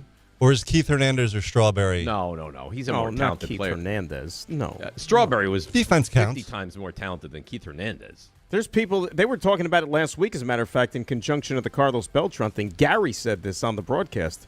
He said, pound for pound, Carlos Beltran might be the best Mets everyday player, even more than outfielder more than Darryl. Well, Darryl, it feels like just left so much on the table, didn't it? Of course. I mean, if Darryl lived up to what he could have done, he would have been a Hall of Famer. He would have been right. Doc and Darryl, unfortunately, 600 home run guy. That's what he could have been. But Darryl wasn't as, I think, the defender that Beltran was. No. I mean, also Beltran played center field, so he had more ground to cover. Darryl had a good arm. Darryl was a fine outfielder. He wasn't an elite outfielder. Beltran was a great player. Beltran is an underrated player. I know it's weird because he can be in the Hall of Fame, but an underrated player. Right, and unfortunately, people still remember him for, bat on his shoulders against Adam Wainwright. Speaking of Mets prospects, well, Carson Bench has been a topic of conversation because he is on an absolute tear. The Mets right fielder over the last 23 games has a slash line of .333, .381, and an OPS of .937 with 5 home runs, 13 RBIs, and he's a two-way player. 5 outfield assists over that span. I ask you guys, does he have a shot at the Rookie of the Year? No. Sal Stewart's going to win Sal Stewart's over 30 and 100 already. And J.J. Weatherholt, who I was going to say J.J. Weatherholt, too. He just went on the IL yesterday, though. Yeah, he went on the IL, so he's missing time. Sal Stewart's going to finish between 35 and 40 with over 110 RBIs. They're going to give him the... He's going to go, I think he has, 31 and 105 now? Yeah. He's going to go 36 and 115 to 120. And remember, the majority of the people that vote for these awards, they're not watching these players every single day. They're going to look at these statistics when it's time to cast their ballot, and they're going to see a guy with prodigious power numbers. They're going to say the hell with WAR, and they're going to vote for Sal Stewart. And I'll be honest with you, I don't have a major issue with that. No. I think Sal Stewart is probably deserving of winning the Rookie Pete Alonso was the Rookie of the Year, and what did he have? Power numbers. He wasn't, a defensive wizard. Well, he also set the rookie record that year when he won the Rookie of the Year, beating Judge's record. What, he hit 52? 53, I believe. Was it 53? Imagine they let that guy walk. Crazy, right? Yeah. What kind of a team would do that? He might, and you know what? He might finish in the top 5 in MVP in the American League, and God bless him. I hope he does. Maybe, just maybe. Staying in Flushing and moving across the street to the U.S. Open, Novak Djokovic and a shocking first-round exit in the first round to Mariano Navoni. I hope I'm saying that. It's Navoni. I was going to Mariano Rivera all night, but that's okay. No, Mariano Navoni. In a match that lasted 4 hours and 36 minutes, 7-6, 5-7, 4-6, It doesn't 6-2, matter. Joe, 6-1. you don't need to get into the you don't have to set give by all the set. scores. Just 5 You know what sets. the thing that was surprising to me, Dan, is I always thought that Djokovic, or for the most part, he was going to win. He lost the first set. He had I think a 4-1 lead in the first set, lost it. 1 sets 2 and 3, was up a break in the fourth. And I was like, all right, now he's going to coast on home. And then I think only won one more game the rest of the match. Yeah, well, I mean, obviously he was compromised. He was vomiting all night on it, which is not easy. No. And I'll tell you what saved him even more. That thing might have been cooked even prior to the 5 sets if they didn't go ahead and close the roof. We had to buy him a little bit of time. At least it got some air conditioning in the joint because the roof was open. And if it was so humid, muggy too last night. He would have been cooked possibly before that because he doesn't want to let on. He opened the door halfway and said, I'm dealing with a condition. And this is not just like I ate some bad fish. This is something that's been bought like he's been dealing with for months and months and months. He had this in Cincinnati also. He was vomiting. Yeah. He's like keeling over on the court. So, I don't know what he's going through, man. I hope that physically he's going to be okay. But, he's already accomplished everything there is to accomplish in the sport. You have to adjust your expectations, but he's not winning anything big ever again. No. But, I mean, I think it was within reason that you thought he could be a quarter finalist or even a semifinalist. Well, especially when you look at the field now and you say, Mike, with Sinner not playing and, Maybe some of these Americans can go on a run. The best chance for a guy look, remember, U.S. Open, by the time you get to the end of the year, even if you don't play like a full schedule like Djokovic does, it's still hard court. It's the end of the summer. It's the most physically taxing on your body. Djokovic's best chance for success was always going to be at Wimbledon. He was a semifinalist there this year, right, because the points are faster, grass is less taxing on the body. He couldn't cash in there, but you can't expect guys Nobody his age to expected go him on to win the deep whole runs thing. at the Open. Yeah, nobody expected him to win. Go ahead, Joe. Daniil Medvedev moved on in straight sets, as did Jessica Pegula. Sophia Kenin beats Venus Williams in the latest match to start in U.S. Open history. That started at 12-13. That's ridiculous. Which is crazy. It was Williams' 14th consecutive singles loss dating back to last year, July, in Washington. And last thing here, Zach Charbonnet and Tank Dell will start the season on the PUP list for their respective teams. So who's the starting running back for the Seahawks? Is it Price, the kid out of Notre Dame? I believe it is Price, yes. Wow, interesting. You watching Hard Knocks at all, by the way? I haven't. I'm done with Hard Knocks. It's not great. Did the Giants kill that for you? You know what? It was a great show when it started. I feel like I've seen enough. It's jumped the shark, if you will. I couldn't agree with you more. It's way too sanitized. Let's break, come back, and we have some... Ray, is it fair to say this is some real good audio from the Red Sox broadcast? Could be a bit salacious. Yeah, Wow. I think it's going to be real entertaining. We'll hear from the Red Sox broadcast next right here on ESPN New York. Oh, let's see what's happening on the roads. One final time on a Monday. Here is Debbie Duhane.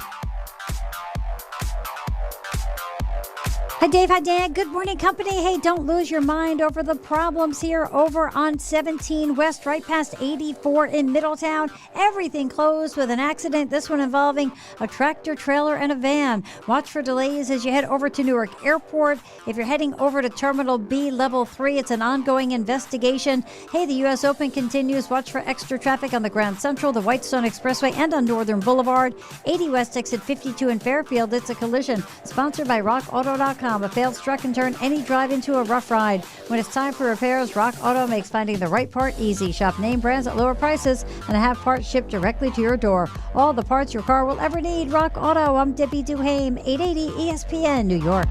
If you've been injured in an accident that wasn't your fault, then you need a lawyer who knows New York's unique personal injury and workers' compensation laws. At the Parisman Firm, they have decades of experience handling all types of accident cases and a proven track record of delivering huge results. Their team has already recovered nearly $1 billion for injured New Yorkers. From construction to car accidents and slips and falls, they've got you covered. Call the Parisman Firm now at 718-WORKERS, where your case is their cause. Get the justice you deserve today.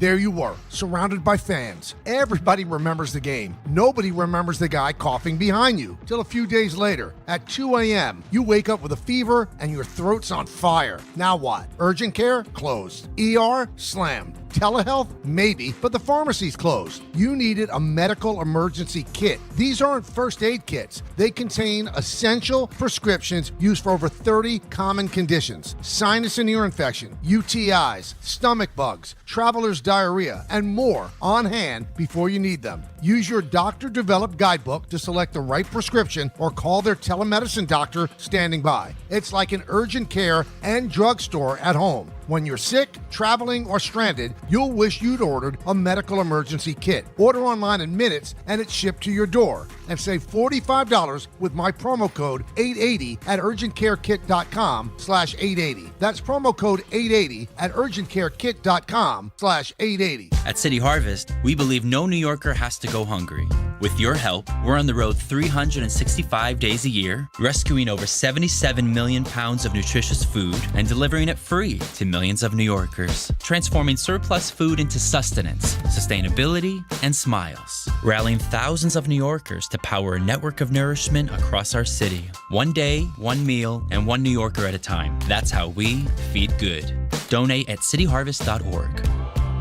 Download to see if you qualify. Not all customers will qualify. Transfer fees may apply. No Albert subscription required. Albert is not a bank. Albert Instant Loans are issued by FinWise Bank, member FDIC. Not an actual client. Terms apply. Kylie, what's wrong? I just got hit with a car repair bill. I'm behind on rent, and I feel like I can never save any money. Have you tried the Albert app? Albert is your financial assistant, helping you find ways to save and create custom budgets to actually grow your money. Plus, you can get up to $10,000 for big expenses, or advance up to $1,000 fast when you need cash right away. Albert can get me up to $10,000 $10,000? Exactly. Albert spots you in a pinch and helps you grow your money in the long run. I'm downloading Albert right now. Download the Albert app and use promo code BUILD to borrow up to $10,000 for whatever you need. The Albert app helps you budget better and save more money so you reach your financial goals faster. Download the Albert app right now and use promo code BUILD to borrow up to $10,000. Use code BUILD to borrow up to $10,000.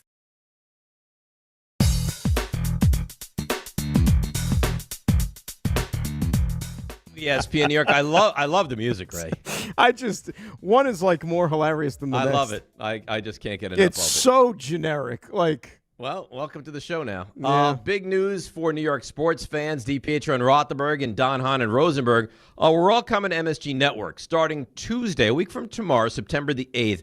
Catch our morning show and afternoon show simulcast across MSG Network's television and digital platforms. Now, of course, Dan, don't worry. You can still catch us on 880 AM, the ESPN New York app, YouTube, and more. Well, we are ready to get started simulcasting on MSG Networks, which will give our shows an even bigger, broader, sexier platform to reach our fans. Don't miss out, all starting September the 8th on MSG Networks. Are you going to watch us on MSG Networks?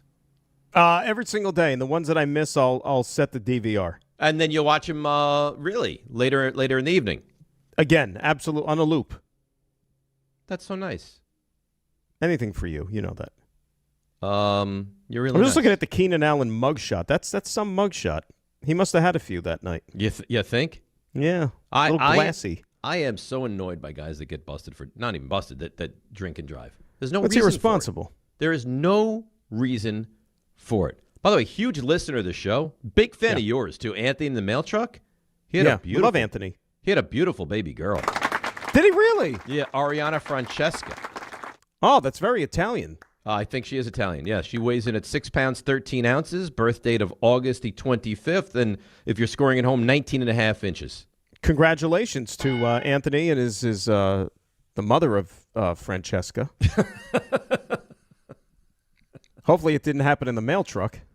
Well, that'd be awkward. Maria, I believe her name is. Yeah. Oh, Marie, congratulations. Congratulations Happy for you to guys. the entire... And we love Anthony. He's a big listener, and I know he had been going through a tough time lately, so we wanted to shout him out and tell him congratulations to the entire Mailtruck family.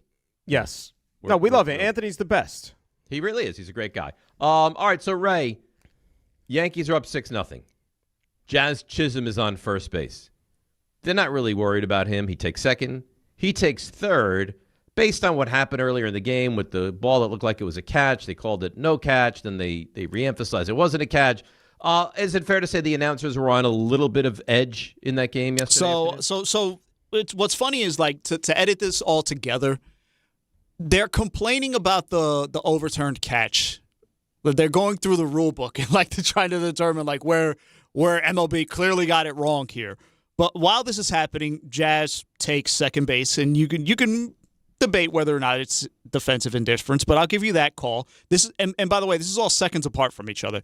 But here's Jazz taking second base, and Will Fleming and Will Middlebrooks of EEI having a problem with it. Chisholm's doing it again. By the way, this is what he does. Look, you're up 6. It's the 8th. The team is electing not to hold you on. That's the white flag, right? And normally in that situation, you don't run. You don't run. Wouldn't you sort of like to see Moran drill Wells right here? Oh, Infield's coming in. It's just that's selfish play, right? That's just padding your stats. Well, he's a Bush League But guess player. what? I mean, it's not even a steal. So the funny thing that jumped out to me there is like not the would you like to see him drill wouldn't him? you like to see Moran hit Wells? I'll tell you. He says it so like matter of fact. Yeah, wouldn't you love to see Moran hit Wells here in this situation? But my favorite part about it, I don't know if you caught it, he goes, the Red Sox are giving up. What are you doing here? As the infield moves in. Yeah, they've clearly given up the game, but they're moving in to prevent a run from scoring. Right. Yeah, but they've clearly quit the game. I 6-run just lead. don't know how you could be part of a professional broadcast and sit there and advocate for something like that to happen. Oh, but it gets better. It gets better because Austin Wells was at the dish, and this was literally seconds after that. I don't know what else you need to hear. The 3-2 is drilled into right field. It is way back, and it is gone. And Moran should fight Chisholm. He's walking toward the third base line, staring at him there. Chisholm trots home. It's a 2-run homer, and it's 9-1. Well, it's as if we needed a little extra vinegar for what feels like an inevitable postseason series. There it is. It's 9-1 New York. Chisholm, I'm going to say it, he plays the game the wrong way. Yeah, well, plays the game the wrong way. What's the right way? No. I will say this. If you want to take exception to Jazz Chisholm and the way he plays the game, separate, I don't have an issue with the stolen bases or defensive indifference, whatever. Listen, I think there's a lot of Yankee fans that don't love the way Jazz Chisholm plays baseball. That's fair. But this crazy, do you think the Red Sox were going to try to score 6 or more runs in the ninth inning? Probably so, right? Like, do you think if the Red Sox got bases loaded and then they got a double and then they got another base hit, they were like, all right, well, guys, listen, we waved the white flag. No, they were going to try to come back. I think there's a number, and I don't think 6 is the number anymore. I think the number is probably 8 or 9. If you're up 9-0 and you're doing what he did, I would agree with them. Now, wouldn't agree. In 2 separate comments, Dan, the guy goes, he should hit him and then he should fight a different guy. This guy is inciting violence there at Yankee Stadium yesterday. Yeah, that one didn't make a hell of a lot of sense to me. Like I said, you should know already, especially this day and age. Things could change like that when you're talking about baseball. I don't have the number off the top of my head, but haven't there been several comebacks this year in the ninth inning that were greater than 6 runs? The Giants within the last 2 weeks. They had like a 10-run. They had like a 10-run inning. The Reds scored like 7 runs in the bottom of the ninth inning to come back and win the game. It happens. 6 is not that number. Now, if it's 13-1 and you're doing it, I couldn't agree with them more. I would be livid. 6 is, I think, still within reach. And that's a professional play-by-play voice? That's wild. Strange. Like I said, to advocate for something like that, I mean, you know what it sounded like? It sounded like you were listening to some like Red Sox like podcast with 2 guys in their basement sitting there watching the game Totally and doing agree. live commentary. Just angry guys who are doing a live stream as they watch the game. And that's why I said what I said. And again, I'm not going to say anything else anymore. But again, like you advocate for, he should fight Jazz. Why don't you go down there and you fight Jazz if you feel that way, man? That's ridiculous. But no, that's you know what ridiculous. also, Ray? He should fight Jazz? Like what are we doing? Yeah, let him come out of the booth and go down and fight Jazz. See how that works out. And the clip before, he wants him to throw at Wells. Like, what are we doing? I think really about and I think, didn't Ray just make this point? Like, think about the Red Sox, who've had more crazy comeback wins, especially since the All-Star break when they went on that like 31-5 run or whatever, and they're going to sit there and say, "Oh, the game's over already. Don't do this, don't do that." There's some real dislike between these 2 teams, which I will say. Good, bring it on. I think it's great. And if they meet in the playoffs again, 2 teams again in the postseason, great. It'll give more juice to the series. It will. I think there'll be real juice, and Tampa will wait, and they'll take on the winner of the Yankees and the Red Sox most likely, and that should be another good series. Absolutely. So you're gonna have to get through Boston, which won't be easy, but I think you will. You'd have to get through Tampa, which won't be easy, but I think you will. And then you'd have, like, the White Sox waiting for you on the other side. Bring it on. Oh, my God. Let it be, you know what, or let it be the Astros by hook or by crook. Astros won't be there because their starting pitching stinks. And their bullpen's even worse. Well, they got Hader, though. If they could get to Hader, that's the difference.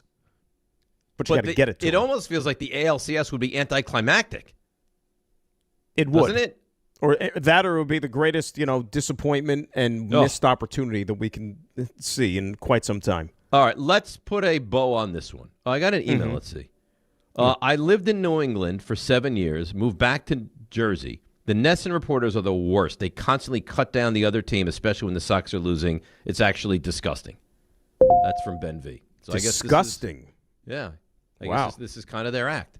Let's take a break. We'll come back. We'll get to your calls if you want to get into the football or the baseball. 800-919-3776. And then who's doing 3 stars? Is it Raymond or Joe Leo? I got it. Oh, Raymond's going to give us the 3 stars. So we have all that and more, and then we'll hand it over to Carlin in just moments. It's DNR with you, ESPN New York. 1-877 Cars for Kids. KARS Cars for Kids. 1-877 Cars for Kids. Donate your car today. Call 877 Cars for Kids to reach a friendly live agent. Donation is super easy, and your car can be picked up as soon as tomorrow. Call us now or go to carsforkids.org. Donate your car today. Did you know you can donate real estate too? Hey, New York and New Jersey, Boost Mobile has an unlimited talk, text, and data plan that's only $25 a month forever, meaning you'll only ever pay $25 a month for the rest of your life. Who wouldn't want unlimited wireless when it only costs $25 a month forever? If you don't, you must be one of those people who enjoy overpaying for their phone plan. $25 a month forever is truly as good as it gets, so go online and switch now at boostmobile.com. After 30 gigabytes, customers may experience slower speeds. Customers will pay $25 a month as long as they remain active on the Boost Mobile Unlimited plan. Hey Yankees and Knicks fans, come out to Yankee Stadium on Friday, September 25th and be ready to receive a very special giveaway. It's Josh Hart Yankees Bobblehead Night, presented by Delta Airlines. The first 18,000 guests will receive a Josh Hart Yankees bobblehead. Again, don't miss Josh Hart Yankees Bobblehead Night, presented by Delta Airlines when the Yankees face the Orioles on Friday, September 25th. For tickets, log on to yankees.com/tickets.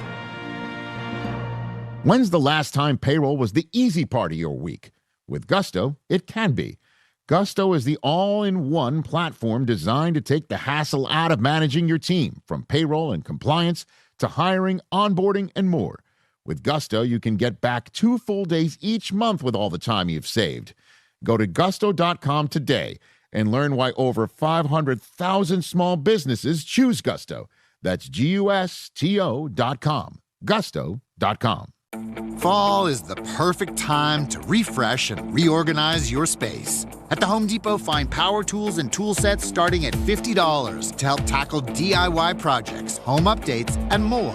Whether you're drilling brackets to support new shelving or sharpening your hedge trimmer blade with an angle grinder, the Home Depot has the tools you need to check projects off your list. Shop Labor Day savings at the Home Depot and gear up for fall projects with the right tools to keep your projects moving.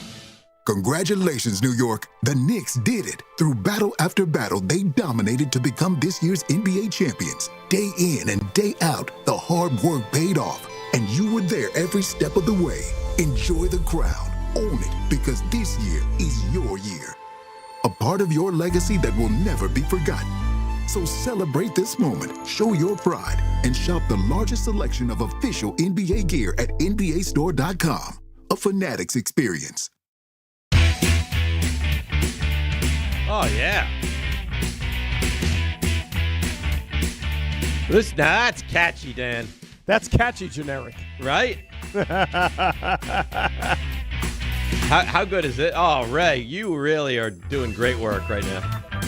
I'm just pushing a little buttons. ballpark organ. Oh, the organ. Just pushing buttons here. That's it. Oh. It's an adjustment. It is an adjustment. It is an adjustment, but you're going to do great work, as you always do. Love it. I will say this. I think, because Aaron Boone is the face of this, Aaron Boone caught a real break. Had the Yankees lost that game yesterday, do you not think that not playing Ben Rice would have been a huge talking point today on the show? It would have been, yes, indeed. So I'm sure it's not an Aaron Boone ultimate decision. You know, it's a conglomeration, whatever the word is, and the Yankees and the, Cashman and all the scouting and everything. But he's the face that takes the brunt of the blame when things aren't set up the way the Yankees fan would like. Why would you, it's a massive game. Huge. He's your best hitter. Why would you not play Ben Rice? That's a good point. It's a very good point. I mean, are they going to sit there and refer to sports science and recovery because they had 2 games on Saturday and that might have been too much? I don't know.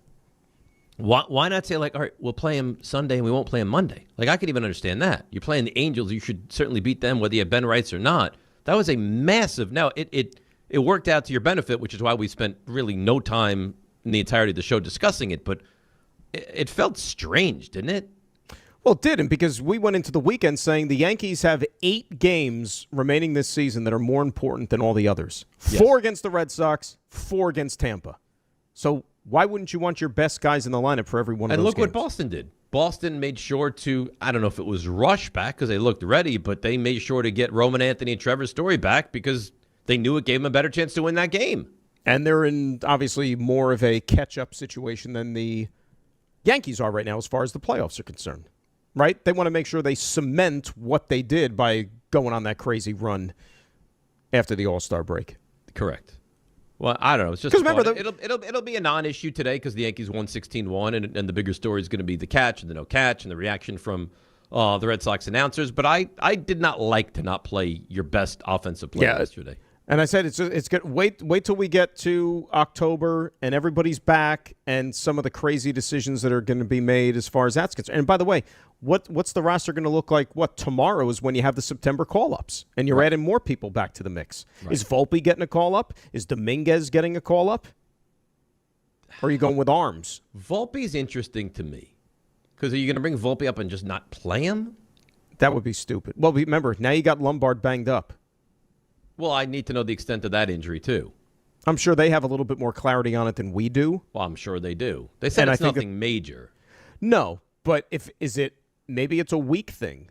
A week and a half, and then do they call Volpe up to play shortstop? That would be so odd, wouldn't it? That would be so strange. The and by the irony. way, the bloom is off the rose a little bit with Lombard, especially defensively. He was so great, and then he's been really come back to earth. Right, but at least the bat was kind of carrying him a little bit. Yeah, listen, I think he's going to be a very good player. I just hate the fact that, when these guys come up, all of a sudden, if they have one game, they're the greatest thing since sliced bread, future Hall of Fame.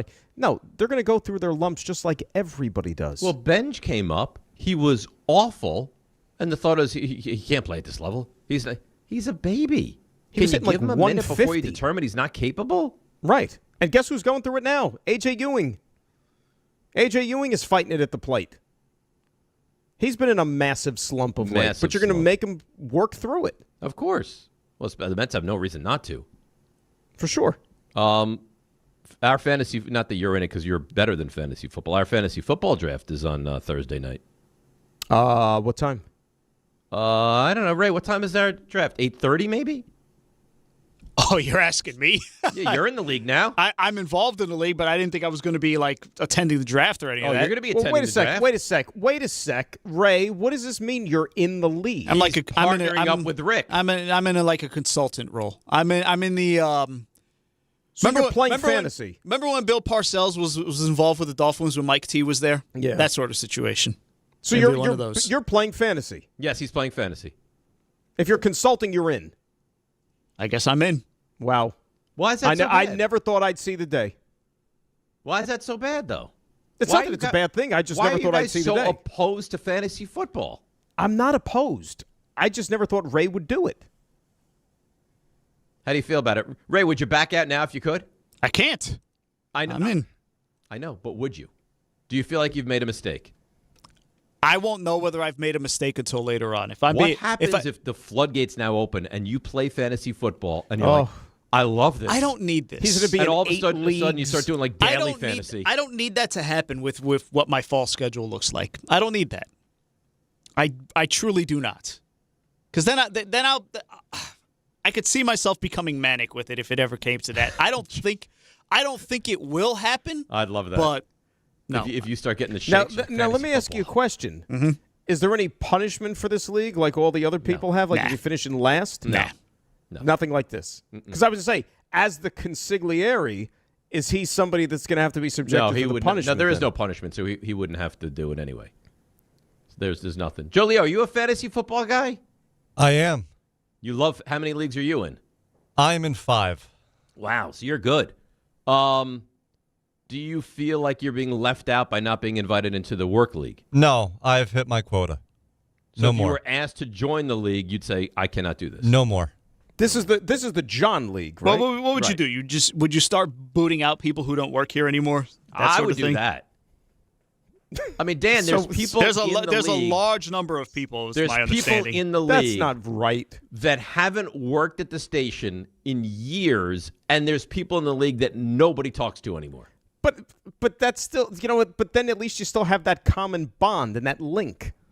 But there is no link because we don't talk to these people. This must be a prestigious But the league, fantasy man, football, because you these guys acknowledge don't- their presence. But these guys don't want to let go, is my point. So this must be a highly prestigious or But profitable you know league. who is a gentleman? You know who is the ultimate gentleman? Rucco.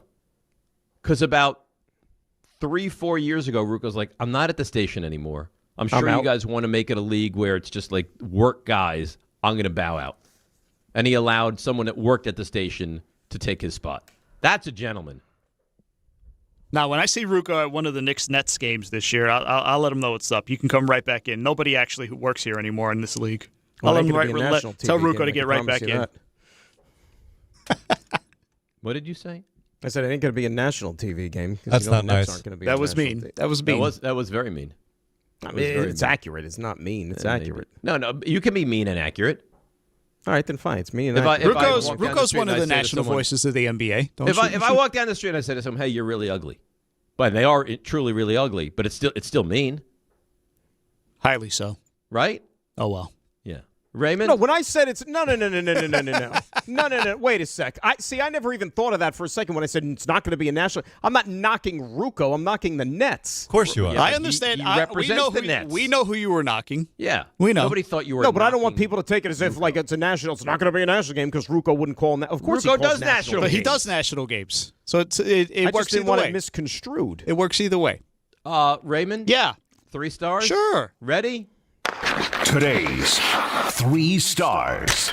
Number 3. Oh, that nice new studio is really taking shape. And really, Dave, we have to shout out one person and one person only. She was a worker bee for the last 10 days. That Edgar. would be the wife, Sherry, because she made this all happy. Congratulations to you. Number 2. And no congratulations in order. This is not a wife yet, but this was a question that was being asked. Hey, Joe Leo? Ponderous. Yes. Hi, Joe Dave. Leo, are we engaged yet? We are. What? No, wait a minute. Wait a second. Nobody told me anything. No. It was a misunderstanding. How do you misunderstand that? I thought this was like a Julian question, like are we engaged with the show? Sort of. Do you know there was I don't know how we got there. I really Why don't. was there a slight like British accent the way you phrased that question? Did you get that? Joe Leo, are you engaged yet? There was like a little bit of that. Hey, Joe Leo? Ponderous. Yes. Hi, Joe Dave. Leo, are we engaged yet? Look at that. Number 1. Yeah, there was a big scheduling snafu for Joe Leo yesterday. I looked on the schedule on Thursday, said I was in for Sunday. Looked on the schedule yesterday morning at 7:30, and Julian's name was on the schedule. Whoops. Julian walked in around 7:30 yesterday. Julian's for here, by the Ty's way. Show. And him and I both looked at each other like, obviously somebody screwed up here. But who? Say it. Say John screwed up. Say it. It could get hostile around here. Is there any hostile feelings towards him when he walked into the studio this morning? No, it was my own shortcoming. Feeling. Listen, at least he didn't escalate. What am I going to slug him right in the face because he I'm not saying changed the violent. schedule? I think that would be a real misstep. Yeah, please don't do that to John. You see him. Don't slug the boss. Be very bad for all of us. Good job today, boys. We'll do it again Nice. tomorrow. Wow, Joe Leo heavily involved in the 3 stars. All right, it's Rule of 76. And no excuses. Play like a champ. It's Grass and Rothenberg. And one day closer to football. Oh, on ESPN New York. A googly. D'Agostino, Law Bite Back. This is John D'Agostino from D'Agostino & Associates. Did you know Social Security takes money out of every paycheck you earn? Paycheck after paycheck.